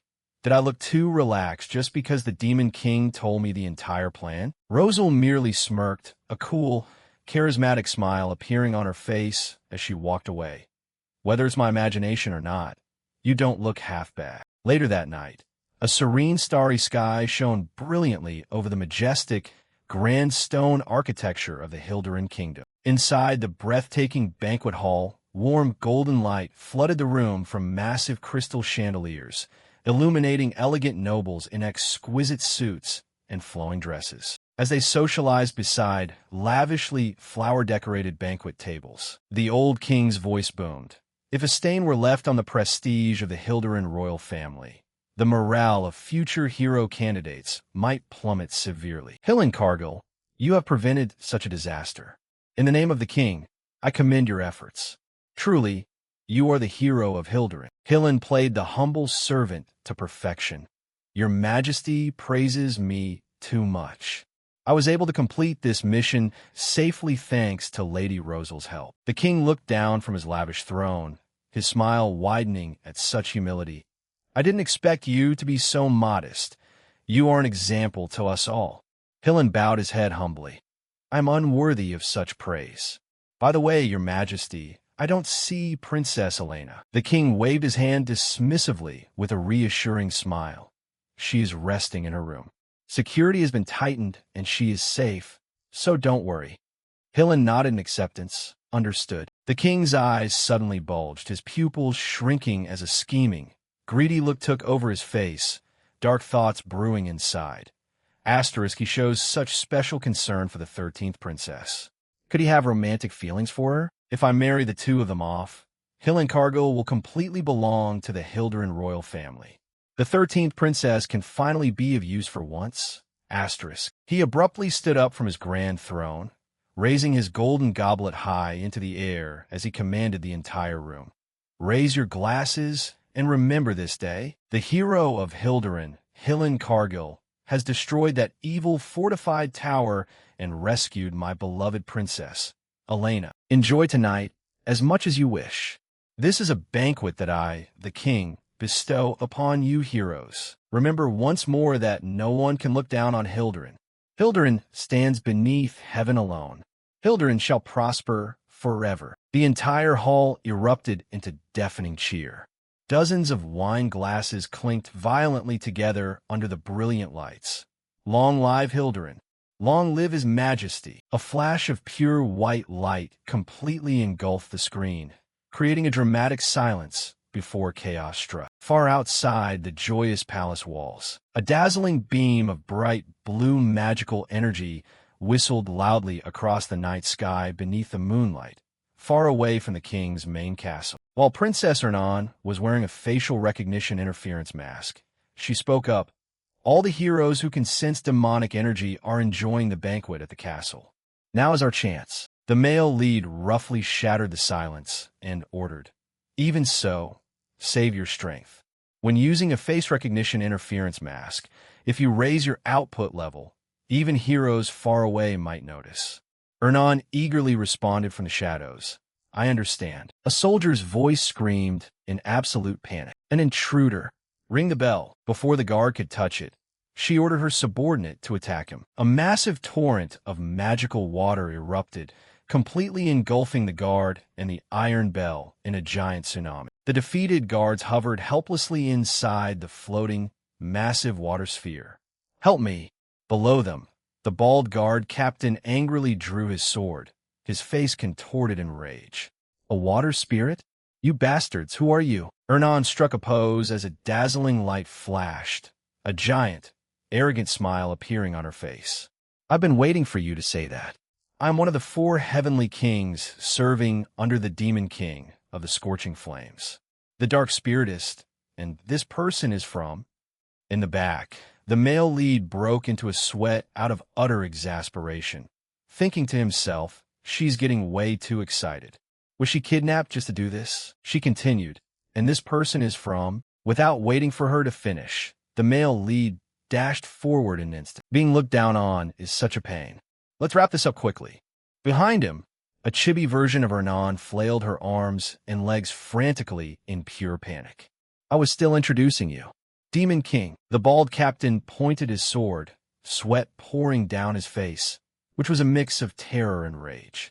The Demon King and the 4 heavenly kings? Did you come to kidnap the princess?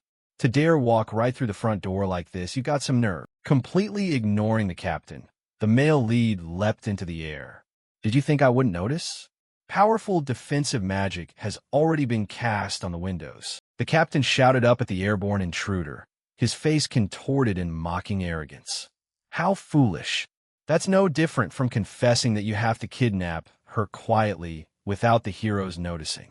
Now he can't use demonic energy. Show the Demon King of the Scorching Flames the terror of the Hilderin guards. The male lead simply lowered his head as he acknowledged coldly, Right, I can't use demonic energy right now, since it would be a pain if those heroes noticed. But did you really think you could still handle me?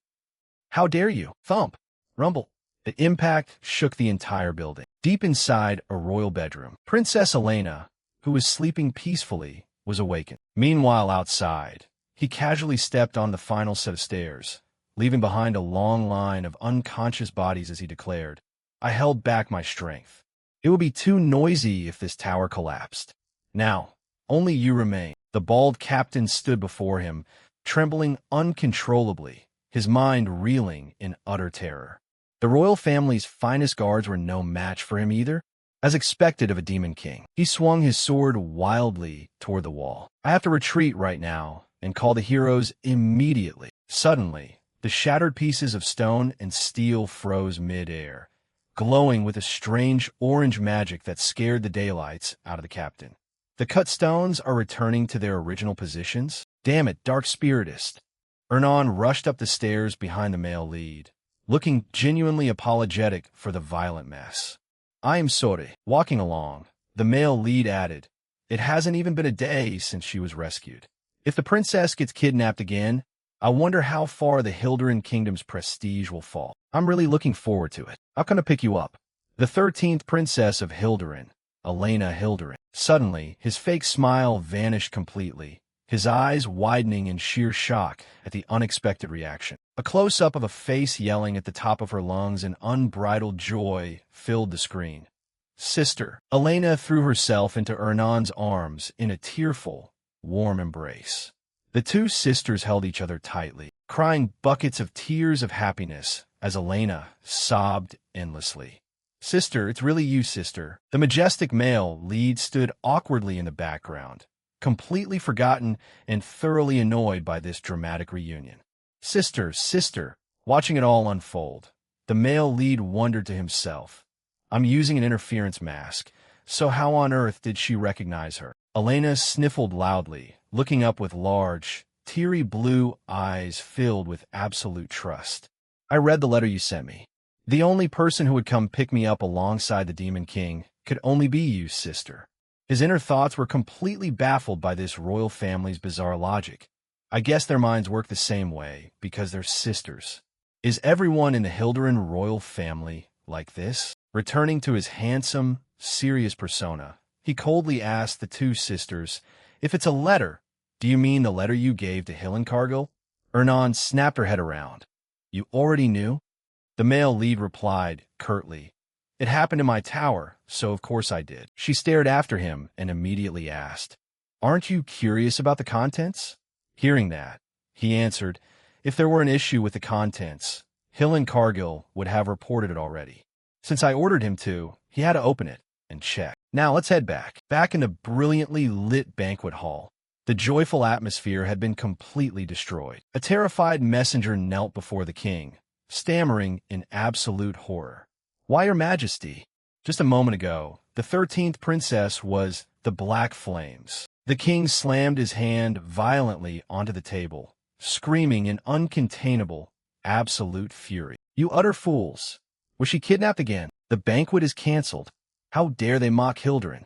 How big of a fool do you think my Hilderin kingdom is, Demon King of the Scorching Flames?" Inside the vast first floor of the tower, Elena walked toward a massive array of high-tech metal cannons. Elena looked up with sparkling stars in her bright blue eyes, her cheeks blushing with pure amazement and excitement as she squealed, "Ah, this is the first time Elena has ever seen such a giant and uniquely shaped mana cannon.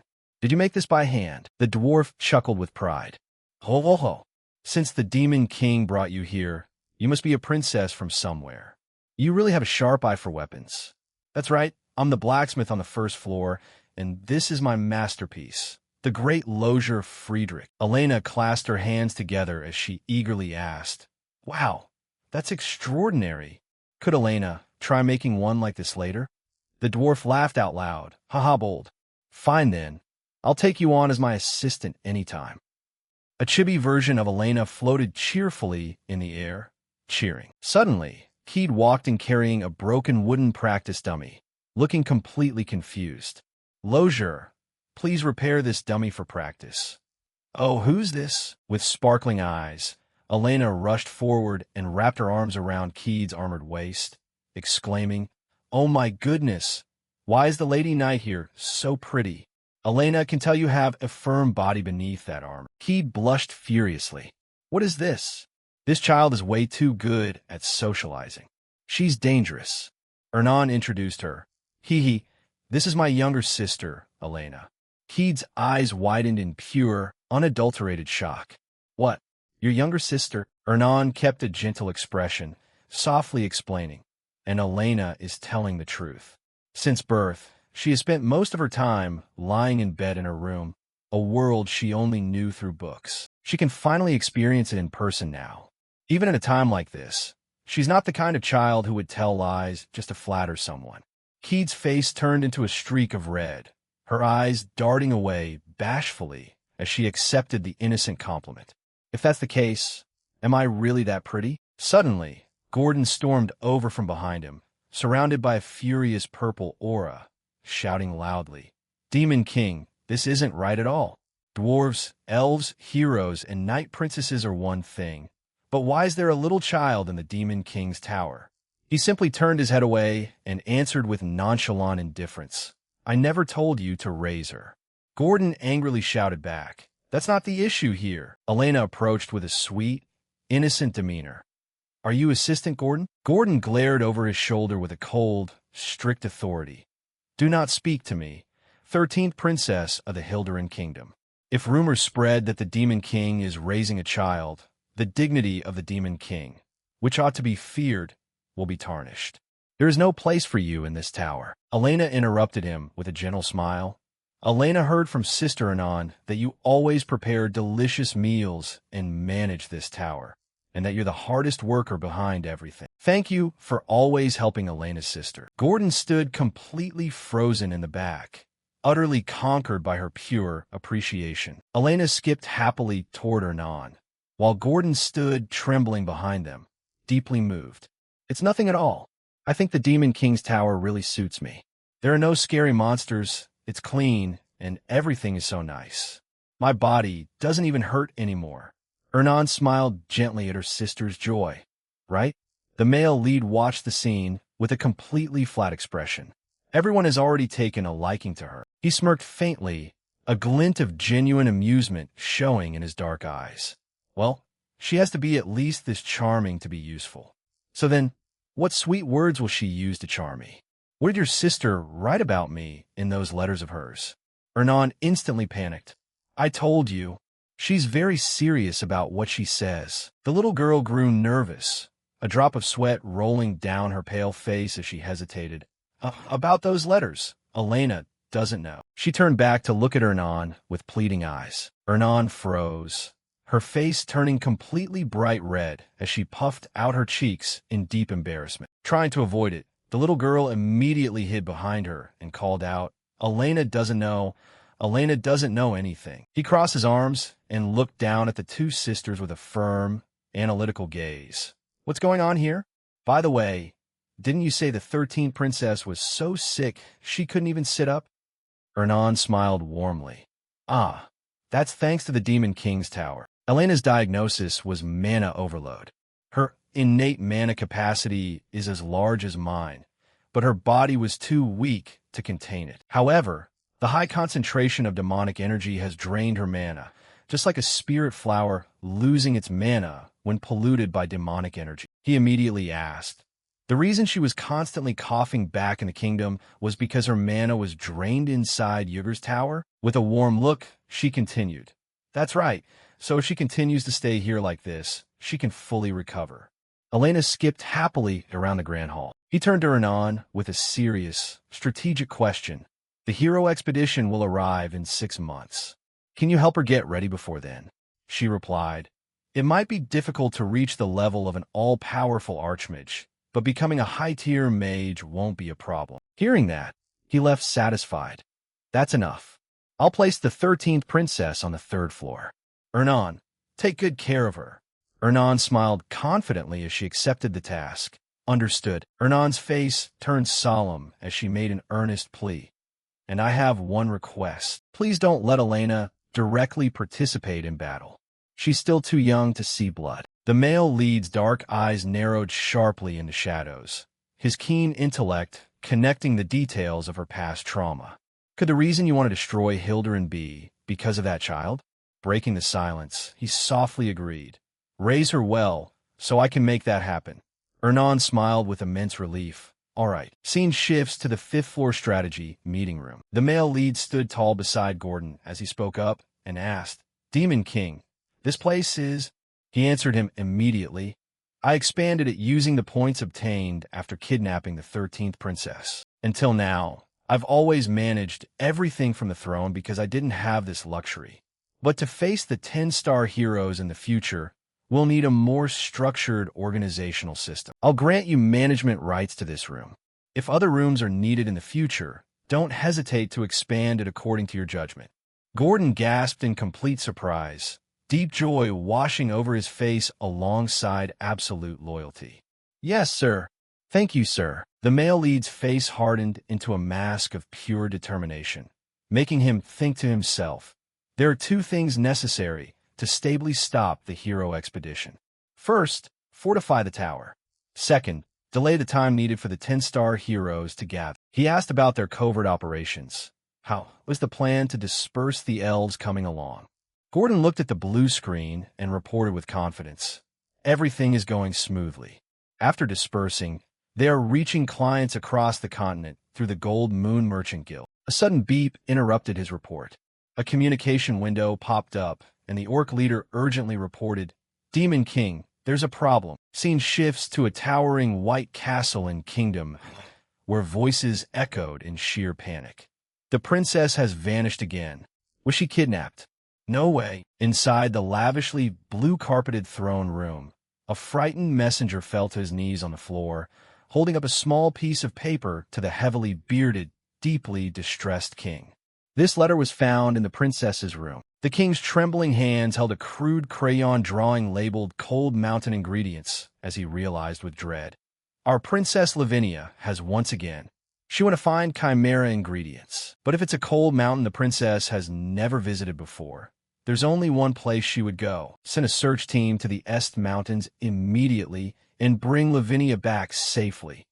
The guard's voice echoed in immediate obedience. By your command, Your Majesty. Back at the frozen Est Mountains, brutal violence erupted as a massive gray-skinned monster ruthlessly punched a werewolf high into the air. Dark blood spouted violently from a terrifying, gigantic beast. Muscular, giant demons with glowing blue eyes roared angrily into the howling blizzard, asserting their dominance over the chaotic, snowy wasteland. Atop the bloody skull of a giant monster, a small figure in a thick blue cloak sat quietly.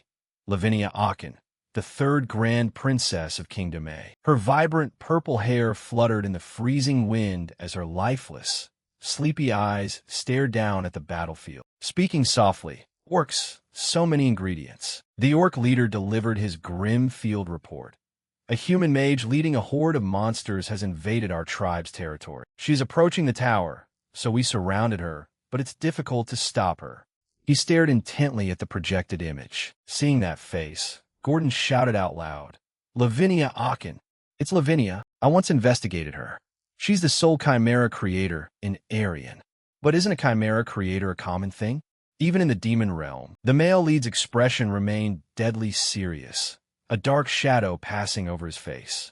No, she is on a completely different level compared to the creators in the demon realm. I witnessed her power firsthand before my regression. She single-handedly led a chimera army and invaded this place. She also succeeded in kidnapping many of my subordinates. This tower came dangerously close to collapsing. That was how Lavinia Aachen earned the epithet, the hero's solitary expedition. Her main active phase wasn't supposed to be for another 3 years from now. Could killing Draxon have freed Lavinia earlier and started her activities ahead of time? The male lead leaned forward over the strategy table, his face illuminated by the blue holographic map as he analyzed the unstoppable threat. Lavinia will never stop until she gets her ingredients. She's a princess who would even target a demon king's flesh if she isn't satisfied. And he thought to himself, even so, why did it have to be? Gordon sweated nervously. Lavinia Aachen is the third Grand Princess of Kingdom A, and her position in the line of succession is very high. If we kill or kidnap her, Kingdom A will bring their entire military and invade. Their hero expedition is already troublesome enough, but if we have to face all of Kingdom A as well, we'll never win. The male lead clenched his fist, sheer frustration radiating from his tense posture as he accepted the grim reality. All right, I'll go. Let's lure her elsewhere so she doesn't reach the tower. Don't start a large-scale battle. The orc leader immediately stood at attention. Understood. He turned to look at his assistant. Gordon, you provide support from here. Gordon nodded resolutely. Yes, sir. He walked purposefully down the corridor as a sharp mind detected a terrifying pattern. Asterisk, an untouchable princess invading a demon king's territory. This is exactly like right before Draxon died. At that time, I sent the dwarf princess toward Draxon. Hold on. This situation is far too similar. Could it be that some force deliberately sent Lavinia Aachen to kill me? Asterisk. Amid the swirling, blinding white snow of the Arnest Mountains, the male lead streaked through the air at speeds barely visible to the naked eye. He commanded his subordinate crew to, first, fall back to the east. Only the male lead raced against his doubts, analyzing the sudden appearance of Princess Lavinia Aachen in this frozen wilderness. Asterisk, Lavinia Aachen wouldn't have come here without any information. There must be a mastermind who lured her here. Jason Cockmund. He's the only one I can think of. If he really is the mastermind, I won't just sit back and take it. Asterisk. Nearby, an exhausted crew two collapsed to his knees in the deep snow, his breathing heavy and pained. Asterisk, it seems my subordinates have escaped safely. Thank heavens. Even without me, as long as everyone is here, the tribe will endure forever. As long as I can protect the tribe, my life is a small price to pay. Demon King, I am sorry. Please take care of the tribe. Asterisk. Purple flames erupted with a sudden roar, slicing through the blizzard as Beej intervened. Right before he could sacrifice himself, black flames, the male lead, looked down with a stern yet protective glare. Did I order you to die? Who gave you permission to die? Kruta dropped to his knees in absolute loyalty. I am sorry. I will accept any punishment. Raise your head. You have fulfilled your duties as a chieftain, so don't throw away your life so easily. Subordinates like you are hard to find. Overwhelmed by his grace, Krutu could only whisper in awe, Demon King. In the distance, Lavinia's silhouette emerged as she blurted out, Demon King. His eyes narrowed, calculating the strategic value of the chaos unfolding before him. Asterisk, this has turned out well again. That Chimera army is very dangerous. It's best to whittle down their numbers, even just a little, right now. Asterisk. Suddenly, an urgent shout tore through the freezing air as Prince Cain Aachen arrived with his search party. Sister, father is worried about you. Beej observed from the shadows. Did they come looking for Lavinia? Cain pointed toward the moving, monstrous shapes. Look, I see chimeras on the other side of the blizzard. My sister must be over there. He looked at the man and said, I have no intention of making an enemy out of the Aachen kingdom. But next time, not a single one of you will be spared. Beej retreated into the shadows, vanishing just as the prince managed to catch a glimpse of a formidable silhouette, leaving Lavinia still blankly thinking about the Demon King. The prince rushed toward Lavinia, shouting loudly, Sister, over here. The light came from here. Huh. He only found a small piece of paper left behind. A cold farewell from the woman he was searching for. Don't look for me. Cain's frustration boiled over as he screamed into the windy void. Sister, why do you vanish like this every single time? A knight stepped forward. Prince, we've gone too deep. Let's head back before we run into dangerous monsters. Cain sighed, his shoulders slumping as he accepted the reality of his sister's terrifying nature. You're right. There's no way she'd be defeated by a bunch of monsters. I've also confirmed she wasn't kidnapped by the Demon King of the Scorching Flames. Let's head back. The soldiers chorused. Understood, Your Highness. Later, inside his base, Beej pondered the madness of the woman hunting him down. Lavinia Aachen. She won't head back until she gets what she wants. I guess that's understandable. given she's a crazy woman who even targeted a demon king's flesh with that obsession of hers before my regression. Gordon reported the latest intel on the kingdom's movements. Demon King, the Arna scouts, have departed. Beej paused to consider the princess's true motives and her calculated isolation. Asterisk, did she descend the mountain alone after encountering the princess? No, that's not it. She's a human obsessed with chimera ingredients. She definitely ditched her search party on purpose. If it knew the princess was heading toward the tower, the search party would come to the tower as well. Asterisk. Gordon continued. In that case, depending on the circumstances, even if Princess Lavinia disappears forever in these treacherous Arnest mountains, the male lead replied with a cruel smirk. Right. The Akin kingdom will have no reason to invade by holding me responsible. Gordon chimed in. So should we launch a full-scale attack right now? Beej rested his chin on his hand, feeling a vague sense of dread lurking despite the clear opportunity. Is this really the only chance to handle her? Though what is this lingering sense of unease? No, I'll handle her myself. At this moment, he was already outside. Lavinia observed the tower, her eyes gleaming with crazy brilliance. The beast beneath her thought to itself, asterisk, no way. Did he personally step outside to conceal what's inside the tower? He's much more cautious than I thought. Asterisk. Beej Diaz, the male lead, knowing he was listening through that beast, spoke up. I know you're eavesdropping, Jason Cockmont. I can sense a faint trace of your energy on that chimera. Now I can recognize it when looking at it up close. Did you provide a body containing your demonic energy as a raw material? A ghostly, mocking voice echoed from the chimera's throat, the sound of Jason Cockmun's arrogance. Impressive. I didn't expect you to recognize that. But even if you realize it, what can you possibly do against a chimera army compared to a hero expedition? Beej scanned the horizon, spotting dozens of monstrous shapes appearing, their sheer numbers completely overwhelming. Asterisk as expected, there are so many of them, each at the level of a high-tier monster. Even so, if I can capture Lavinia Akin... Wait, that chimera... It's not just Jason. I feel another energy coming from it. Asterisk. Gordon urgently transmitted a horrifying piece of intel. Demon King. This is information just received from Hill and Cargill. The corpse of the former beast Demon King, recovered by the 10-star hero Rosal, is said to have fallen into Lavinia Akin's hands. The male lead's eyes widened in horror. Even Draxon's corpse was used as a raw material? Jason Cockmun snickered at his own brilliant scheming. That's right. Even if it's only for a short moment, it can replicate the speed Draxon had when he was alive. A demon king strengthens their power by using demonic energy points, but you exchanged most of those demonic energy points for money. For the current you, who hasn't been powered up at all, defeating that chimera and Princess Lavinia won't be easy. Furthermore, I placed eyes and ears on several other chimeras. While you play tag with Lavinia, I can grasp the situation inside the tower. If even one of them manages to enter the tower, it sets up a perfect burden for conquering it. Exactly what heroes do to demon kings. Now what will you do? Demon King of the Scorching Flames, Beej Diaz. He bit his lip, realizing the severity of the trap set for him. I've been completely outplayed, Jason Cockmund.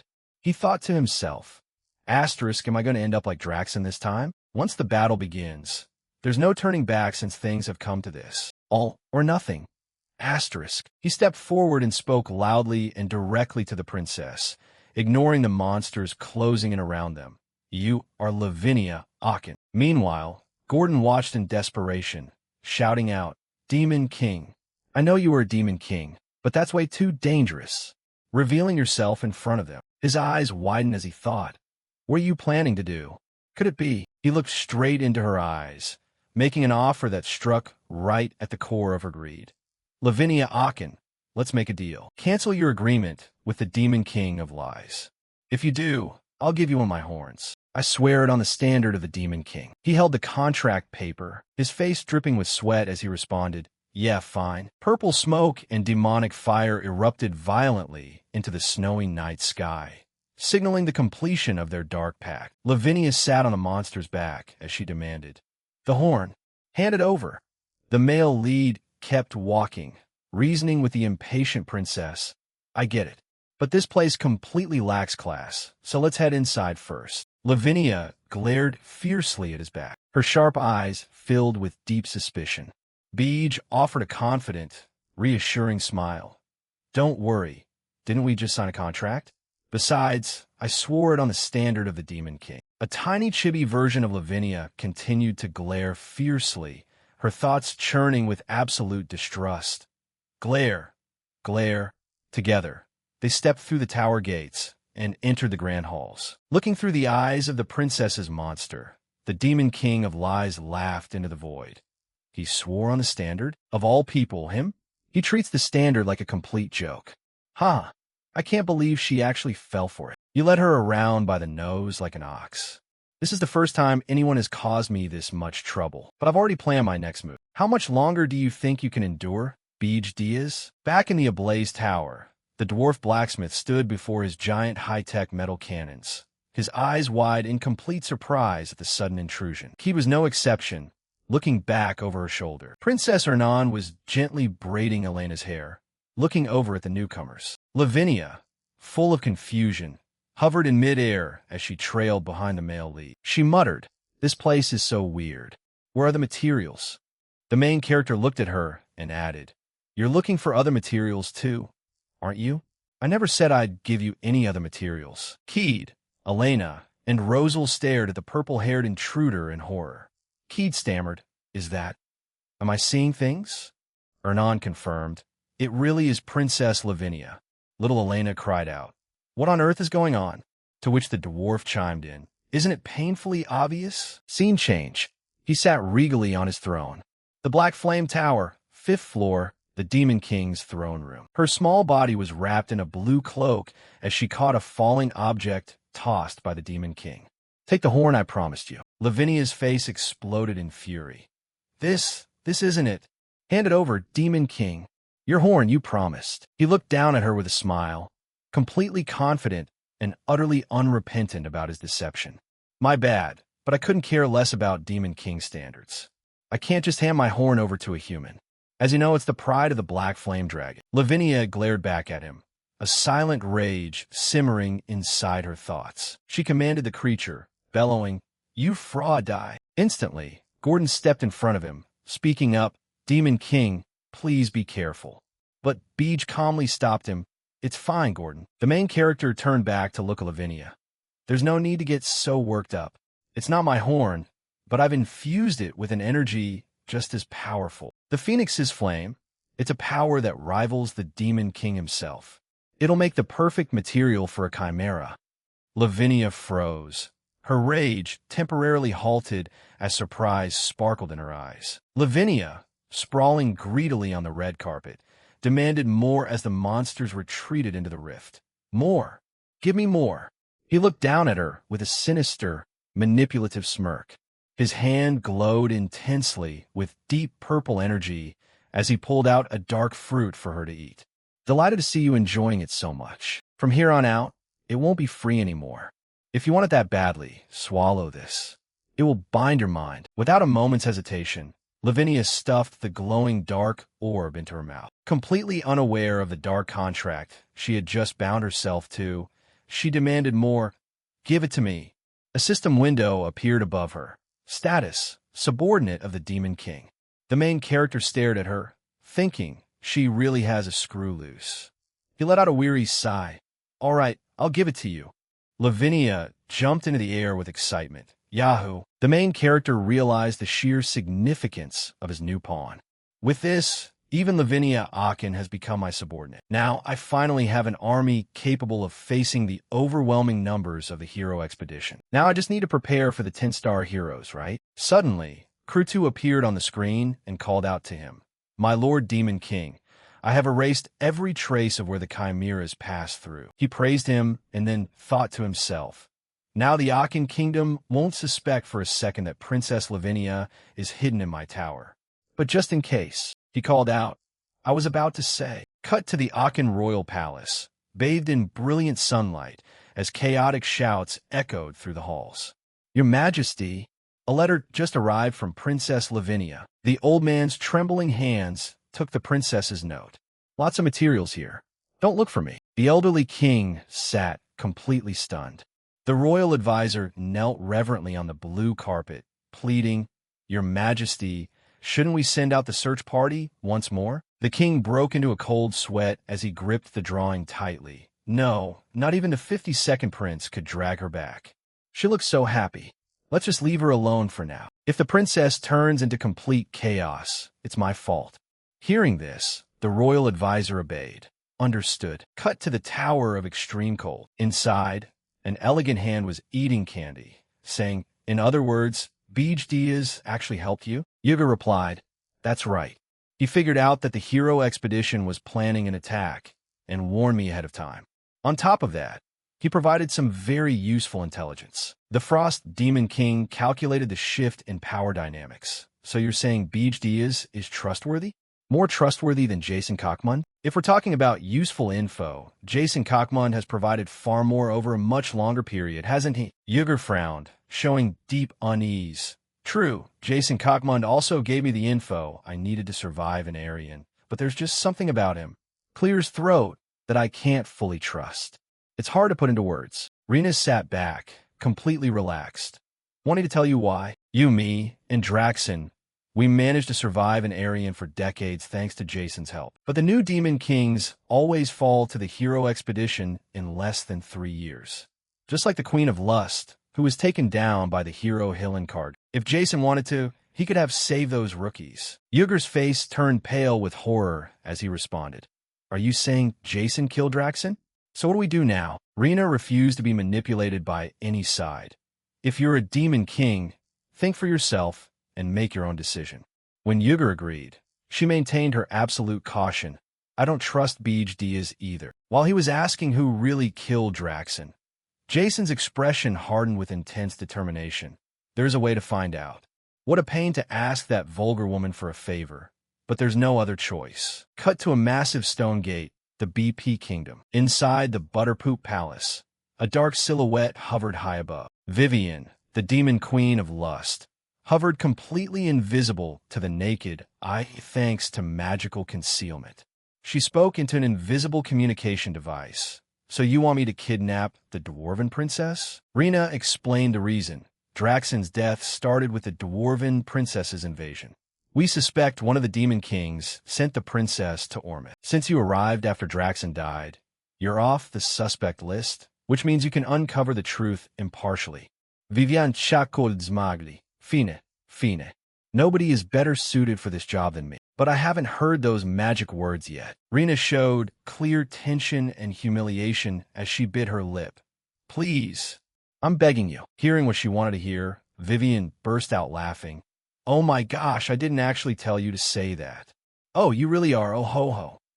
Rena flew into a rage, gritting her teeth in fury. Vivian landed lightly on the busy dwarven streets, completely invisible to the passers-by. "All right, time to show what I can do. After all, Grand Duke Arcane sent me here to find out who really killed Draxen. If I pull this off flawlessly, Grand Duke Arcane will finally let me go home." So this is the Dwarven Royal Palace? They wouldn't be crazy enough to turn the entire succubus tribe into their enemy. Last time I got caught because I only sent my subordinates. Hee, you can't see me, can you? If I handle this personally, they'll never find me. Unless it's a top-tier hero, no one will notice me. Just around this corner is the princess's room. Vivian froze in her tracks, her eyes widening in horror as the hero Hillen stood staring right at her. Vivian pressed herself tightly against the wall, sweat pouring down in streams. You can see me?" He smiled with terrifying confidence, his sword exploding into a dazzling storm of blue lightning as he locked his gaze directly onto her invisible form. "Of course I can, Demon Queen of Lust." With a deafening, powerful roar, he unleashed a massive wave of blue lightning, violently blasting Vivian back. Vivian struggled desperately, reaching out her hands to block it, tears streaming down her face as her pride completely shattered. "If you can see through my concealment, you must be a top-tier hero. Why is a top-tier hero here?" Hillen looked at her with a calculated glare. Just as the Demon King said, she really did come to kidnap the Dwarven Princess. A memory surfaced, showing Hillen receiving orders from the main character in a gloomy forest. "Hillen Cargill, temporarily guard the dwarven princess. A demon king will definitely try to kidnap her. He thought to himself, as long as I trust in the demon king, I will become even greater. With all my power unleashed alongside a roar, I will defeat you and add to my achievements. The demon queen of lust was caught entirely off guard by his speed. Vivian teleported to run away, shouting back, "Did you think I'd be defeated in a place like this? Dwarven princess, where are you? Are you looking for me?"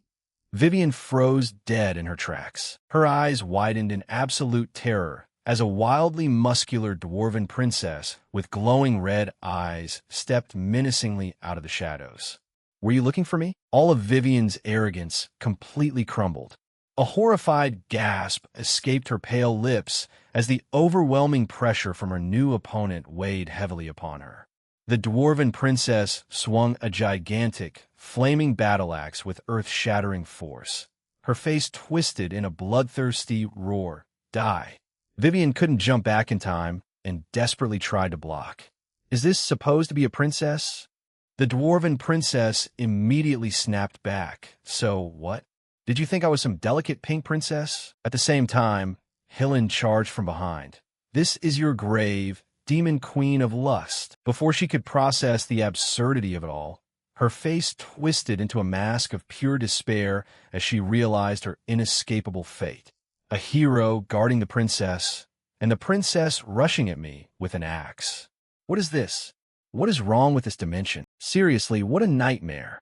Pushed far past her absolute limit, Vivian unleashed a massive, blinding explosion of chaotic energy, blasting the dwarven princess backward. Hillencargill stood firm amid the fierce magical shockwave, turning his head as his slash grazed past the pink figure. Don't even think about escaping. But the large stone corridor was left completely empty, with nothing but strange smoke remaining, confirming that she had successfully escaped. Hillen casually sheathed his weapon. She ran away.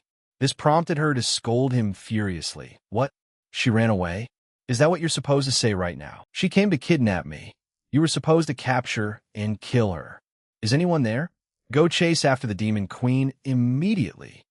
Hillen received a call from the main character and ignored her, instead reporting safely on the mission status. "My lord Demon King, the demon queen of lust arrived exactly as you said." The main character listened with a calculated look. "Ever since I first saw Vivian, I figured this would happen." He spoke up and asked, "So how did it go?" He stated that he couldn't eliminate the demon queen of lust, but he had secured a trophy. The main character asked again to confirm, and he replied, "Yes, I will send it to the tower." It's the tale of the demon queen of lust. A fierce apocalyptic storm raged violently across the dark, swelling ocean in the perilous eastern Triangle Strait. A giant multi-armed monster, identified as a Calamity-class threat, completely towered over a tiny, solitary figure standing bravely on a slippery rock below. None other than the eccentric 10-star hero Pallov Disrat, wearing nothing but purple swim trunks and eager for battle. "What? Are you scared now? If you're a Calamity-class monster, fight back harder. Haha, this is just getting started." "Whoa, wait. Oh no, look out." An apocalyptic fireball plummeted like a meteor. Before the monster could even realize it, boom, it was completely engulfed by that power. The mage Rosal Charnt descended, her magic staff glowing with residual heat from the devastating spell as she let out a tired sigh. Pallov pointed an accusing finger. "Why did you butt in?" "Rosal Charnt, I was right in the middle of a fight," she calmly replied. "An order was issued to summon all the 10 stars. It's a hero expedition to Arnest." He immediately chimed in. "Sounds like a hassle, huh? So what? Is that place a nest of Calamity-class monsters?" She glared down at the Berserker, strictly reprimanding him. "Don't get your hopes up, Berserker. We're only going there to capture the Demon King. Seriously, once you start fighting, you never know when to quit. Using just a regular sword without even a drop of mana. Are you some kind of pervert?" He replied cheerfully. "Do you have any idea how amazing that feels? You should give it a try." She snapped back, "Get lost." Undeterred by her insult, Pallov leaned in close.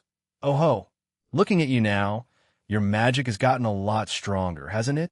Have you been training by yourself? Want to go around with me?" her face contorted in utter annoyance. Please go fight by yourself and die. He then asked how she found him, and she answered, someone said you'd be here playing around alone. He asked curiously who that was, receiving a familiar answer. That would obviously be the guild master of the Hero Guild. Cut to a voice echoing with supreme authority. 10-star hero Hillen Cargill. You have defeated 2 demon kings and protected the dwarven princess from being kidnapped by a demon king. Your recent achievements have been outstanding. Hillen bowed deeply. Thank you, sir. The voice continued. In high recognition of your achievements, the Hero Guild will appoint you as an Argon.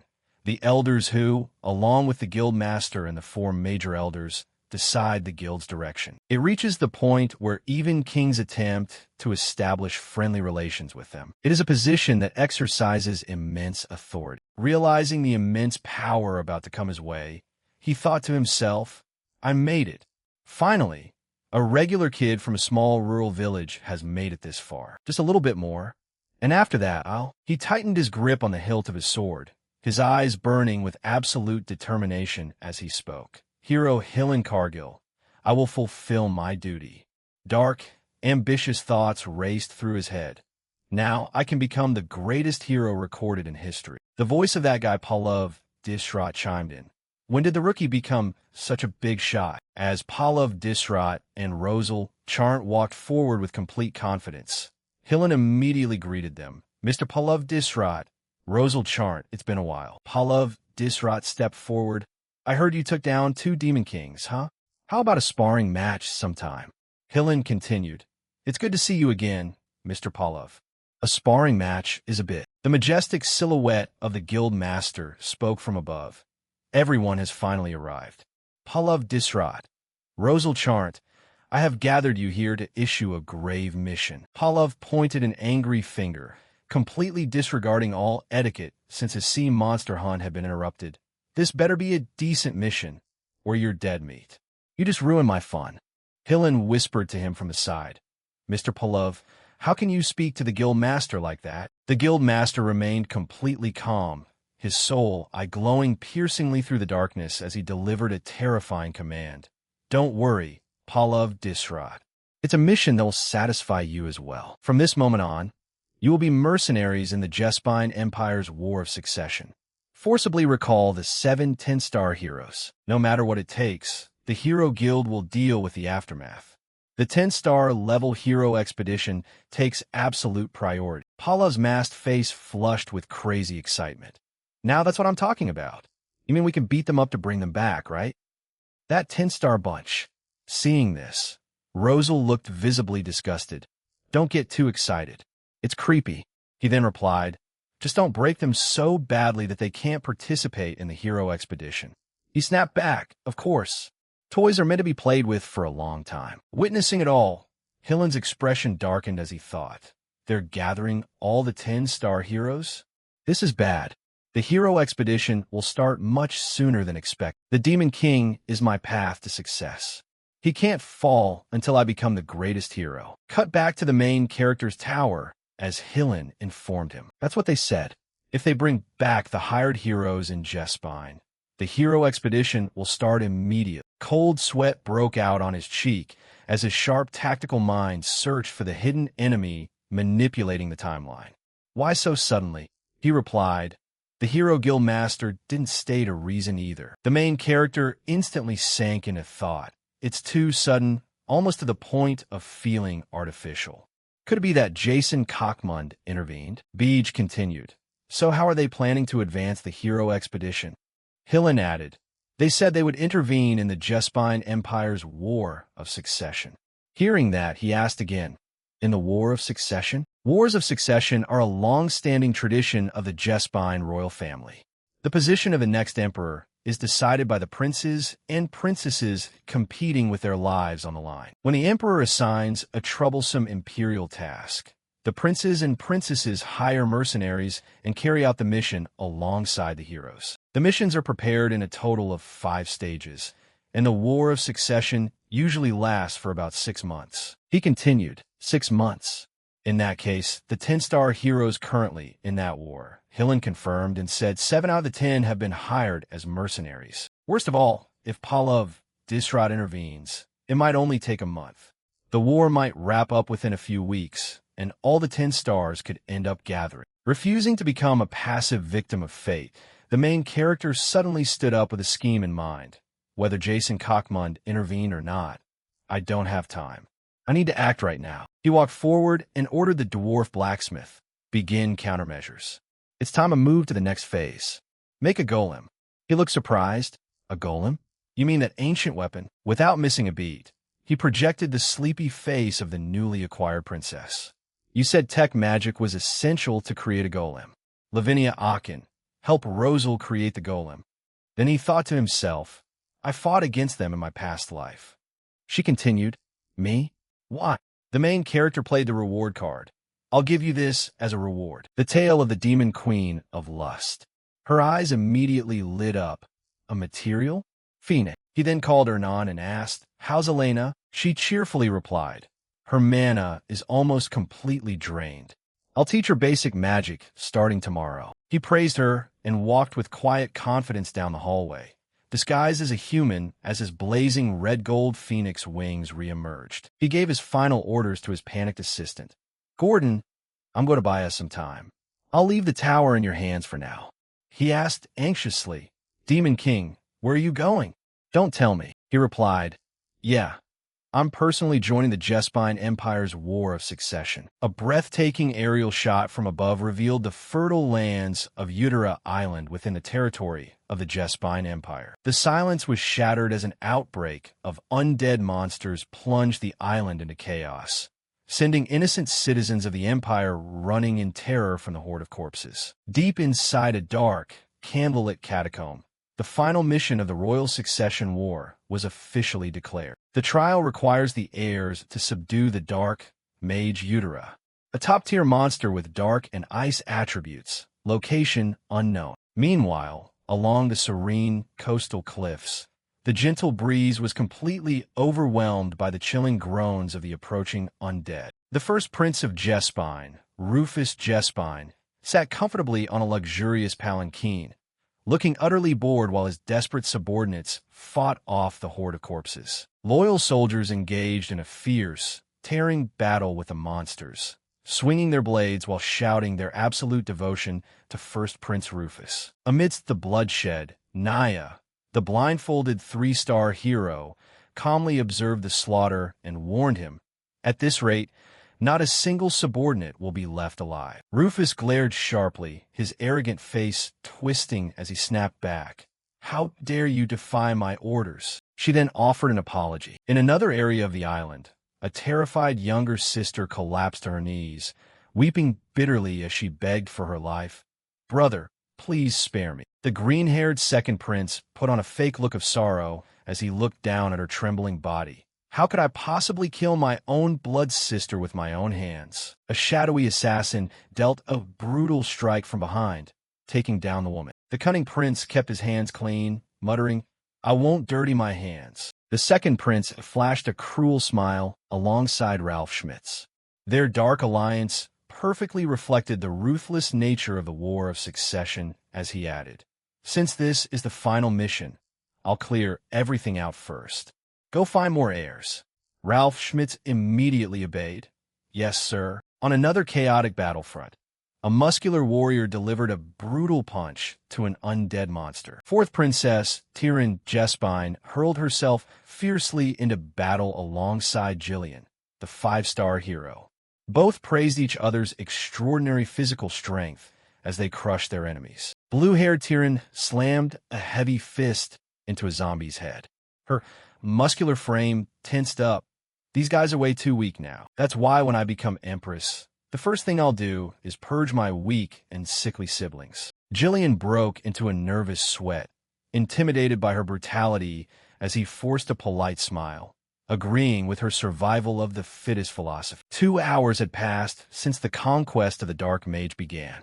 The number of remaining heirs rapidly dropped from 17 down to 15, as hurried footsteps echoed through the dense forest. A horde of zombies pursued relentlessly through the woods. Little 17th Prince Noah Jespine ran for his life with tears streaming down his face, clutching his jeweled sword as he screamed, Stop chasing me. All my subordinates were killed by the undead, and the heroes I hired all fled. Only the ones who were eliminated in the previous missions are left. And these artifacts my brothers and sisters gave me, I don't even know how to use them. Distracted by his tears, Noah's foot tripped over a vine. Noah tumbled forcefully forward, helplessly dropping his precious books and artifacts. I can't fall here. If one of them becomes emperor, the empire will sink into a sea of blood. Remembering the promises of his guards, the 17th prince muttered, "Please, protect the empire." Fueled by the memory of their sacrifice,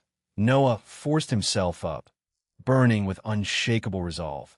I have to stop them, because a true emperor is someone who protects everyone. His fleeting courage was instantly crushed as the rotting foot of a zombie stepped forward. Noah slowly raised his head, his golden hair casting a dark shadow over his terrified face as he looked up at the towering monster. Is this where everything ends? I'm sorry, everyone. I couldn't do it. A massive, dazzling pillar of blue lightning ripped through the gloomy forest. The devastating electrical strike completely obliterated the surrounding zombies, vaporizing the undead threat in the blink of an eye as a confident voice cut through the smoke. Good thing we didn't arrive too late. Are you hurt, kid? Noah Jespine. Noah opened his tear-filled eyes in complete shock. You're the 10-star hero? Hillen Cargill. Suddenly, a brilliant red-gold feather descended from the sky. Noah looked up, utterly spellbound as the main character landed like a deity, extending a hand from beneath his dark cloak. If you hire us, we can help you. Noah sat stunned on the ground, completely overwhelmed by the divine presence. Noah shouted in desperation, I'll hire you. The main character smirked with satisfaction. Contract sealed. Boom! The phoenix flames erupted violently, a spectacular display of power marking the beginning of their grand deception. 10 minutes ago, somewhere on Utera Island, the main character explained his true, calculated objective to Hillen. We only have one goal: prevent the 10-star heroes from participating in the hero expedition. To do that, we need to trap the 10 stars here, dragging out time so the War of Succession doesn't end. The detailed plan is exactly what I told you earlier. Hillen responded solemnly. The issue is Pallav Disrat. He'll eliminate all the 10 stars before the War of Succession ends. The main character continued, we have to do something before that happens. First, we need a master so we can participate without raising suspicion. There's a prince who's perfect for that. 17th Prince Noah Jespine. Since he holds a low rank, he shouldn't be able to hire high-tier heroes. Plus, he's a crybaby and a coward. Back in the present, Noah bowed his head, sobbing, Thanks to you guys, I survived. Thank you so much. I thought it was the end. I have to stop my oldest brother, my second brother, and my fourth sister. But I don't have the money to hire famous heroes like you. If you'll accept artifacts. He knelt down, placing his hands on the boy's shoulders as he wove his manipulative charm. We don't need your money to save the empire from those evil princes and princess. We just need your sense of justice. Isn't a true emperor someone who protects everyone? So, shall we go stop them? Noah looked up with literal stars in his eyes, completely mesmerized as the system officially registered the main character as Noah's newly hired hero. A second system notification confirmed the recruitment of Hillen Cargill, completing their infiltration into the War of Succession. The main character smiled villainously, thinking, humans really are so easy to fool. Meanwhile, an oblivious Noah cheered enthusiastically for their noble journey, leaving a sweating Hillen to silently apologize for the deception. Far across the island, the fierce red-haired mage Rosal Charnt froze mid-stride. This energy source, the Phoenix's flame, Pallav Disrat was equally thrilled by the massive trace of power. You felt it too, right? There's a very interesting guy on this island. I'd rather fight that guy than these rookie 10 stars. Leave him alone. Hillen Cargill is the one who brought him here. Hearing that, he questioned, You went and called someone else over even with me here? Her sharp orange eye narrowed dangerously in thought. What are you thinking, Hillen Cargill? The view shifted deep into the most isolated pitch-black part of the Utera forest. Inside the pitch-black cave, cold water dripped steadily from the ancient stalactites. Stepping deeper inside, the young boy asked cautiously, So this is the place. The main character silently plotted. In my past life, I searched for monsters worthy of becoming my familiar spirits. That was when I found him, the necromancer of Utara Island. Before Pavlov can eliminate all the other 10 stars, hide the necromancer's name, and ensure that the war of succession never ends. Shedding his human disguise completely, the main character transformed into his majestic demon king form, summoning a dark purple orb of energy that crackled in his hand.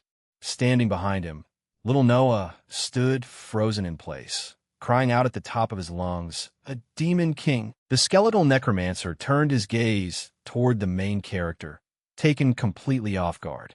The terrifying monster's bony jaw dropped in trembling horror, stammering out, "A demon king?" Deep inside the catacombs, the main character stood regally in his true demonic form with massive black wings spread wide, facing a necromancer who was trembling and screaming. "I spent my entire life hiding from the demon kings just so I wouldn't become a puppet, but you finally found me. I serve under no one, for I am the king of the undead." Completely unbothered by the display, the main character calmly blew a stream of purple fire, burning away the soldiers the necromancer had just summoned. Sweat poured down the necromancer's skull as his bravado instantly crumbled, screaming in absolute terror. At the same time, with a crackling purple flame blazing in his hand, the main character asked coldly, "So you want to die?" Surrendering instantly, the terrifying king of the undead bowed pitifully on the cold stone ground, stammering, "I will serve you with absolute loyalty." The main character smirked with satisfaction. "Very well. You have to be alive to have a future. Acting tough will only get you killed like a dog. Isn't that right, 17th Prince?" Hillen Cargill held the little 17th Prince tight. Noah's face twisted in horror. Black flame? Unbelievable. The Master of the Phoenix is the Demon King of the Blazing Flame, and the two-time hero is actually a subordinate of the Demon King. The main character extended a hand swirling with an orb to make Noah his subordinate. 17th Prince, I'll give you the chance to become one of my summoned beasts as well." The main character smiled with confidence, thinking, the Jespine Empire is strong enough to keep the Hero Guild in check. Turning the 17th Prince into a summoned beast will come in handy later. Looking back with tearful resistance, Noah screamed with every bit of courage he had, "Don't make me laugh. You want me to betray the subjects who sacrificed themselves for me, betray the Empire, and betray humanity? Do you really think I would do something so cowardly? I'd rather die than bow to a demon king." With a swoosh, the demonic orb shot straight into the boy's chest, making Noah gasp in extreme pain. The main character observed coldly as Hillen pinned down the screaming boy. "A righteous heart and a stubborn nature. Huh? I anticipated this rejection. The more you hate me, the more pain you'll feel. Give up and swear loyalty to your new king." Noah gritted his teeth, enduring the crackling purple electricity as he forced out his final words of defiance. "A demon king like you? I'd rather die than bow down. Not a single shred of compromise." The main character released the orb, breaking the boy's spirit, witnessing his brutal subjugation. Seeing this, Hillen asked, "Main character, is he dead?" To which he replied, "No, I kept him alive. Killing him would be a waste. As for you, how much longer are you going to lie on the ground? Get up, it's time to work." As he obeyed, the main character said something that left him stunned. "Prepare for the arrival of the heroes." The skeletal necromancer broke into a heavy sweat, pointing a bony finger. "Wait me." Meanwhile, an ominous streak of deep purple magical energy slithered violently through the lush green forest, accompanied by a sinister laugh. Following the sinister trace of energy, the muscular twin heroes Bim and Bong stood confidently in the forest alongside a blonde woman as one of the twins observed. "This is definitely a necromancer's mana. Leaving a trail like this, it's as if he's begging to be caught." The other twin smirked with proud arrogance. "You said it, brother. Elite heroes like us can find a necromancer's lair just by following this much mana." The blonde woman, 11th Princess Sura Jespine, stepped forward decisively with her hands on her hips, commanding her team. "We must subdue him before anyone else notices.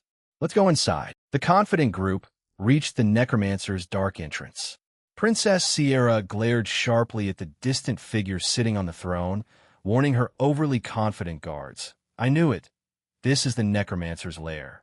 He's a powerful high-tier monster, so don't drop your guard. The twin heroes charged forward with their greatswords drawn. For brothers like us who are about to become 10-star heroes, this is nothing. It's easier than taking candy from a baby. He's just a grunt, not even a demon king's servant.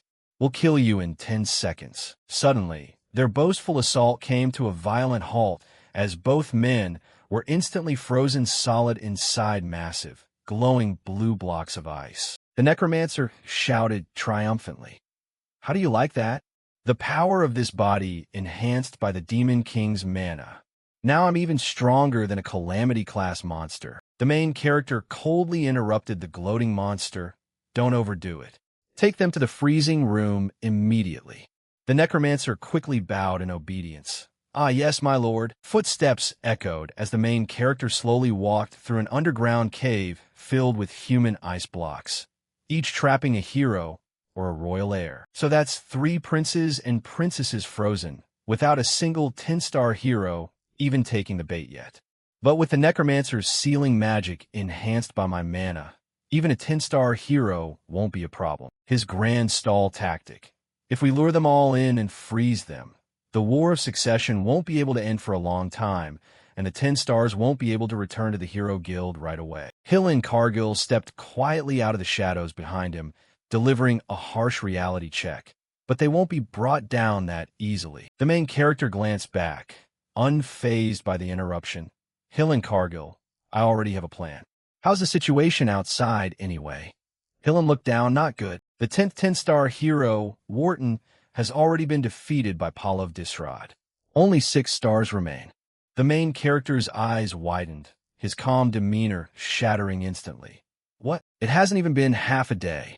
Even if they called for all the 10 stars, it was just a formality. If Hildurin's king changes his mind, if only 7 or 8 stars gather, they can still proceed with the hero expedition. We're screwed then. Clenching his fists, the main character reached a conclusion. I need more time. I'll handle Pallav Disrod myself. Hillen was completely flustered seeing the main character turn back into a human. Huh? You're planning to face him in person? That guy is a monster. No matter how strong you are, my lord, you can't win. Pausing briefly, the main character looked over his shoulder with a brave glare.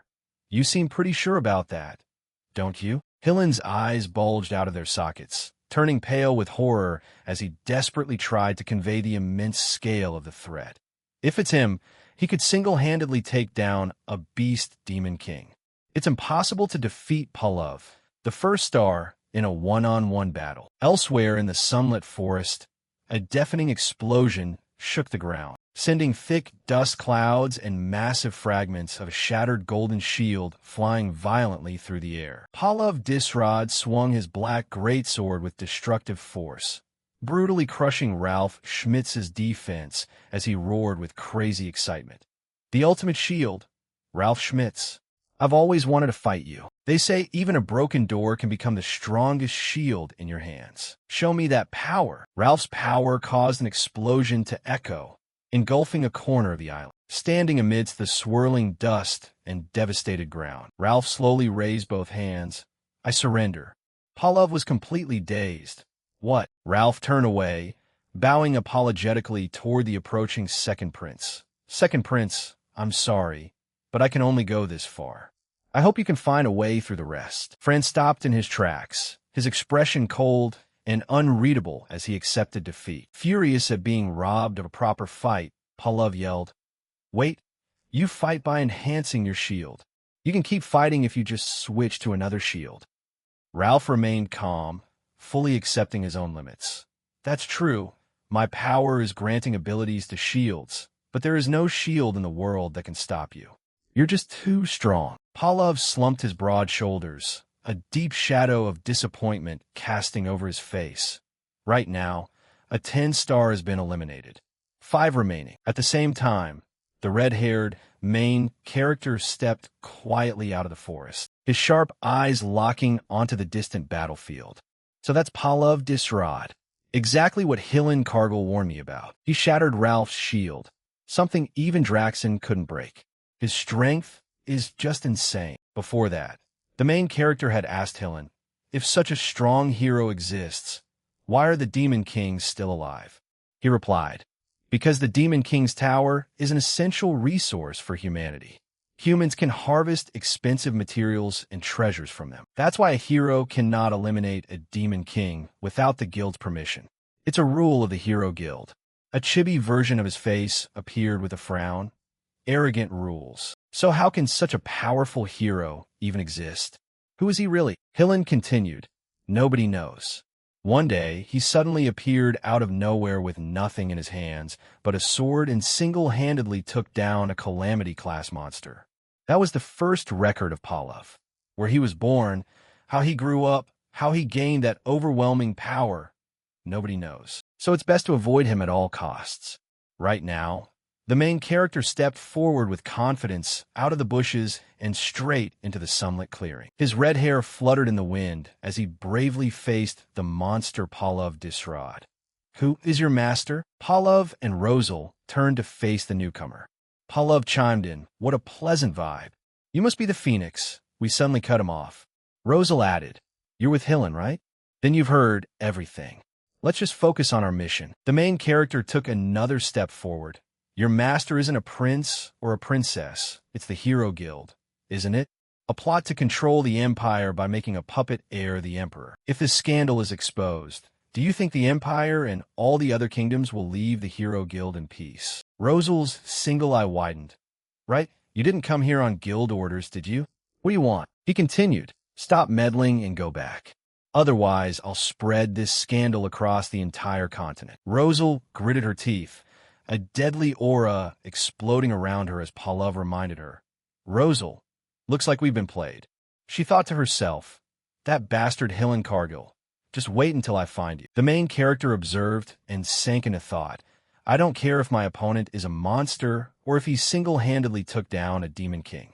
When I returned to Arian, I discarded the idea of solving everything with brute force. I will use the very order you humans built to bind your hands. Suddenly, Second Prince Fran Jespine stepped out from the forest behind the main character.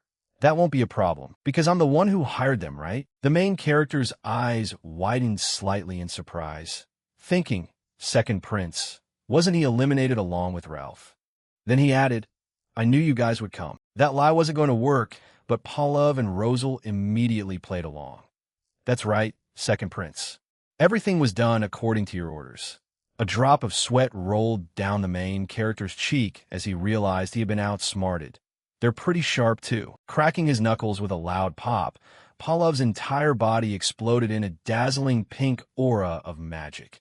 Now that those minor issues are sorted out, let's settle this with a battle. The Phoenix accepted that words were ultimately useless. The main character let out a heavy sigh. It really came down to this in the end. Bring it on, greatest hero. Standing on the edge of a rugged cliff, Pallav looked up at the magnificent white firebird lighting up the entire sky. His memories drifted back to a fateful encounter. I saw it that day, too. The appearance of the Phoenix. If it weren't for my patron's orders, I would have been there, too. I've been itching for a fight like this, never expecting this day to actually come. I can't stop the trembling deep in my bones. If you disappoint me, I might just die of boredom. So show me everything you've got, Phoenix. His dark eyes analyzed the unprecedented threat before him. In my past life, I didn't even meet him. No, to be honest, back then I didn't care about heroes. I was blinded by arrogance, thinking power was everything, looking down on heroes like scum at the bottom. But this life will be different.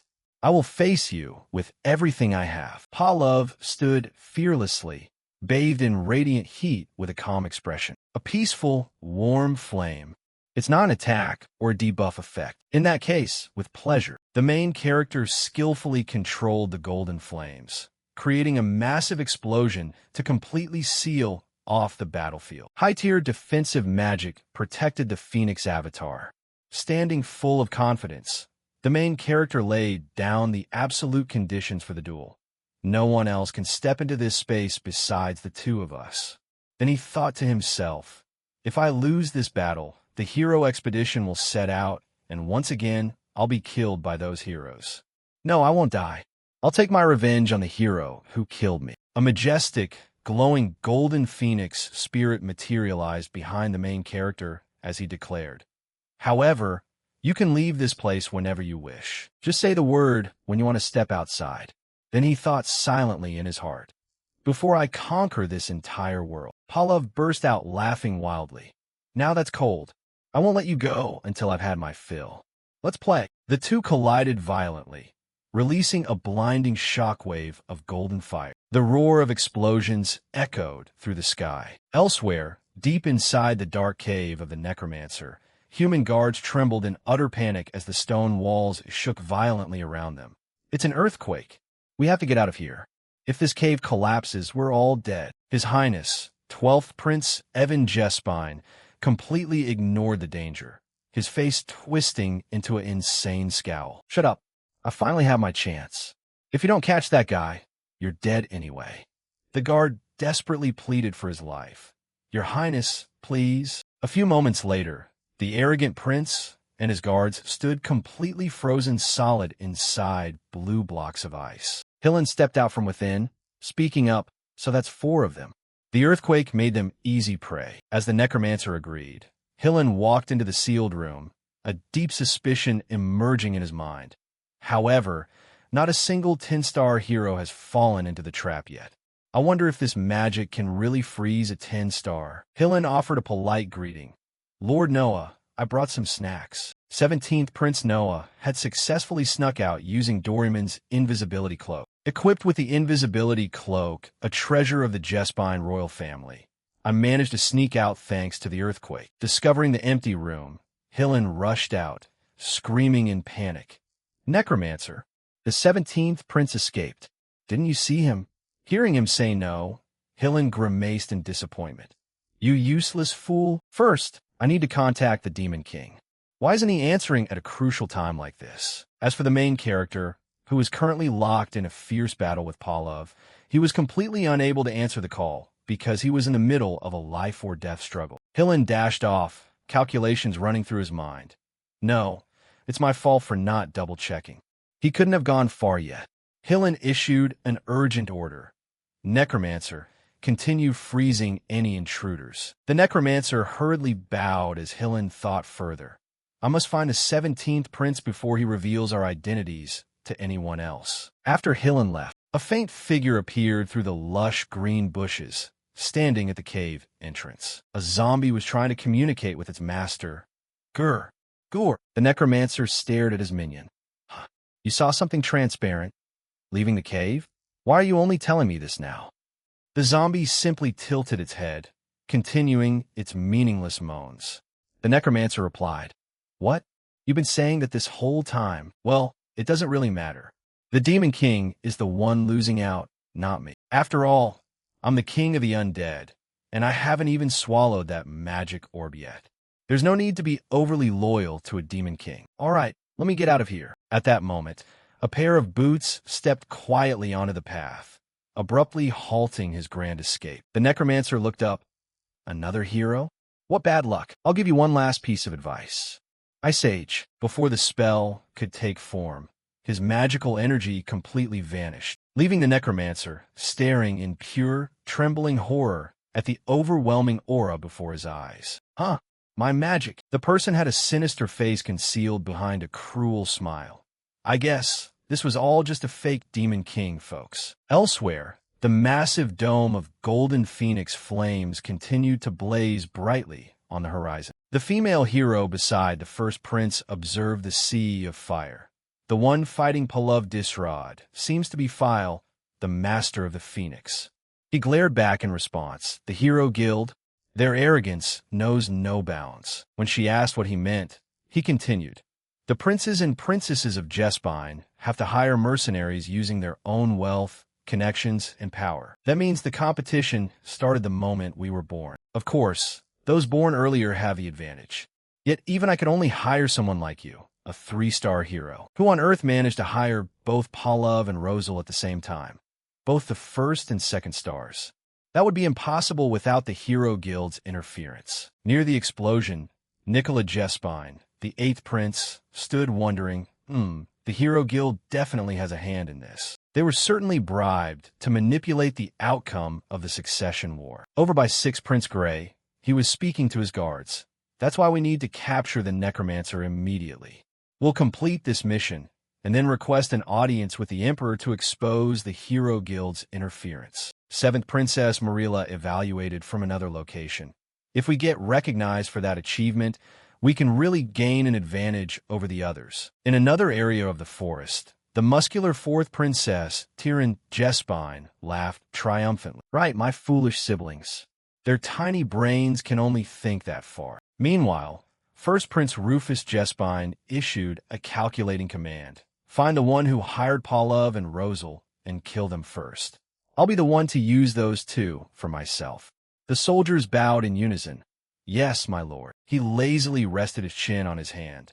The question is, who is that person? The female hero beside him replied. They're likely hiding alongside someone skilled at concealment. It won't be easy to find them. Suddenly, the invisibility cloak caught on a tree branch, revealing little Noah hiding nearby. Rufus stared, and, as miserable Noah trembled, he immediately issued a cold death sentence. Kill him. With tears streaming down his face, Noah desperately pleaded with his cruel elder brother. Brother, wait. Let me explain. This is no time for us to be fighting each other. Rufus looked down with icy indifference. He's trying to buy time. Kill him. Noah clutched his small chest. Brother, of all the people I could run into, why did it have to be my most ruthless brother? Meanwhile, Hillen Cargill ran like crazy through the dense forest, his body turning into a dazzling blur of crackling green lightning bolts. The Demon King can't die until I become the greatest hero. I have to find the 17th prince before he contacts anyone else. Suddenly, his eyes bulged in absolute shock at what was blocking his way. Mid-tier earth magic. Massive wall. Rosal Charnt stepped out from behind the wall, glaring menacingly at the traitorous hero. Hillen, what on earth are you thinking? That file guy you brought along is getting in our way. Are you refusing the Hero Guild's orders? Hillen broke into a heavy sweat. Lady Rosal Charnt. No, that's not it. I'm sorry, but I'm in a huge rush. Then he thought to himself, we don't have time to argue. She summoned glowing orange magic chains that violently bound him in place. High-tier binding magic. Chains of the Sage, weakened form. Whether it was the Demon Queen of Lust or the Beast Demon King, at every critical moment, you were the one who stole the glory. If you're hiding something again, spill it right now. Hillen Cargill, his face contorted as he thought. Damn it, I need to find the 17th prince fast. Back in the dark cave, a mysterious figure clad in a white cloak sat majestically on the necromancer's throne, holding a swirling purple orb of dark magic. Everything is proceeding according to plan. The necromancer cowered pitifully on the floor before the throne, his body shaking violently in absolute submission to his new ruler. Jason Cockmund, the Demon King of Deceit, smiled villainously into the orb. Shall we move on to the next round? Bayet Deus. Hearing his brother issue a cold-blooded order to the assassins, Noah burst into tears. Wait, brother. This is no time for us to be killing each other. Suddenly, a wave of the main character's control magic surged over him, causing the young boy to clutch his head and scream in unbearable pain. Arg! On my head. Rufus remained cold and merciless. I see he's still trying to buy time. Kill him. Archmage Naya raised her glowing staff high to summon a giant plant monster. She spoke with emotionless professionalism. Don't hate me, 17th prince. High-tier nature magic, flower of death. I'm just following orders. At least I'll end this with a high-tier spell, a death worthy of a prince's dignity. As the massive, thorny plant monster lunged violently toward the boy, Noah clutched his head in absolute despair, with no way out left. Is it really going to end here? How meaningless. A tragic memory flooded back, where Noah once shared his innocent dream with his elder sister. Sister, in this war of succession, I want to save everyone. But the royal family members only mock me and call me a fool. Am I really wrong? After he finished speaking, she called Noah a fool, making the young boy think to himself, even my own sister? Princess Keed revealed a shocking truth to her little brother. Noah, Why do you care so much about what others think? This is your life, isn't it? Tonight, I'm sneaking out of the castle. Little Noah panicked and asked why she was doing something so sudden, to which she continued, "Because I refuse to marry that old king, and your wish to protect everyone. I don't think it's foolish at all. An emperor is someone who protects everyone, right?" Tears rolled down Noah's face as he drew immense strength from her profound words. That's right. An emperor is someone who protects everyone. For those who trusted and sacrificed themselves, for my sister and brothers who trusted me enough to entrust their artifacts to me. I can't let it end here. Not like this. Just as the monster slashed down, a streak of blue mana sliced the massive plant monster right in half, instantly leaving Noah gaping in shock as he stared down at his own hands. What did I just do? A majestic knight clad in dark armor stepped forward, speaking in a deeply familiar, comforting tone. "You've grown up and become very strong." Noah's eyes widened. That voice. Looking up in pure disbelief, Noah stared at the tall, dark knight who had just saved his life. "Sister, is that really you?" "Sister." The scene shifted, rewinding time to the colorful flowers at the fire tower. A moment earlier, on the fourth floor, Ernan sat quietly on a rock. He'd watched the dwarf blacksmith stuff flower crowns onto Gordon's head, while little Elena cheered excitedly behind them. Gordon yelled in frustration, instantly causing the flowers to burst into flames, making Keed smile softly at the chaotic yet heartwarming scene before her eyes. Princess Ernan greeted the resting knight. "Keed, what brings you here? You even paused your training." Recognizing her, Keed spoke as the eldest princess broke the silence. "May I sit next to you?" Keed readily accepted. Sitting down beside her, Ernan continued, "Try some of these cookies. They were just freshly baked." Keed replied with a polite smile. "Thank you. I'll enjoy them." Ernan asked, "Is today your day off?" Keed looked off into the distance with a sad expression, laying bare her hidden pain. Seeing Princess Elena, "It makes me think of my younger brother." The comment caught Ernan off guard, so she asked, "Your younger brother?" Nodding somberly, Keed explained her complex family situation. "Yeah, a half-brother. He must be caught up in a succession war right now.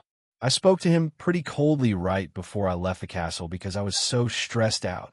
It's been weighing heavily on my conscience that I walked out on him like that. I wish I could somehow break out of this tower and go save him, but I doubt my current strength would be of any use." Ernan's eyes shimmered with absolute confidence. "What are you talking about?" "Miss Keed, you're absurdly strong. Sorry, but I can tell just by looking at the subtle aura you're unconsciously giving off. It's powerful and intense. You're way stronger than when we first met. I heard the Demon Lord even had to use his wings to block your attack." Realizing the truth about her own power, Keed said, "He really did block my last attack with his wings instead of his hands." Then she fell deep into thought. Just like Hernan said, I've grown so much stronger than before I entered the tower. My months here have been more effective than years of training in the Royal Guard. Maybe I really have gotten close to the level of the 10 stars.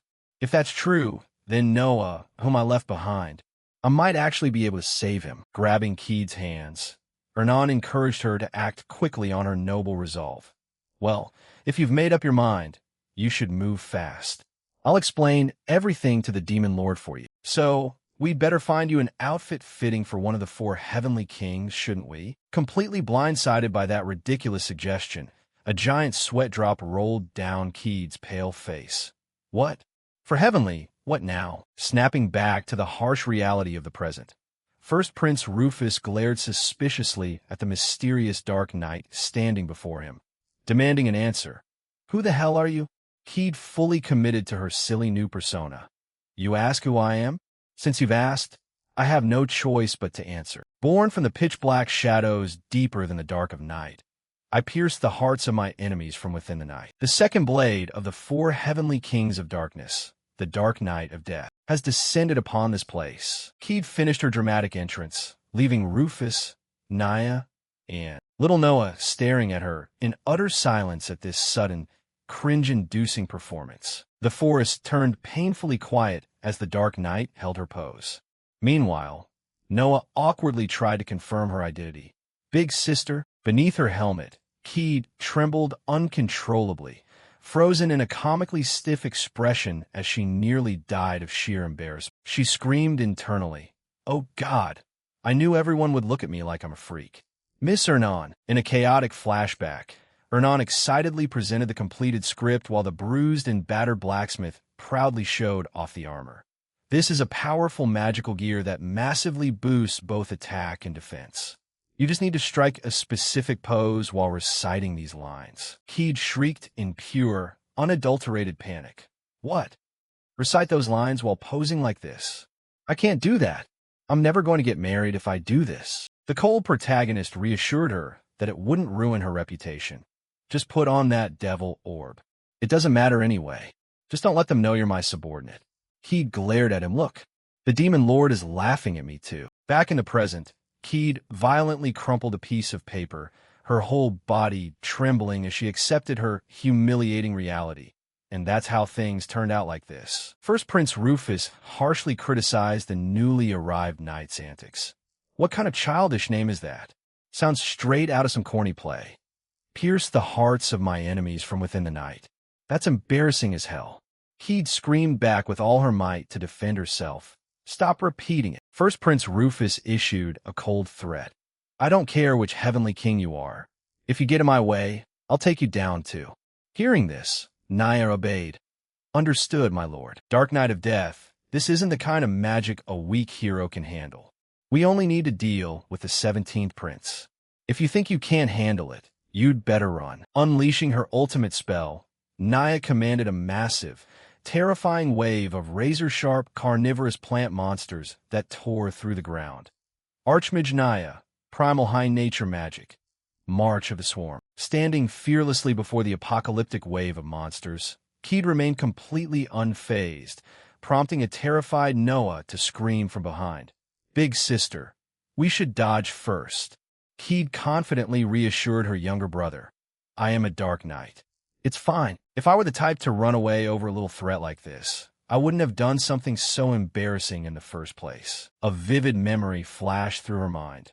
Through that brutal training at the fire tower, I've reached a completely different level of strength. If I can't even stand my ground against a 10-star hero, then I really haven't improved at all. I'll never leave my little brother alone again. Dark elf magic swordsmanship, Jespine style. A sweeping magic array unleashed, completely shattering the plant monsters and Naya's defensive barrier into thousands of glowing fragments. The first crescent moon scatters. Standing in the middle of the blinding destruction, Rufus and Noah stared in wide-eyed shock, while Naya was completely stunned by the display of overwhelming brute force. Pointing her glowing blue sword, Keed radiated absolute dominance. Say that again.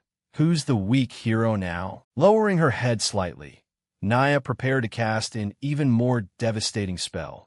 Well, that's certainly surprising. However, to get this arrogant over such a mediocre display, Ancient Garden, infinitely regenerating flora, she summoned a wave of colossal carnivorous plant monsters, causing Keed's eyes to widen. Realizing the overwhelming gap in power, Keed thought, no way, my strongest skill didn't work. Directing the horde of monsters toward the Dark Knight, Naya delivered a cold farewell. Well then, goodbye. The unnamed Dark Knight shielded the trembling, tearful Noah. Keed gritted her teeth as sheer despair washed over her. I was wrong. The wall of the 10 stars is still too high. Right then, a purple orb crackled above Keed's head. The swirling magic orbs functioned as a communication link for mana. Standing far away in human disguise, the protagonist stared with a deadly serious expression, instantly grasping the dire situation. It's transmitting through the devil orb. Keed, Jespine, and the 17th prince ran into each other, and they're cowering in fear. Cargill's devil orb has moved far away from them. In that case, I can guess what's happening outside. When I left my position, the 17th prince fled and Cargill gave chase. Keed, Jespine managed to protect the 17th prince, but they've fallen into danger. And judging by how Hillen hasn't regrouped with them, he's definitely being held up somewhere. Right now, I can also sense another demonic energy near that dark mage.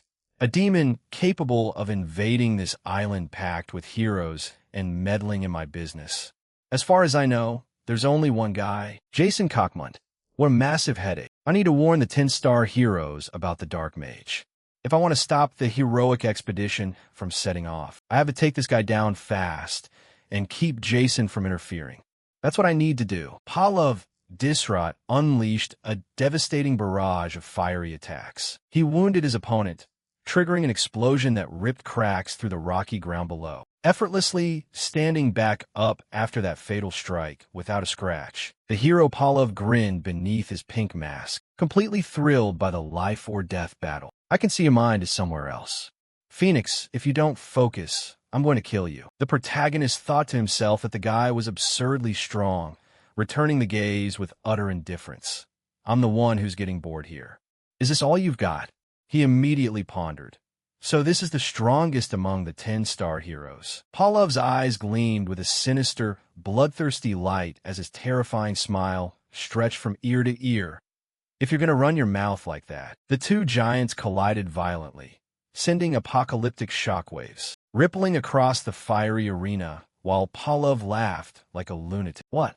Trying to hold back a smile, Captain? Just barely dodging a lethal slash of raw power. The protagonist, dripping with sweat, realized his usual tactics were completely useless. This is dangerous. I really don't want to use it. Is that method really my only option right now? Elsewhere, a shift back in time revealed the secret scheme that led to the current chaos. Hanging upside down, tightly bound by glowing orange magic chains, Hillen Cargill negotiated with his captor. Miss Rosal, is the reason I came here really that important to you? You've researched it too, haven't you? The mana etched into the corpse of the beast demon lord. The mana of the phoenix. Just by studying a tiny fragment of it, you've become this powerful. Imagine how much stronger you'd get if you could study the phoenix's complete mana directly. Just as she was about to say something, Hillen cut her off. I'll get it for you. Hearing that, she hesitated. Now, back to the present. A bolt of blue lightning ripped through the sky, instantly shredding Naya's giant plant monster to pieces. Standing among the falling debris, Keed and Noah looked up with wide eyes, landing gracefully next to the severed monster. Hillen Cargill, his body crackling with electricity, recalled Rosal's earlier instruction to protect the 17th prince. Please help me out instead. First Prince Rufus spat in a harsh voice, on top of Pallav Disrat and Rosal Charnt. Even Hillen Cargill, the hero of Hildurin. You hired 3 10-star heroes? No matter how corrupt my actions are, how could all of them possibly side with a trash like you? Little Noah gripped his dagger tightly, stammering. That's a good question. Completely losing his sanity, Rufus gestured wildly forward, screaming in absolute rage. Are you mocking me now? This can't be happening. This is absolutely impossible. Kill him right now. Stepping into the clearing with an air of absolute authority, Rosal Charnt summoned a fiery magic circle. When I'm the one protecting him, how dare you? Who did you just tell to kill? Highest tier bombardment magic, satellite cannon. You've got some nerve, young master. Let's see what you can do. Refusing to back down, Naya raised her hand, summoning an equally terrifying, glowing green magic circle to counter the fiery strike. Miss Rosal, if you're going to use that spell, then I have no choice either. Highest tier bombardment magic, satellite cannon. As a 10-star hero, I must protect my master. Rosal glared fiercely, looking down on her junior. With magic I created, you think you can compete with me? You wet behind the ears, brat. Naya smirked with confidence. Senior, I'm not an academy intern anymore. A wet behind the ears brat, huh? Rosal's eyes blazed with intense flames. Oh, is that so? Hillen Cargill roared with all his might. Fellow hero, protect the 17th prince. The moment the words left his mouth, the two highest-tier bombardment spells collided violently, releasing a massive, earth-shattering explosion that completely obliterated the forest canopy, enduring through the blinding shockwave, commanding the chaotic battlefield with ease. Neither gave an inch in their clash, forcing the onlookers around them to desperately withstand the brutal force of the assault. Caught in the relentless crossfire of magic, little Noah was blown violently through the air, prompting Keed to reach out for him in desperation. But the explosion didn't stop. It only grew more intense. Barely maintaining her defensive barrier, Naya gasped for air, still clinging to a sliver of arrogant confidence. You truly are ruthless, but I still have my trump card magic. Rosal smirked triumphantly. You should have used it earlier. Did you forget? We have two people backing us up. It was now Hillen, swinging his blade forward. Realizing that, Naya snapped her head back, her eyes widening as she realized she had been completely outflanked. You cowards! Hillen Cargill's crackling sword shattered Naya's staff and barrier into glowing fragments. I'm sorry. As the thick dust slowly settled over the utter wasteland, Rufus Jespine sat pitifully on the scorched ground, utterly broken and terrified. A victory window confirming the absolute triumph of the rebel heroes officially declared Rufus's disqualification from a match. Looking down at the unconscious Naya and the trembling prince, Rosal scoffed, unimpressed. How pathetic. You guys really can't do anything on your own. Hillen scanned the desolate clearing and said, Black Knight, where is the 17th Prince Noah? Hearing that, Keed yelled out, That's my line. Meanwhile, deep inside the dark forest, little Noah was desperately crawling through the damp grass. Just how far did I fly? My whole body aches. Suddenly, an intensely sinister, cold voice echoed from the shadows. Your Highness, 17th Prince. Noah backed away in panic, frantically drawing his small dagger as he looked up at the tall figure. Who are you? Jason Cockmund, the Demon King of Deceit, smirked with absolute predatory malice as he offered a forbidden pact. Don't you want to defeat the Demon King and save everyone? How about I lend you a hand? The young boy Noah stared blankly ahead, a lost expression on his face. Keed in her black armor, and Hillen Cargill quickly rushed over to the boy. Keed called out with deep concern. Prince Noah, are you all right? Are you hurt anywhere? I hope nothing is broken. Looking up with a chillingly cold expression, I'm going back to the cave. Hillen looked at the boy in utter surprise before nodding in understanding. He's just going back like that? Guess that near-death experience made him realize something, that staying on our side really is the safest place to be. He spoke up. Black Knight, can you escort Prince Noah back? I have a few things to discuss with Lady Rosal. Keed bowed her head slightly, accepting the order without hesitation. Seeing this, Hillen thought to himself, I can sense it through the demon orb. This guy is also one of the Demon King's subordinates. Once I lure Rosal away, he'll handle the rest. Now the only question is, can the Demon King actually beat Pallov? Hillen suddenly noticed a muscular figure approaching. Lord Pallov? The eccentric hero Pallov Disrat cracked his neck as he walked over. Rosal, I think I've had enough fun here. Let's wrap this up and go destroy the Pyre Tower. Hillen panicked, looking around cluelessly for his missing ally. Wait, where's File? Pallov praised cheerfully. Hillen, you're the one who brought him along, right? Nice job. I got a kick out of him. As expected, Phantom Beasts are quite something. With a bit more training, he might even give Rosal a run for her money. Well, too bad it had to end so soon. Hillen's eyes nearly popped out his head, his face turning pale with sheer terror. No way. Has that Demon King been defeated? If the Demon King lost, what's going to happen to me? Is the demon orb just going to disappear like that? Suddenly, Rosal's magical chains violently wrapped around Hillen's armored body, making him jump in shock. Hillen, you're coming with me. Hillen screamed internally. Wait, what about my promotion? Then he forced out aloud. Rosal, you really don't need to tie me up like this. Rosal sneered coldly. Like I'd ever trust you. I'm taking this guy with me. I have a few things to collect. Pallov waved cheerfully. Sure thing. See ya. Stopping in the open field, Pallov called out to the figures lurking in the dense foliage. Hey, Rosal's gone, so you guys can come out now. Jillian, the red-haired 10-star hero, glared at the muscular giant. Still as arrogant as ever, aren't you? Pallov Disrat, you must be exhausted after such a fierce battle. And yet you think you can take on 4 10-star heroes at once. Overconfident, aren't we? Surrounded by top-ranked heroes, Pallov's masked face twisted into a terrifying, battle-crazed grin. These cute little cuties. Who came up with such a brilliant idea? Huh? Drawing their weapons, the group of heroes declare their ambitious yet foolish intention. This is an order from the princes and princesses. We're taking you down right here to make our fame skyrocket. Gripping his giant broadsword with both hands, Pavlov released a violently swirling pink light, roaring with insane joy. Now that's more like it. Come at me with everything you got.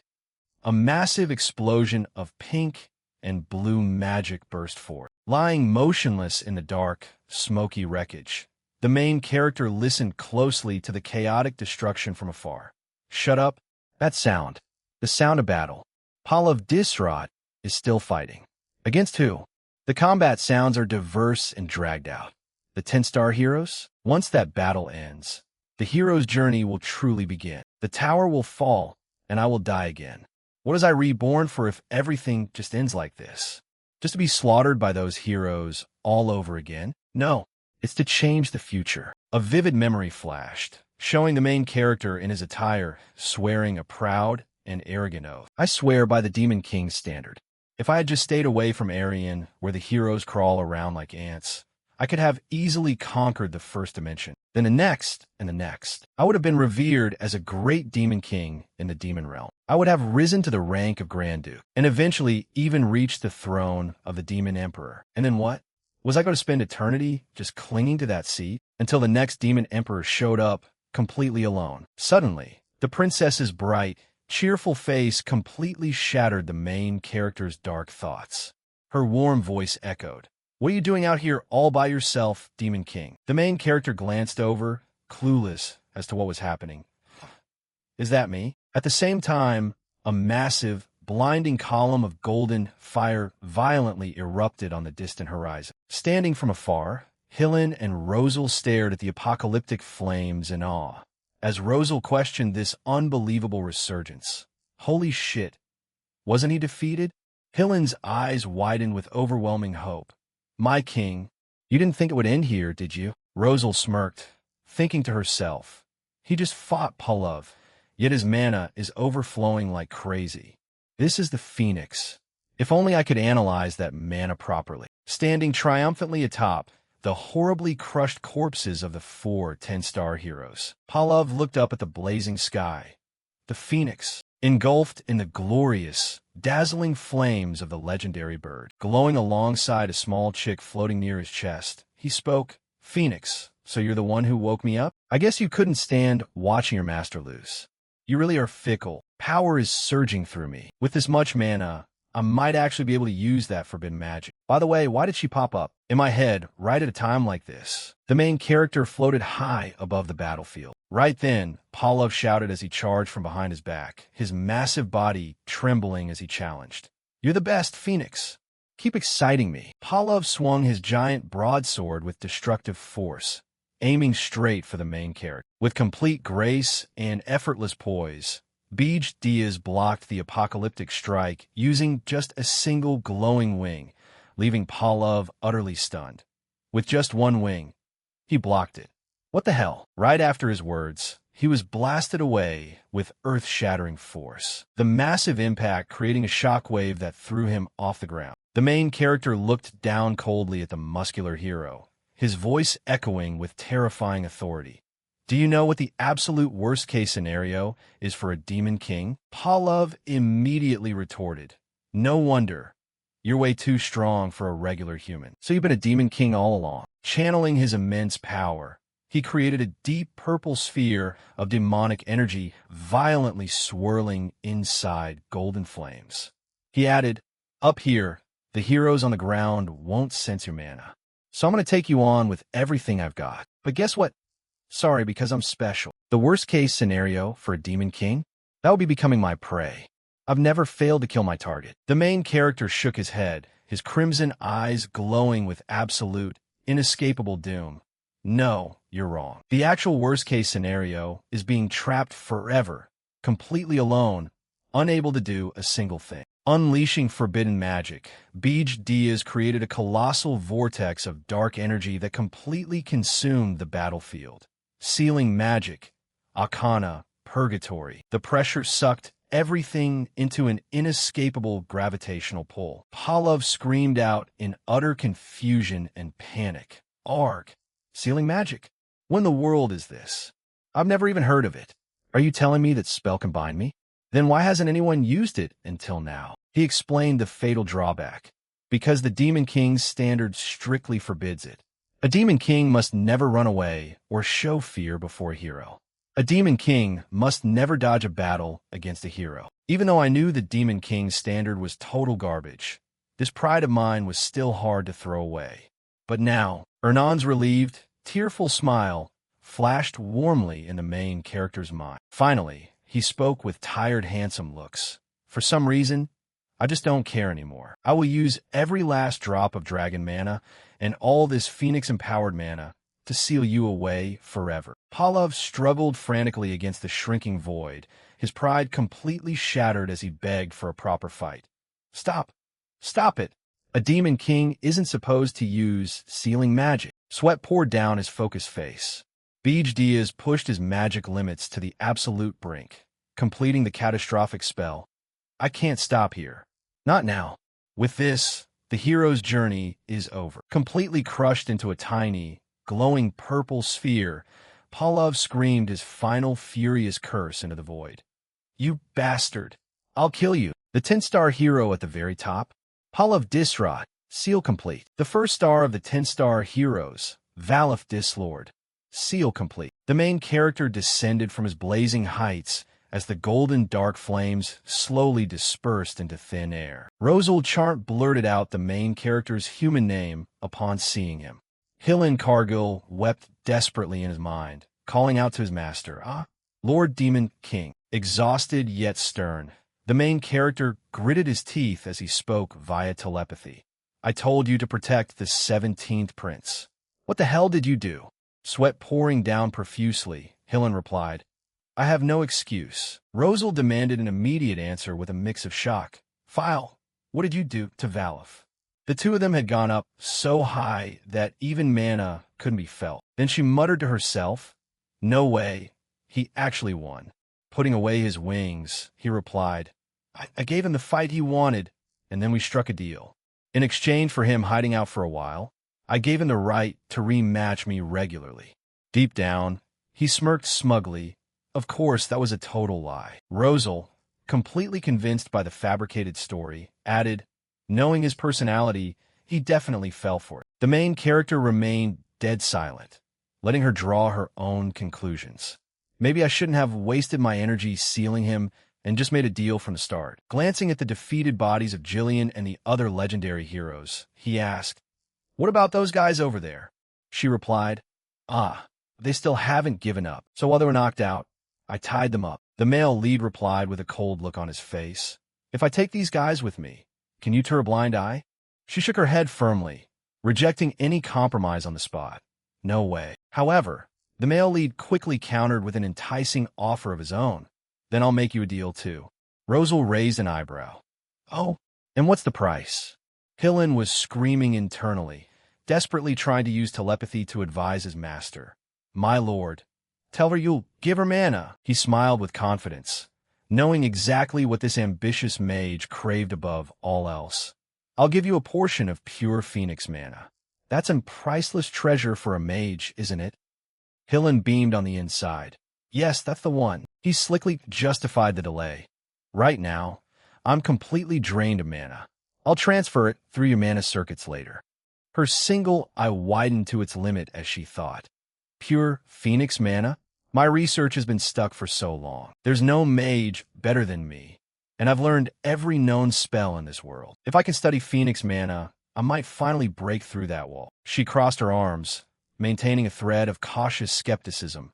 Hillen made a similar offer, but both of you said you couldn't give it to me right now. How can I trust you? He simply turned his back and started walking away with complete indifference. If you don't like it, forget it. She reached out in panic, completely abandoning her tough facade. No, wait. We'll sign a contract. What a picky brat. Just don't harm them. Watching her about to leave, the male lead thought to himself, She's so easy to trick. Now, if we just freeze these heroes, we can halt the hero party's journey. But this feeling, this nagging sensation, what am I missing? What am I missing? Hillen reported the state of the board with a sigh. What a relief. Lord Noah said he was returning to the cave on his own. I was planning to drag him back, even if I had to knock him out. The male lead repeated, What? The 17th prince came back voluntarily? Hearing Hillen's confirmation of "that's right," the male lead immediately pieced the deadly puzzle together. "Damn it! Hillen, bring those heroes over here right now." Hillen was bewildered by the sudden urgency. "What? Me alone?" Rushing frantically toward the catacombs, he cursed his fatal miscalculation. That kid is so full of justice he could resist the demon orb. There's no way he would just come back on his own. The necromancer's cave opened up, cold and desolate. Dozens of royal guards and elite heroes stood frozen solid inside massive blocks of blue ice. Keed tightened her grip on her sword, telling herself, "No way. I can't win this battle. Protecting Noah is the best I can do." She whispered desperately to the young prince, "17th prince, we should retreat for now." Noah stepped forward bravely, his small hands crackling violently with dark purple energy. "My sister once said my desire to protect everyone wasn't stupid at all. I met an envoy sent from the Empire." A flashback played, showing Noah facing Jason Cockmont. "Who are you really?" The Lie Demon King smiled slyly from beneath his hood. "I'm an envoy of the Empire. The truth is, all the citizens believe in your victory, Prince Noah. They believe you will put a stop to the bloodshed and protect the Empire. If you use this artifact inside the Necromancer's cave, everyone trapped in the ice will be freed, and the Black Flame Demon King will perish. Now is the time, Prince Noah. Kill the Demon King and become the hero who saves everyone." In the present, Noah raised his tiny fist into the air, the ring of darkness bursting with blinding purple lightning. "The time has come. I'm going to save everyone and become the hero of the Empire." Noah activated the cursed artifact, releasing a massive wave of dark magic that ravaged the entire cave. "It's over, Black Flame Demon King." Meanwhile, the male lead was flying toward the cave at top speed. "Jason Cockmont, you kept me busy with Valif just so you could reach the prince and princess. The way to stop a hero's journey. Step 1. Freeze the 10 elite heroes. Step 2. Keep the heroes' employers alive." A colossal, earth-shattering blast of purple lightning violently shattered all the magic ice blocks at once. Noah smiled frantically as the captives appeared to have been freed from their icy graves. Keed watched in utter shock, while the male lead arrived just in time to witness this apocalyptic massacre. He glared at the crumbling ice, his heart sinking as he cursed his hidden enemy. That bastard. The scene shifted to the grandeur of the Jespine Empire. Inside the royal palace sat countless extinguished candles, symbolizing the fallen heirs. The candles of the heirs, they revealed the victor of the war. A loyal advisor bowed deeply before the majestic throne. "Your Imperial Majesty, the victor of the succession war has been decided." The expressionless, blonde emperor replied, "Is that so? It ended sooner than I expected. Make the announcement." The ultimate victor of the succession war is the 17th prince. Eyes wide and completely broken, Noah stared down at the horrifying destruction around him. The ice blocks containing his siblings had shattered, ending their lives completely. "Why? You said you'd set them free. You said we were going to defeat the Demon King." The male lead stepped up at this moment and interjected, "How naive. You were nothing more than a puppet for the Lie Demon King. You really are an idiot." Hillen rushed into the cave, carrying the bound heroes over his shoulders. "What on earth is happening?" The male lead issued a harsh command. "You're too slow." When Hillen told the male lead to carry the heroes himself, the male lead added, "All the princes and princesses except the 17th prince have been killed." Hillen's jaw dropped. "What? That means the Imperial army will be here soon to escort the next emperor. But it's fine, we just need to freeze all these heroes and run."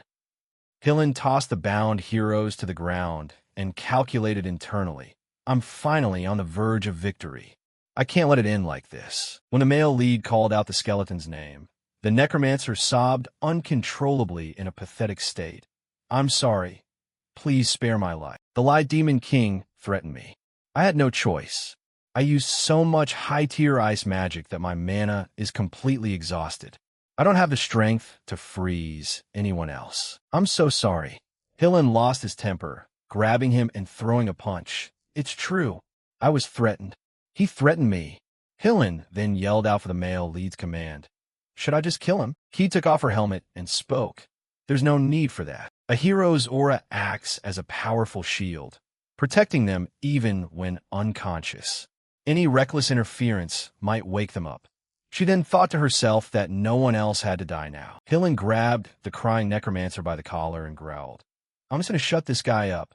The necromancer thrashed wildly. "Wait, if the Demon King shares a little bit of mana, I can freeze." He cut him off with a cold refusal.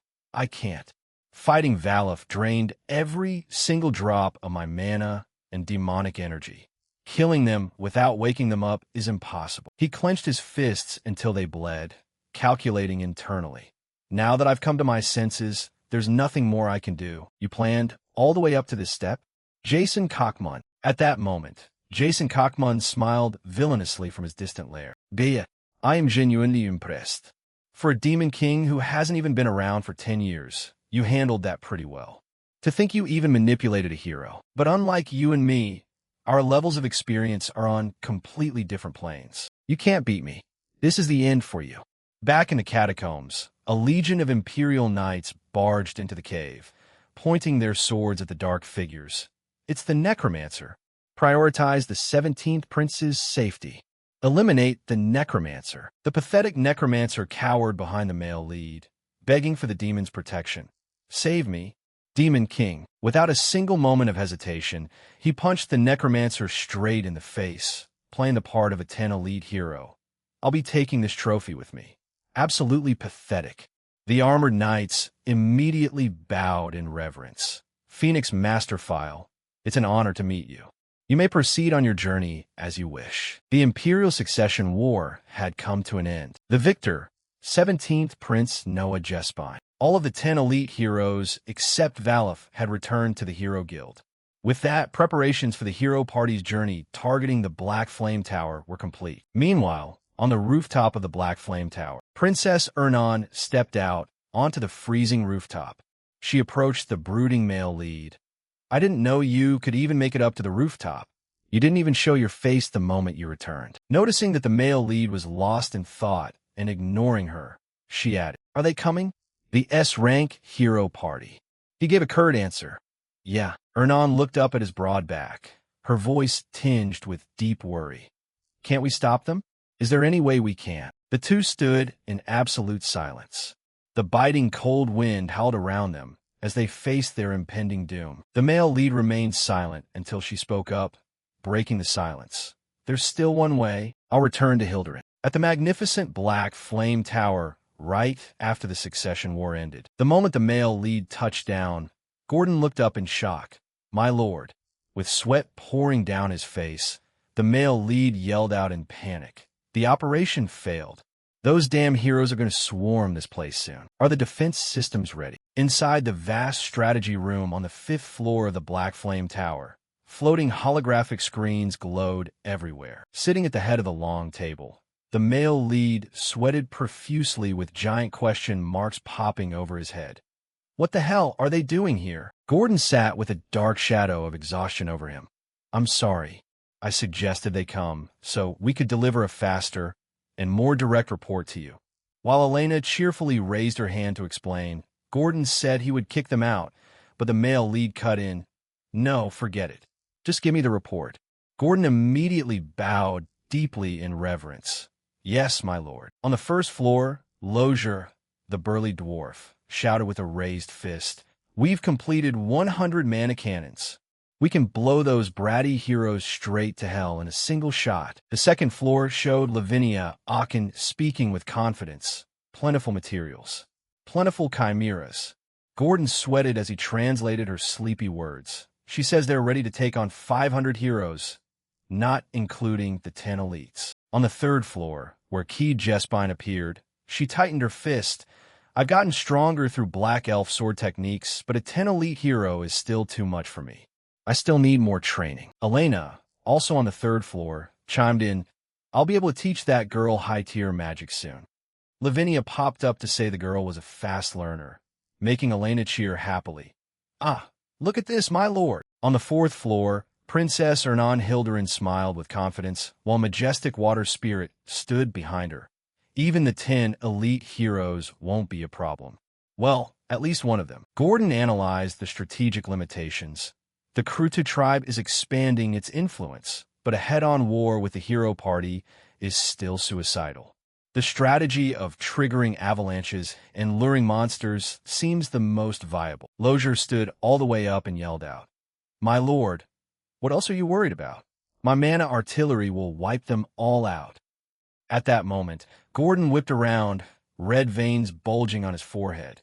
"You brat, you're in front of the Lord.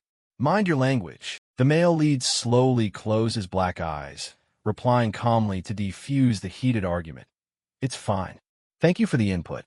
Everyone, return to your posts." Everyone in the room stared at him with wide eyes. A single thought crossed all of their minds. The Demon King? Did he really just speak so warmly? Princess Hernan sat quietly by the long table, staring down in deep thought. The entire room fell eerily silent. The male lead was staring blankly ahead. Cutting through the silence, Gordon spoke up. "In the end, we couldn't stop the hero party from setting off." The male lead confirmed, "Yeah, it's a raid featuring the 9 stars. One of them is Hillen Cargill, who's currently my subordinate. But even if he turns on them during the raid, he can only take down 2 or 3 of the lower-ranked stars at best. This tower doesn't have enough power to stop the top 5 stars and the rest of that massive army." Another flashback crossed his mind. "I exhausted most of my power to seal Valif Dislor. Should I rely on the Phoenix's miraculous recovery? No. The full capabilities of the Phoenix are still an unknown variable. I can't gamble with my life. Right now, I might even be weaker than Hillen." He added, "It's going to take a considerable amount of time to restore my strength." Gordon offered a mysterious alternative solution. "My lord, there is one way. But you already know it, don't you?" The male lead slowly closed his eyes, accepting the hard road ahead with quiet resignation. Staring into the dark void, he issued his final, quiet order. "I'll be gone for a while." On the frozen, snow-covered rooftop of the Black Flame Tower, a tiny figure stood alone under the vast sky. "Ah, there is a way. The way Gordon mentioned. No, the way I already knew." Princess Hernan ran up behind the male lead with a bright, resolute smile as she made a shocking offer. "I'm returning to Hilderin." The male lead turned around in surprise, his black eyes widening as he questioned her motive. "Did Gordon tell you?" Hernan shook her head gently, her golden hair fluttering in the biting cold wind. "No, it's my own idea. Did you know? A hero's journey costs a fortune. Once this raid starts, it'll likely drain half of Hilderin's treasury. I'm sure my father is secretly worrying about that. If I return, he'll have the perfect excuse to call off the raid. He'll be more than happy to stop it." His analytical thoughts raced through his mind. That's true. That would solve everything. Besides, Hernan living in the royal palace is better than staying in a Demon King's tower anyway. The memory of Hernan frantically screaming, "I want to destroy Hilderin," flashed back. The male lead revised his previous thought. Then again, maybe not. "When I returned to the tower and saw Hernan, that was already the very first plan that crossed my mind. Why did I only remember this simple strategy after the succession war had completely ended? No. More importantly, what on earth is this? This tightness in my chest." He looked back at Hernan with a cold, indifferent expression. "Fine. I suppose I have no choice but to send you back." After saying that, he thought to himself, "For the sake of my future conquests, I need to figure out what this feeling is." Hernan's face flushed with irritation at his attitude, gritting her teeth through every word. What? You're really just gonna let a princess get kidnapped back that easily?" The male lead replied nonchalantly, "Didn't you suggest it yourself?" Hernan pouted, turning her head away with a hint of disappointment. "Well, but we were starting to grow fond of everyone here. That weird dwarf hero, the spirit that visits from time to time, the runaway night princess, the eccentric mage princess, the black elf who takes such good care of Elena, this tower healing Elena, and even this weirdly kind demon king with his hostages. Don't you have any feelings at all, my lord?" The male lead's eyes widened in surprise and sighed his head. "To find the cause of this discomfort, I need to keep Hernan by my side and study her." Staring at her, the male lead repeated her words. "Fond? A demon king toward a human." His thoughts repeated over and over. Hernan's long white hair blew across her face as she let out a quiet, somewhat sorrowful sigh. Reflected in his black eyes was the stunning image of Hernan's face. Hernan looked out over the snowy mountain peaks. Then it settled. Please send me back through Hillencargill. Since he's a hero of Hilderin, it'll carry symbolic weight. The male lead stepped up behind her, calling her name softly. Ernan. Ernan turned her head slightly in surprise. Huh. The male lead wrapped a silver necklace adorned with sapphires around her neck. Don't forget, you're mine. Ernan's face exploded into a bright crimson blush, letting out a breath in pure shock. What? What is that supposed to mean? The male lead explained calmly. What do you think? It means you're still my hostage. Disappointed at not hearing what she actually wanted, Ernan replied flatly. Ah. A sly, strategic half-smile returned to his face. With Elena here, you won't do anything reckless. I can't easily give up a useful subordinate like you. I might even make you the ruler of Hilderin. While I'm at it, I can manipulate the entire kingdom however I want. Ernan clicked her tongue and smiled teasingly over her shoulder. Tis, just as expected. You truly don't care about anything other than conquest. I bet you'll just go around kidnapping other princesses while I'm gone. Won't you? The male lead replied flatly. I suppose so. Ernan looked up at him with a gentle request. Then, I have a request of my own. Don't you dare forget. I'm the first one who took the hand you reached out. Your very first princess. So if you forget this princess, you're dead meat. My lord. The male lead stared back in stunned silence as her cheerful voice echoed in his mind. Ah, so that's it. That's why I was so reluctant to let her go. That has to be it. Wrapping up his thoughts, he agreed with her. Fine. Back inside the strategy room, the male lead said in a low voice, Then send this data to Hillencargill. Hillen is the key to the operation to rescue Ernan. Gordon bowed respectfully.